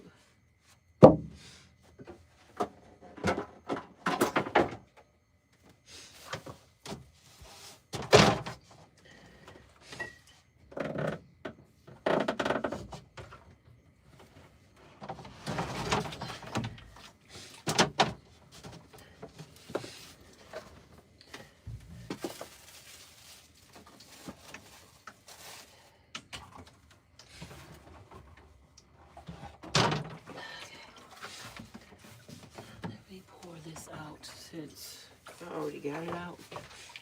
Might as well pour this out.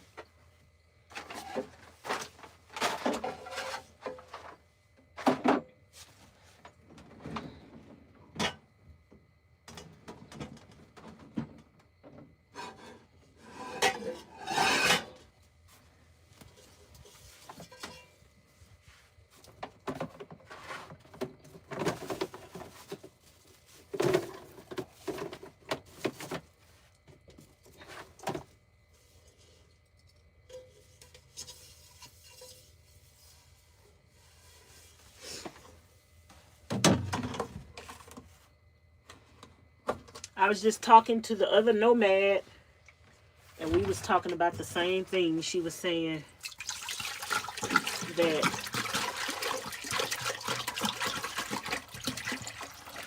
you can't be like when you meet people, you can't expect, you got to be willing. Oh, she was saying, I think the way she put it was, you got to be willing to say goodbye. Y'all, I'm pulling up my underwear. She said you have to be willing to say goodbye as a nomad, because you're not going to always be able to see the same people. You might not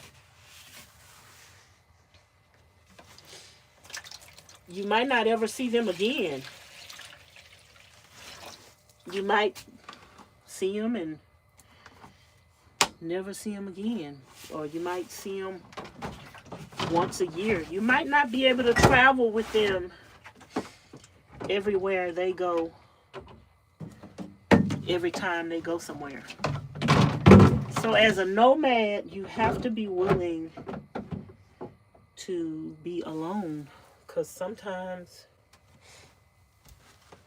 you might not always be. Like, this is my first time that I went somewhere, besides when I was in Arizona the first year, and Ms Ann, the lady I posted on my community post that passed away, she invited me to her campsite. That was the first time I had ever went camping with somebody. But I was around them in the same vicinity, but I still stayed to myself. I still cooked my food. I didn't really do a whole lot of socializing. But that was the first time I was around people. And this time right now, I'm around people. But we're not like socializing, like hanging out, going everywhere together. We're not doing that. We just, hey girl, you over there, I'm over here. Some people might go walking together. Some people might do a campfire. Some people might cook, and other people might hang out. It's just, it's no obligation. You don't have an obligation to see people, speak to people, do things with people. Everybody got their own thing going on.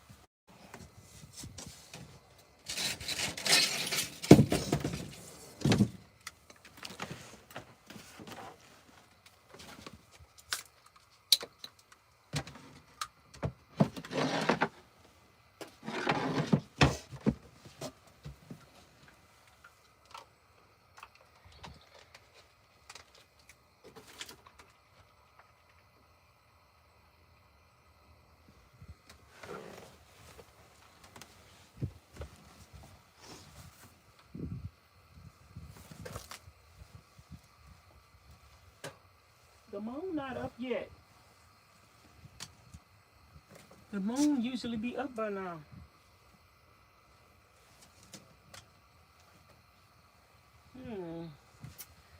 The moon is not up yet, darling. Let's see who's in the house. I'm getting ready to take a bath, y'all. Oh, Ms Charlene called me.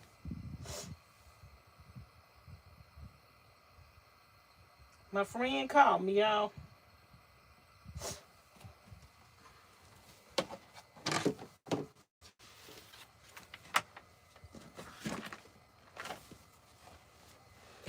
I didn't have my phone with me when I went walking.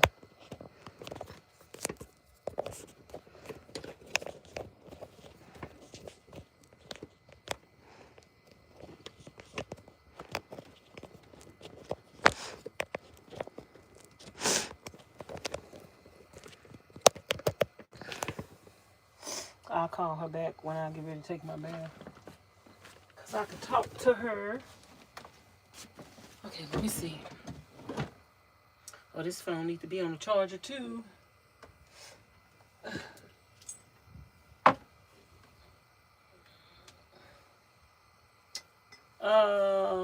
Hey Addie.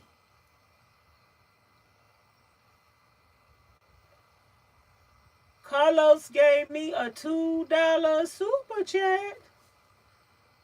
Carlos, I thought you got mad at me earlier. Carlos gave me a super chat. Thank you, Carlos. I thought you got mad at me, Carlos.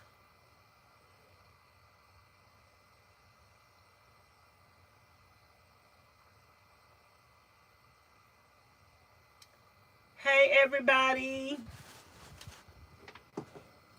The moon is not out yet, but I'm getting ready to take a bath. So I'm going to come back live after I take a bath to cook dinner, watch a movie, chill and talk to y'all after I put my bed down. But I'm going to have to take my bath first, child. So let me get my...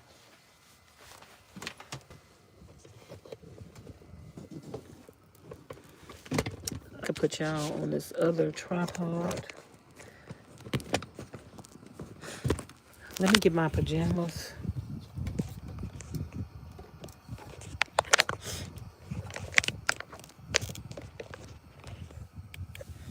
I thought Carlos was mad at me.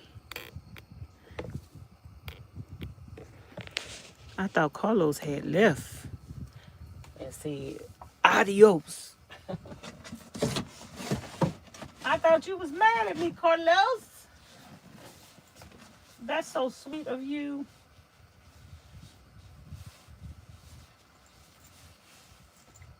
I bought some more socks the other day. You know what? I don't even know what I did with them socks. I hope I didn't throw them away. Okay, we got some underwear.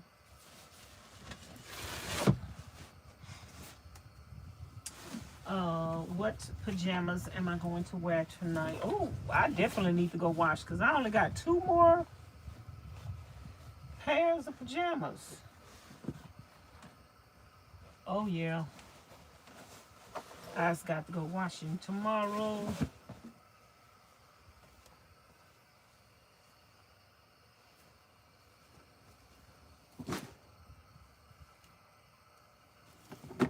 I only got 1 more set of pajamas after this. Oh, it's dust be getting up in here, baby. It's dust up in my cabinets. Oh, the dust be coming up in here. Interesting. I don't know if I have any of the shirts up in here. I got dust in my closet, y'all. That's probably why my lungs, I'm sniffling too because of the dust.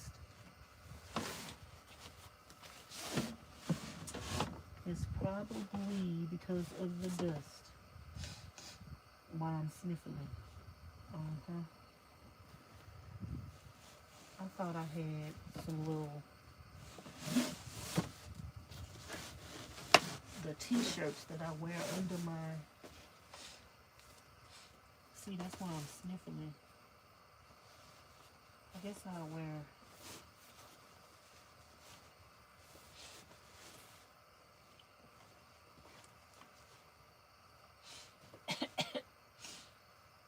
I guess I'll wear that under my thing.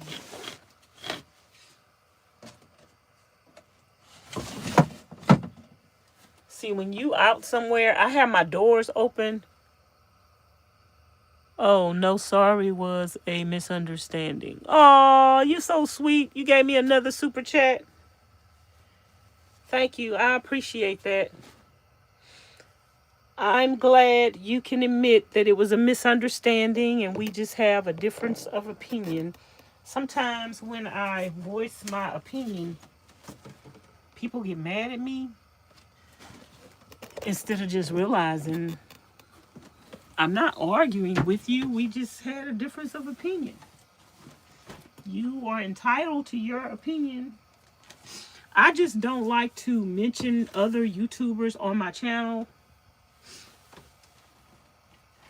If I'm not talking about them or I'm not mentioning them, I just don't like to mention other YouTubers because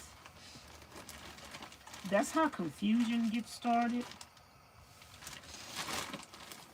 and rumors get started. I just try to avoid all of that. I'm just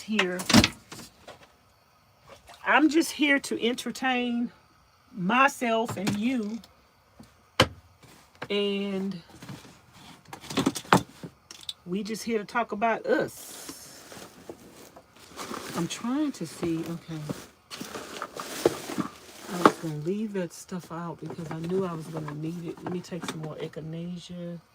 Where is the stuff I want to put on my hand? But I appreciate you not being mad. Sometimes we get in our feelings too quickly about something. I'm going to do my face. I did this the other day, y'all.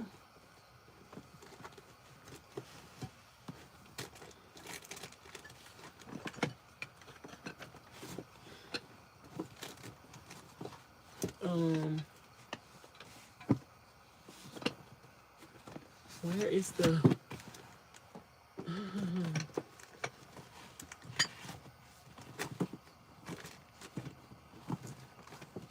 Where is the...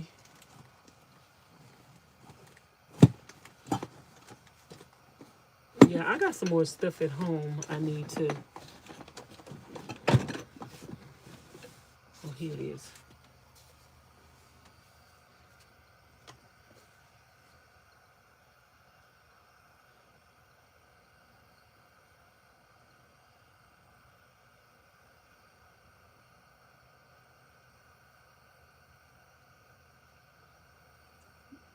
You became a member? John gift membership. Oh, that's so sweet. Helen received a gift membership. Oh, that's sweet. Hey, Miss Stephanie. You're so sweet.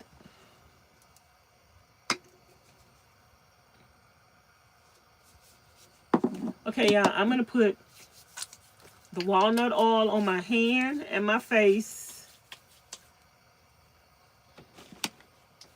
And then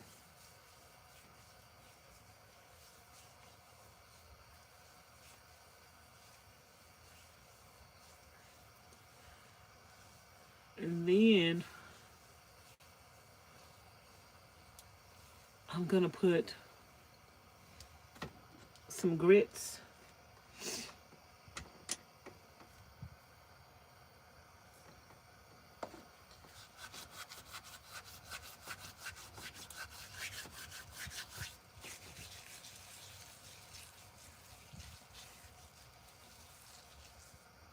put a little more walnut oil. I could use olive oil too, but or coconut oil. I got some more oils I need to bring with me. I got to go back to my trailer, y'all. I'm going back to my trailer. Eventually. I'm going to spend probably 2 months at my trailer this year. I might spend more time than that, but I don't know when. I don't know when.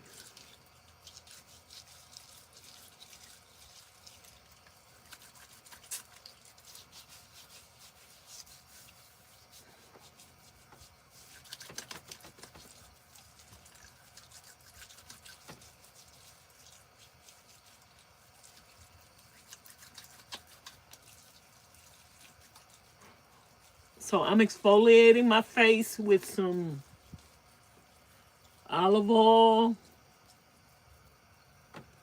Not olive oil. Walnut oil.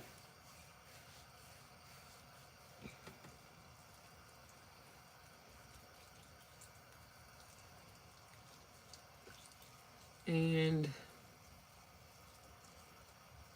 grits.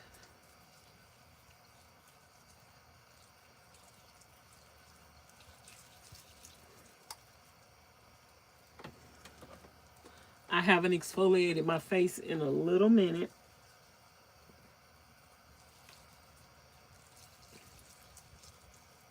And I really need to do a pamper day.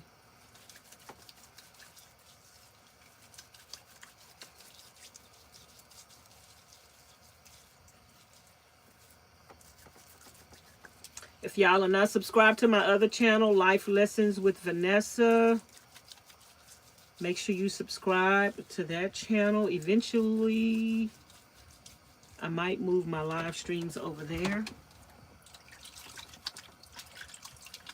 Uh-oh, I didn't put no warm water in here.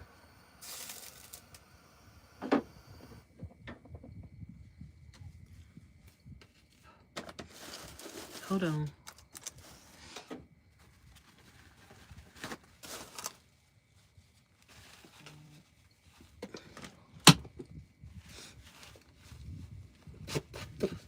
I'm getting ready to take a bath, but I just want to wash my face with y'all first.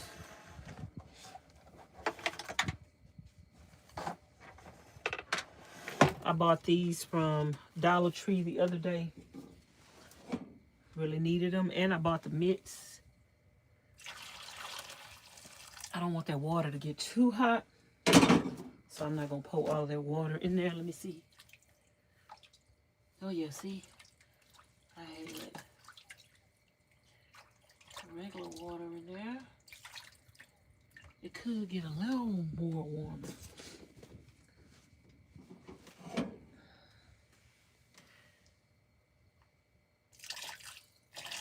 Just a little more warmer. And if I want some more, I can put some more up in there. Let me close my curtain.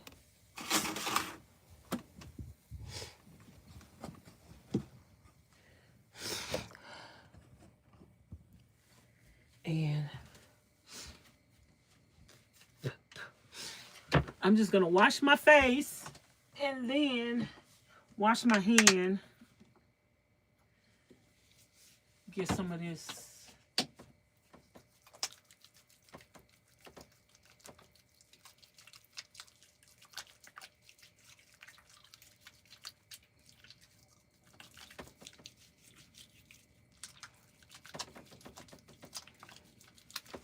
let me wash my hands. Get some of this oil off of my hand.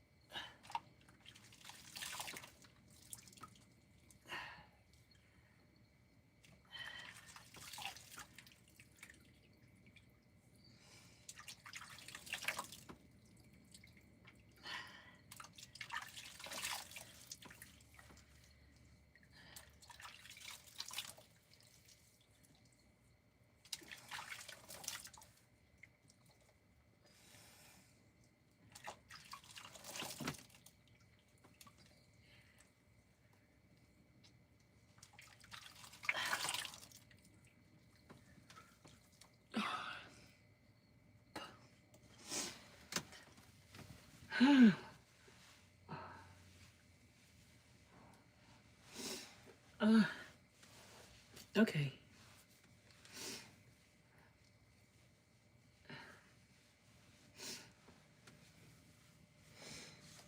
Whew. I feel good. Do. Just feel good to exfoliate my face.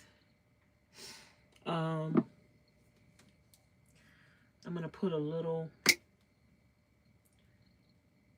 all on my face. I used to do this at night and just, ooh, I still got the grits on my hand though.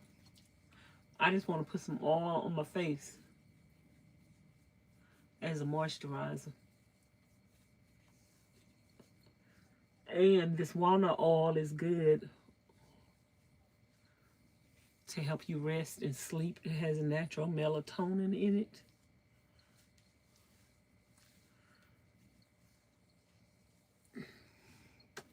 And I got it in the water, so as I bathe, it's going to get all over my body. But let me see what y'all saying. I'm going to end the live, and I'll be back when I get ready to cook. I'm about to take my bath. Hey, Miss Patsy. Miss Patsy say, Vanessa, you know I love your van decor. Thank you, girl. I can't wait till I finish that other cabinet up there, and then we going to be ready. Queen B say, I'm in the house. I'll be here. I am working. Queen B, I'm about to end the live. And I'm going to come back in about 7:30. I'll come back in about an hour. 30 minutes to an hour. I'm going to take me a bath. Put on me some night clothes. And then I'm going to come back and cook. I'll probably make me some grits. Eggs and bacon, or some shrimp and grits. I don't know. I don't think I have any more onions. So, but I do have some. Oh, I do have some shrimp and grits. I mean, some shrimp and onions. I just have to cook some grits. And then I can eat the leftover grits for breakfast in the morning. We probably do the shrimp and grits because I probably need to eat them shrimp. And I got some ground beef. I could eat grits with ground beef. Yeah, I'll be back. We gonna cook when I come back. We gonna cook and we gonna do a movie night. So Queen B, find a movie for us to watch either on YouTube or Netflix. Ooh, where my other phone at? I got to find my phone for the Netflix. I hope it's charged. It's probably not charged, y'all. Anyway, I'm a hot mess. But I'll be back. Y'all come back looking for me in about an hour if y'all don't get no notifications. I'll talk to y'all later. Thanks for watching. Bye. I love everybody. Thank you, Carlos, for coming back. And thank you for the super chats and the membership giveaway. Thank you. Appreciate you. Love you. Bye. Where did I do with my glasses?